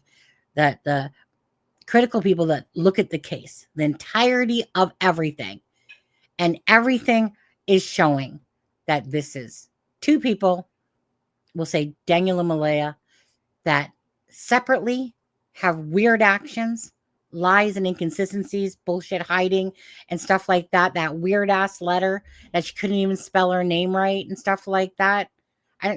This isn't coming across by any means from family members that Malaya seems to give a shit about Jack and Lily. In fact, so much so that she was more concerned about getting into a relationship instead and worrying about getting dolled up and going out. Does that sound like someone that thinks that their children are still alive out there and stuff like that? That she left Daniel, took down all of his photos, replaced them with Jack and Lily, because that would be the logical thing to pretend to do, right? Take down Daniel's photos, because why? Because whatever it is, Daniel to me, and why the family is blaming Daniel, are all part of the same thing that I believe myself, that Daniel absolutely is probably the main player of why what happened to Jack and Lily, but Malaya, there's definitely something in there to me, because again, if one knows, they all know. Vehicle out at nighttime by two people and stuff like that. Like I said, Brad's not going to embarrass himself and sit there and come out and sit there and go, you know what? Yeah. I'm just going to make this shit up and talk about a vehicle out of my imagination just to pin it on Daniel and stuff like that. The reason he came forward, the reason he spoke, okay, is because of children are involved, right? Most people, no matter what, have a soft heart when it comes to children. But are we seeing this for Daniel? Daniel's acting and telling us. Sorry, talking too much there. Daniel is acting like he's doing everything to fight for Jack and Lily. But really, what has Daniel really done this whole entire time? Which is manipulate, lie, deceive, sitting there trying to feed you guys a bunch of bullshit. Malaya, what has she done for Jack and Lily? Hide, avoid, and not be there for Jack and Lily like she is claiming that she just wants her babies home. Maybe you do. In what weird, twisted way? I don't know. It's very frustrating, this case, to watch all of this. And then you think to yourself, why, what is it that's holding it up? And then I always come back to the same answer. Lack of evidence from a real place. Go ahead. So Carrie Hughes said, so the next question, what's the story with Justin McKenzie? Silence. Does that mean Martell? Involvement? Yeah. Okay. In my opinion, so that was at 12:41 is the timestamp. I don't. In my opinion, I don't think Justin was involved. However, I do think that Justin found out the truth, and that's why Justin was so upset on Monday, in my opinion. I think myself too. I don't think that Justin, myself personally, I don't think that Justin honestly aided in helping Daniel to hide the babies and stuff like that. Maybe I could be totally wrong on this, But my take on Justin is that Justin knows his brother, probably knows what a hunk of shit he is as well. But it's his brother. And I think that he knows the truth. I think that Earl knows the truth. But they're not like it's kind of like a pack of wolves to me, is that they're not going to turn on their family, you know, not this breed anyway of the Martello Mackenzies. I don't think that. I think that really for the most part, it's kind of like let RCMP do their job, and if they come back and say that Daniel Martell had something to do with it, then so be it. But I don't think that they're going to be that one to be like, you know, to kind of like rat them out. They might have a feeling and say stuff, but there's no proof to back that up. Just more, I feel like that Justin would know that his brother and the way he's acting as well is definitely, and I think the same to Earl Martell.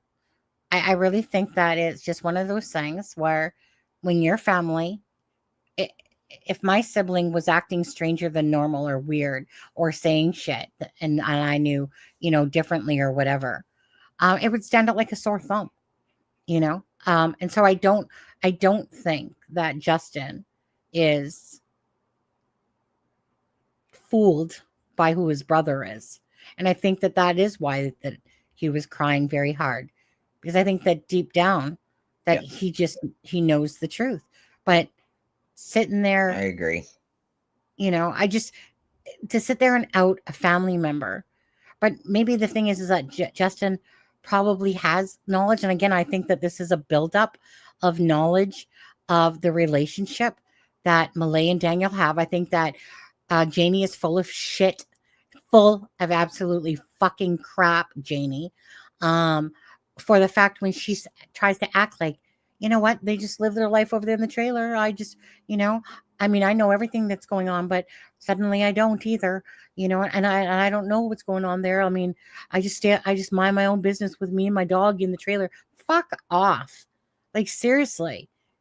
Like, who are you selling that shit to?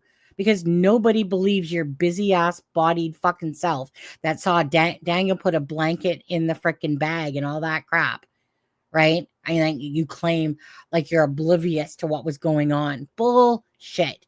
All she ever does, like a mother, is is sit there and again cover up, deny, because it's her son.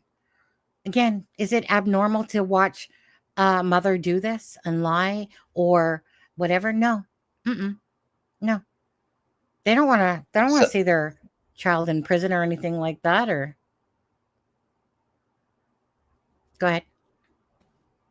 so the next question that you had is Deborah Dixon. She said, "Why was Janie raking or shoveling?"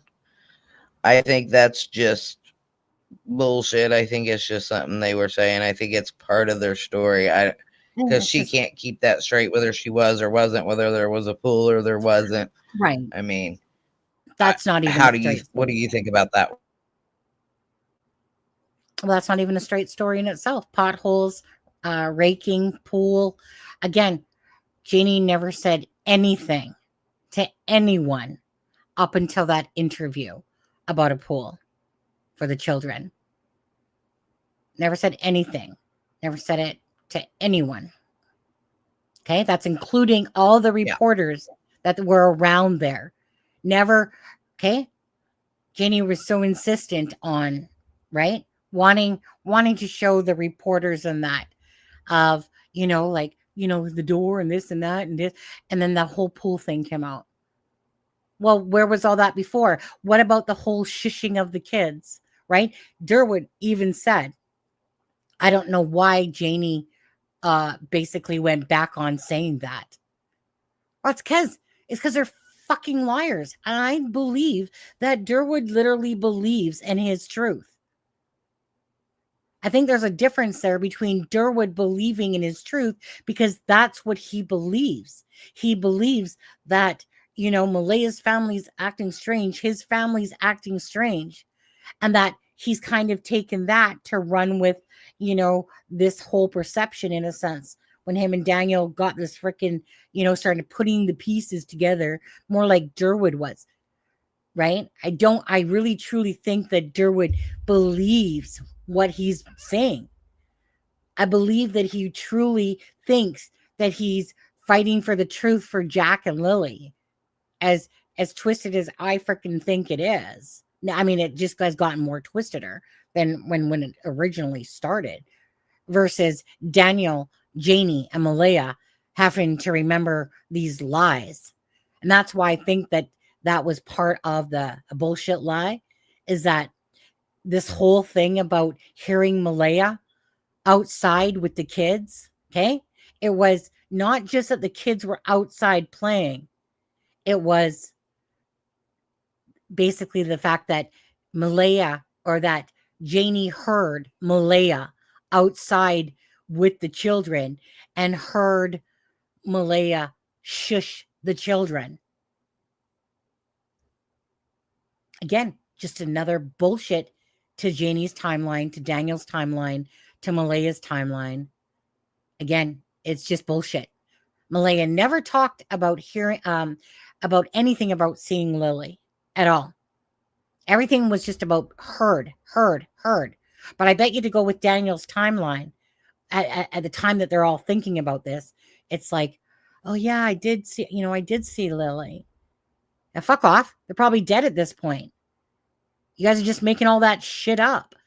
I mean, the clear thing about Malaya's lies is her putting Daniel sleeping from 6:18 to 9:40.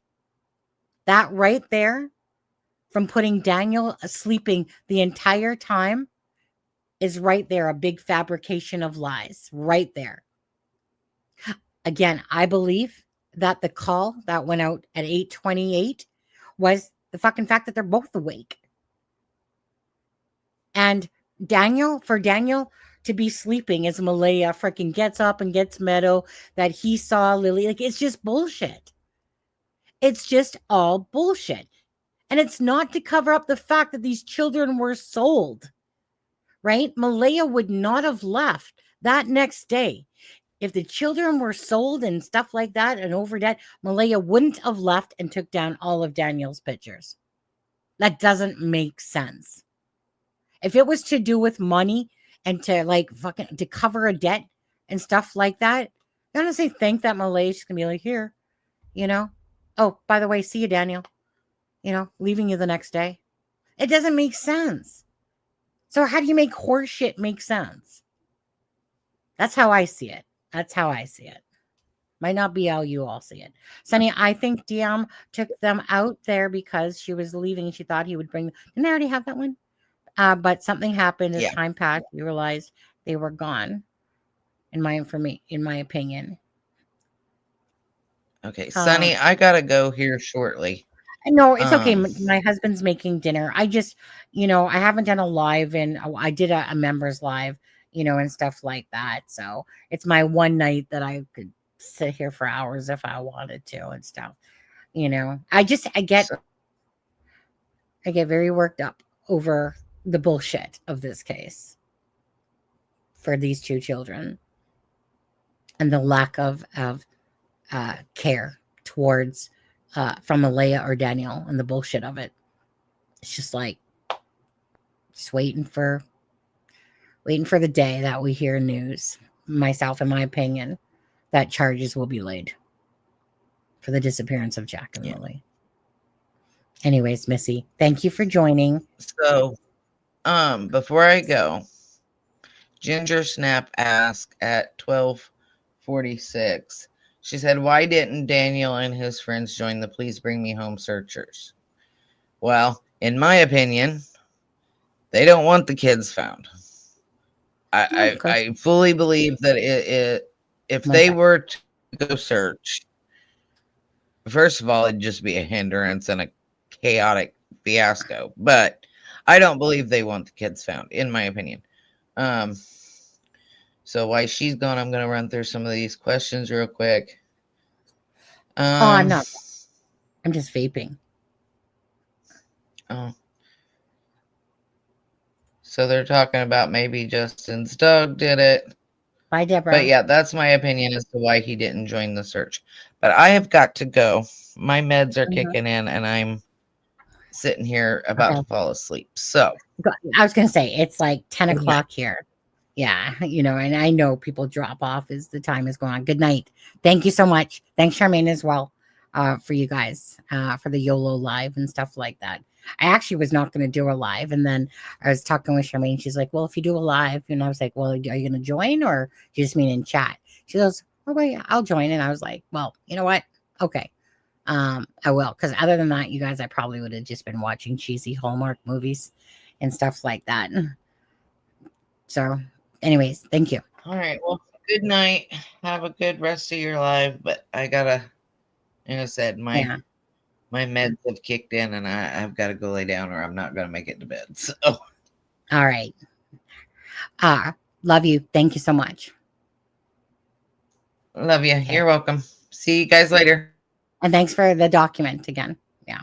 And I'll drop that link again for the document. Now, let me just ask for the people that are here. Now, I was going to say about the drugs. Okay, so it's initially I thought perhaps it was about the children perhaps getting into drugs because I couldn't make sense of it. But to be honest with you, it would not shock me at all if again something really fucked up happened, if Daniel, in my opinion, if by chance Daniel smothered the children, while they're in their beds and stuff like that, that he's him. But I don't know. I think there's more to it than that. I think that, like I said, this argument, there was some sort of the argument going on. And I think it was a night that turned not what Malia would have expected the night to go like, but I think it's the relationship, why these children, I feel like, are no longer with us in a sense, regardless. Now, just to ask you guys in chat, one, if you basically kind of agree with the fact of what I've been saying about family involvement, Malia, Daniel, Janie, that something happened to the children, that it's a cover up, and basically it's lack of evidence. So basically, if you guys are along that, one, and two, if you're not, simple as that, maybe you have a whole different thought process. Maybe you're under the hidden and trafficking theory and stuff like that. But if there's one thing I'll totally disagree with, it's a fact of, well, if there's no proof this way and there's no proof this way, then it's still, no. One is leaning towards normalcy. The other is leaning towards far-fetched. Trisha says too. Trisha, what's your thoughts on this? Just to ask you, since you're a tour on there. Drippy 1, Over Matters 2. Okay, Over Matters, you as well. Like, what's your personal thought on Jack and Lily? So we got a couple 2s in there. I mean, I know most are going to be 1, or a lot of people are going to be 1. Why? Because the polls will always show about the family involvement and the children aren't alive. I'm still so unsure. Yeah, well, I mean, we're just looking for the answers and the truth. But yeah, Tiger, I think you said, did you already give? No, that was Trisha on there. Lack of evidence, right? Whatever happened and it could have possibly been intentional on Daniel's part, right? I don't necessarily know about Malia's. Like, I'm just going by my gut. And because Malia hasn't been talking, besides the time that she spoke to me, her interview, and the little other tidbits and stuff like that, it's really hard to gain more of a reason with her a little bit, right, than if she was talking. So in a way, in a sense, she's smarter just to shut her fucking trap. Whereas Daniel, to me, is just a loose cannon. And but for the people that are saying too, to ask you guys, what is your thought or theory?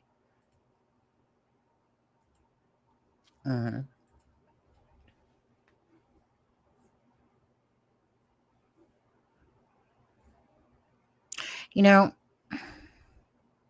it's not too often I read people wrong. It is not too often. It's one of my it's not that I haven't. Um but it's not too often I'm wrong about a personality.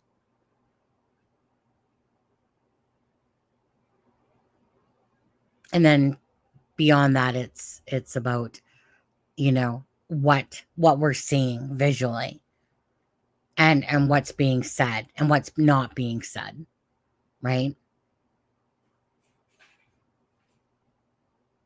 My knack in my life is a couple things.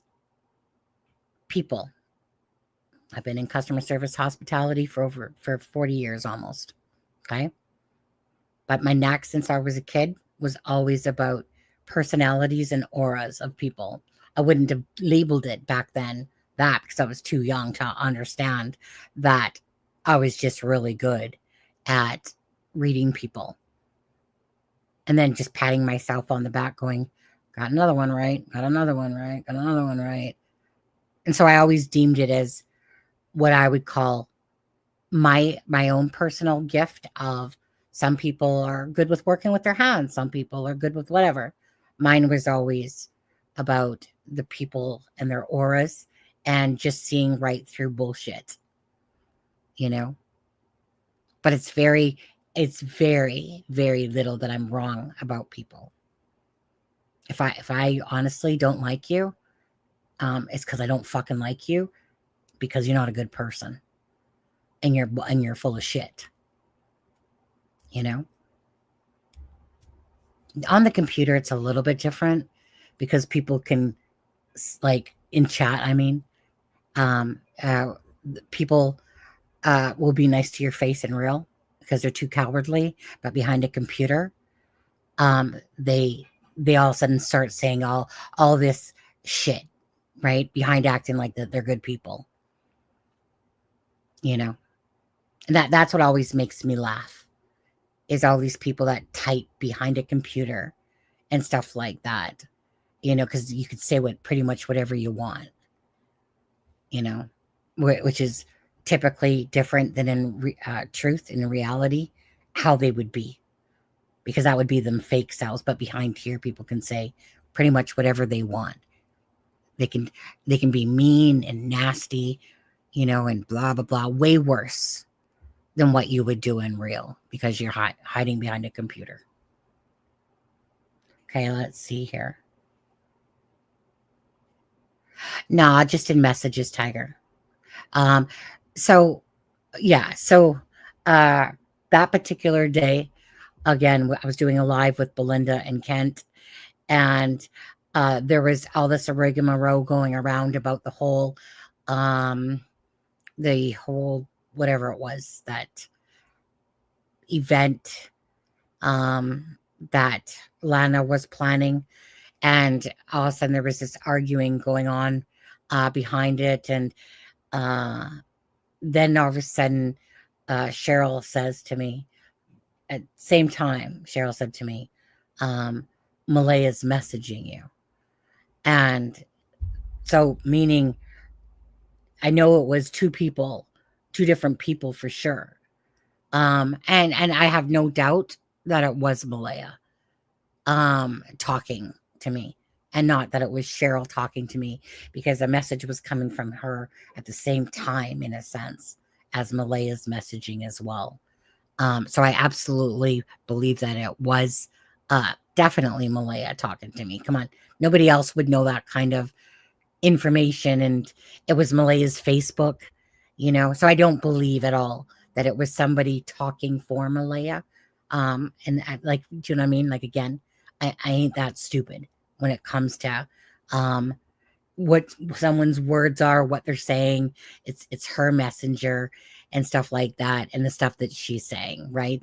That's going to come from someone that, obviously, to me, like Malaya or Daniel, someone that has knowledge and the words that they're saying. Absolutely.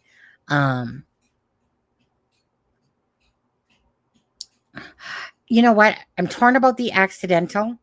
I think one would be accidental and the other one wouldn't. perhaps. I'm just checking out. Let's see. Over Matter says, I have a couple of views. Strongly that Janie had someone come and an accident happened and her family covered it up, but Daniel doesn't fully know. Two, they were outside night or day and a creeper grabbed them. Okay. I mean, the second part goes against the grain of what RCMP are telling us. And honestly, I don't really think that there's a case too many times that I've watched where RCMP or LE are kind of like misdirecting us.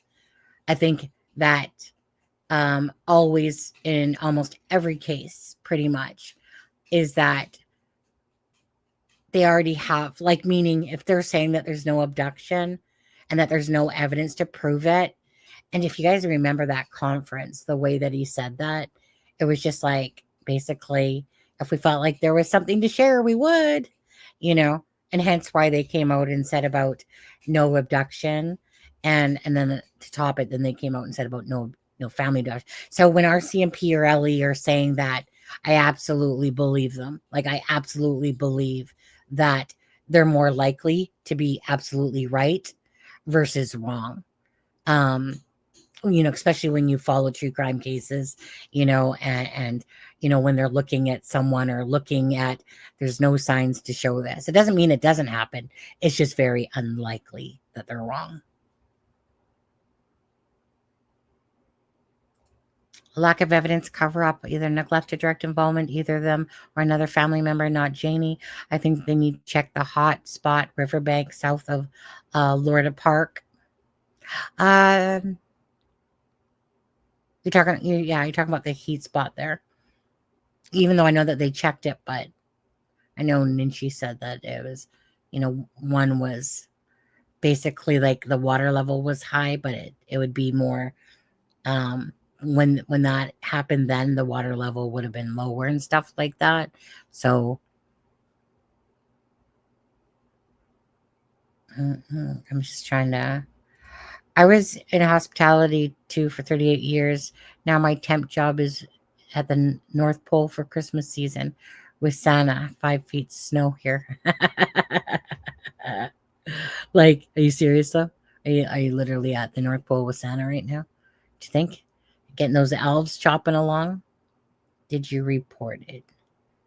I'm not sure who you're talking about because I'm just kind of skimming. Oh, yes, I did. I had thought the same as everyone else till I ran across 2 kids in the woods near the power line maps. Said upload August. I had the same thought as everyone else till I ran across 2 kids in the woods near power line maps. Wait, what? I don't know what you're actually talking about that. Like, was that on somebody's YouTube channel that they were showing?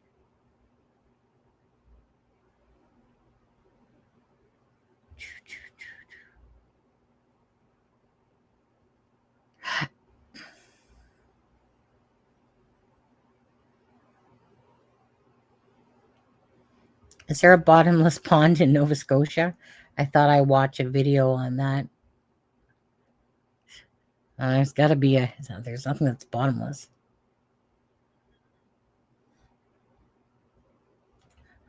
No, I'm lighting up the night. Is that with the drinky poo too? I don't know. My gut says Mathis Road is where they are. I'm a little torn on this. No, I was searching for missing on my own. It was just outside the search area. Okay.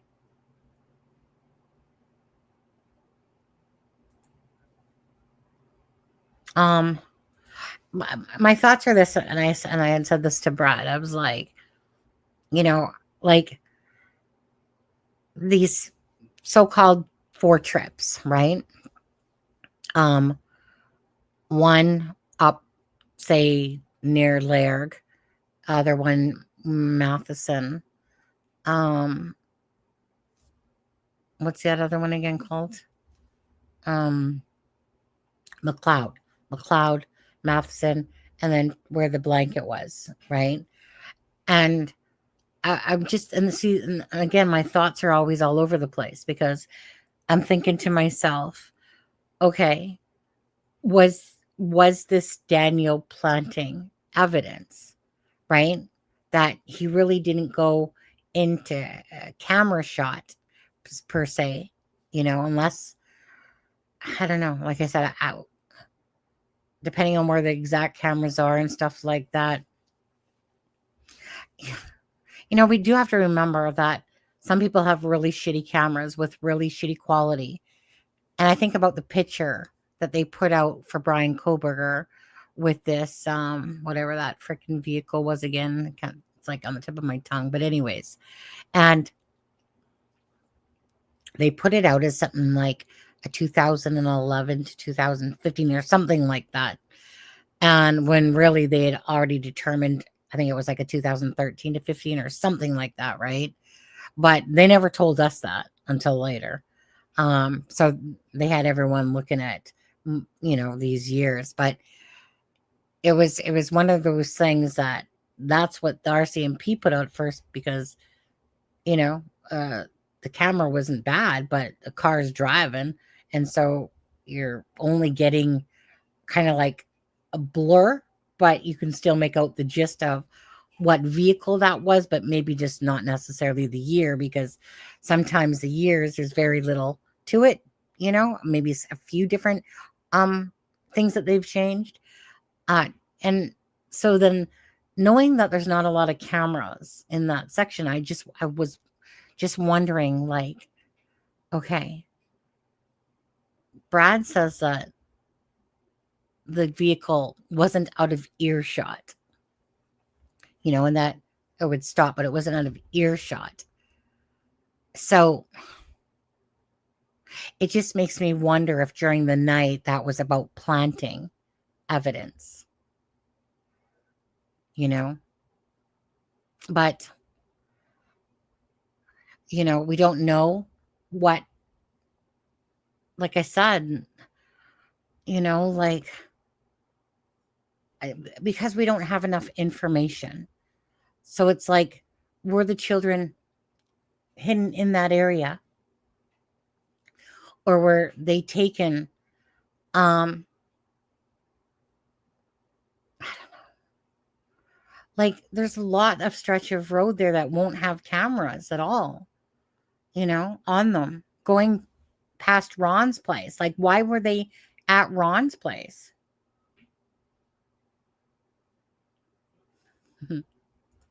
Like, why were the RCMP at the sawmill? Okay, you can't even try to tell me that the RCMP were not at the sawmill. It had nothing to do with Jack and Lily's case. 1 second, my husband's here. 1 sec.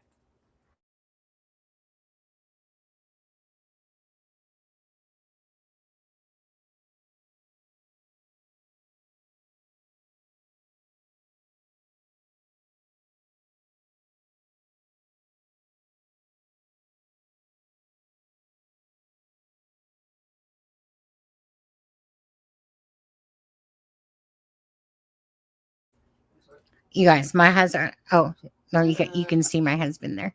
My husband. He brought me dinner, mashed potato with some sort of sausage and stuffing and gravy. Love gravy on there, but I typically let my food go cold, but I'm not going to this time. So I'm going to end this live, and I'm going to end this live in just a second here because, wow, it's been 4.5 hours and whatever, but I'm just going to probably eat my dinner and watch a cheesy Hallmark movie. And again, bless you all, regardless of your thoughts on Jack and Lily and where the truth lies. Because at the end of the day, even if I think that it's out of whack, the whole hidden theory and stuff like that, people that are following this case, they just want answers for Jack and Lily. regardless of what those answers are. They just want to have some closure, and a community that is definitely torn about these, small community, 2 children missing, kind of like Delphi, right? Delphi was like 3,000. And here, the person in Delphi that is in prison now for the murder of Abby and Libby, he literally worked at like the CVS and whatever. And he is the one that the funeral pictures, he developed those, right? Free of charge. Isn't that so nice of the killer? Free of charge, right? And so you have a small community like, Pictou County here, small area of people, right? And these 2 children go missing in a very rural area. And it's very unlikely that a stranger abduction happened at all. At all. I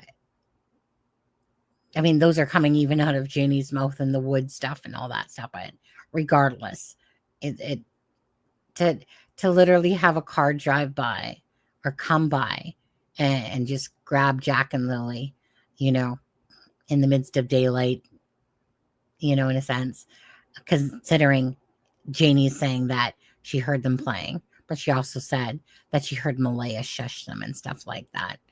Again, it's just not a likely scenario at all that randomly in the midst of Tikmandu there, that these 2 children, 2 of them were abducted, right? It would be a whole different line of thinking if it was one child and stuff like that, right? Then you could make sense that one child fell down a hole, one child, but not 2, right? Hi, Marie. The searchers were in the wrong area. Oh, which reminds me, shit. I know it's the 28th. Let me do 5 memberships. Quickly. I gotta come to my own live here. 1 second. A channel. Whoops. Watch my own live for a second. Oh my god, this food is smelling so good. Okay.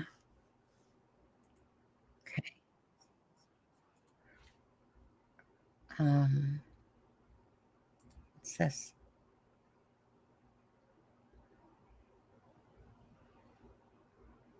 I don't know what that is.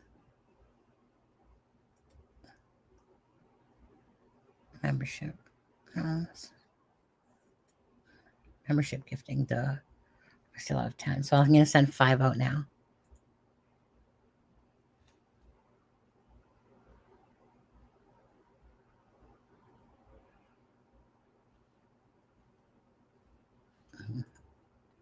Let's see. Okay, that's... Oh, my thing really needs to catch up. Ginger Snap. Moccasins. Rena. No. Yeah, Rena. And Trees. And Sharon. Ginger Snap.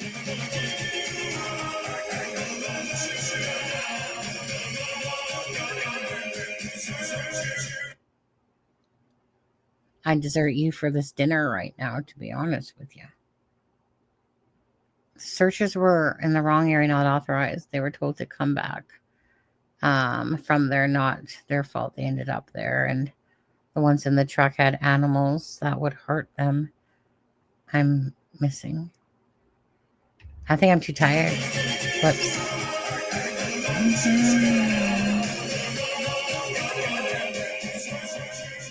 My God, you guys, this gravy and stuff is, oh my God.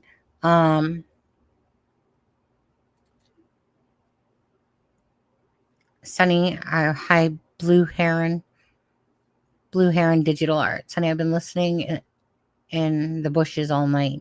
I love your passion for justice and intelligence in analyzing the situation. Plus, you had me laughing. Okay.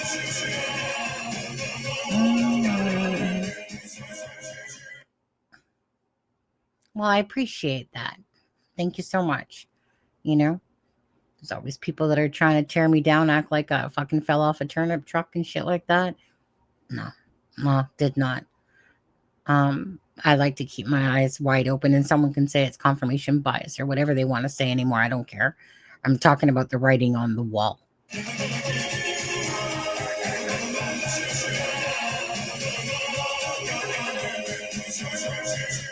I want to enjoy my gravy on there. Is my lights? Okay, my lights had gone off. It's been on timer. Sunny, go eat and watch your happy movies. I am. You guys, again, like I'm just like a cheesy Hallmark. When I just like to snuggle in bed and watch those love stories. They're all pretty much the same, right? But sometimes you do have to have the balance, especially in true crime.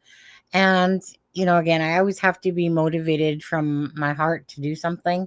I'll never do anything. Well, that's not true. I'm probably sure I've done stuff where I didn't want to. But for the most part, okay, for the most part, yeah, again, it's not that I'm forgetting Jack and Lily's case if I don't do live sometimes. It's just because I need a break myself, but I'm always thinking about Jack and Lily all the time, like a lot of you guys, from like all the time, right? Sun up till sundown, till bedtime, but with that being said, thank you again for everyone that just really is here for the sole purpose of answers. Again, I'm not here to I'm not into the drama, the rumors and stuff like that. I'm just really not. It's not my thing. I don't want to mix. I will never do a live to sit there and go, oh, let's talk about this rumor. And again, for anyone that came in later, the whole Vincent thing and Shannon thing or whatever. No, it's a waste of time. It's not a rabbit hole.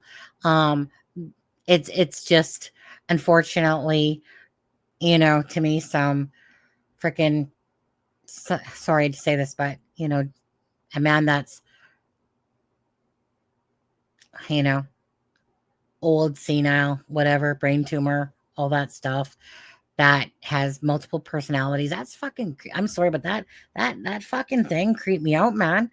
1 minute you're hearing this one voice, and then next thing you hear this, his voice like this, and next thing you know, you're hearing, like this fucking angry bird, and then nothing is making sense of it all, and stuff like that. I'm sorry, but like I said, if I deem something as absolutely irrelevant, I'm not going to entertain it. I'll talk about it just to say that I think that it's just a waste of time. I'm not going to entertain it. It doesn't make sense at all. And I'm not going to waste my time on stuff that I think has no matter to Jack and Lily's case that's missing, especially 7 months in. Anyways, yeah, thank you, mods. We need quiet, the crazy good tips can come in. Well, unfortunately, all these cases really, like the high profile cases, they always go this way. Anyways, thank you guys. I just want to quickly do this.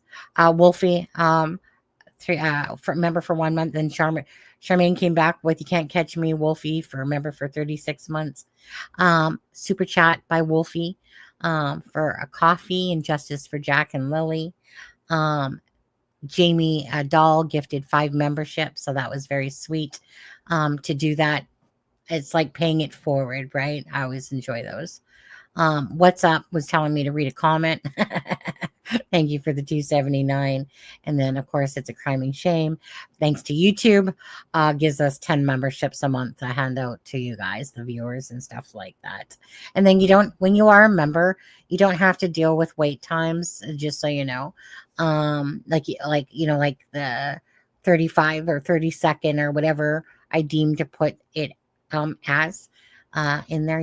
Members don't have to deal with that. They can just type away unless you aren't a member. Thing you have to go along with the time. But anyway, so thank you guys for that tonight. We're almost coming up to December, and I can't believe in like 2 days it will be December. Well, it'll be December 30th in 2 days. Or sorry, November 30th in 2 days. And in 3 days, it will be December 1st. So I'm already in my Christmas mode. Happy Thanksgiving for all of you that live in the United States yesterday for your Thanksgiving over there. But if you haven't hit that like and the share, please do so. And then on the outro here, we'll play Jack and Lily's video, the tribute video that I made for Jack and Lily in honor of them. Again, the reason I ended up making this one was because I really just wanted to bring Jack and Lily to life, that they're just not a picture on a missing poster, that these children were there one day, gone the next. And I want people to be impacted in their hearts by two children that would go outside and play and go do whatever and bring them to life in a sense. So to all the haters out there about that, if there was, don't care. I'm the one that likes to do things like this because it's my way of just caring about Jack and Lily and just wanting people that to impact their hearts, that when they come across it, to be impacted by this case. So video file. Thank you. And downloads. Where's my tribute video? Oh, there it is. This one? Is that it? Must be it, right?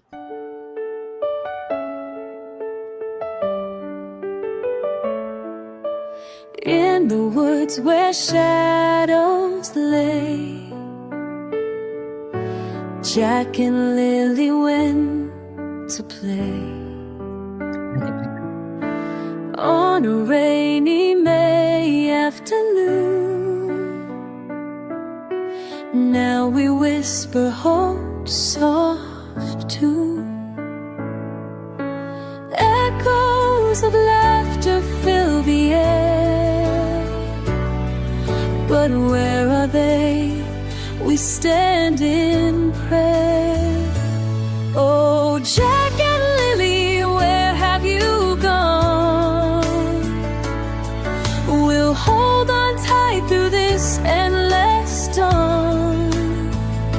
In our hearts forever you'll stay. With every prayer we send your way.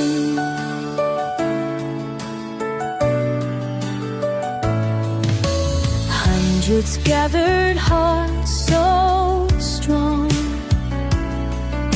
searching deep where they belong. Through the trees and storms they roam, wishing every child came home. Fatigued but fierce they won't give in. For every soul we search within. Oh, Jack and Lily, where have you gone? We'll hold on tight through this endless storm. In our hearts forever you'll stay. With every prayer we send away. Have a good night, guys. We'll keep the hope alive today. In the silence, love will lead the way.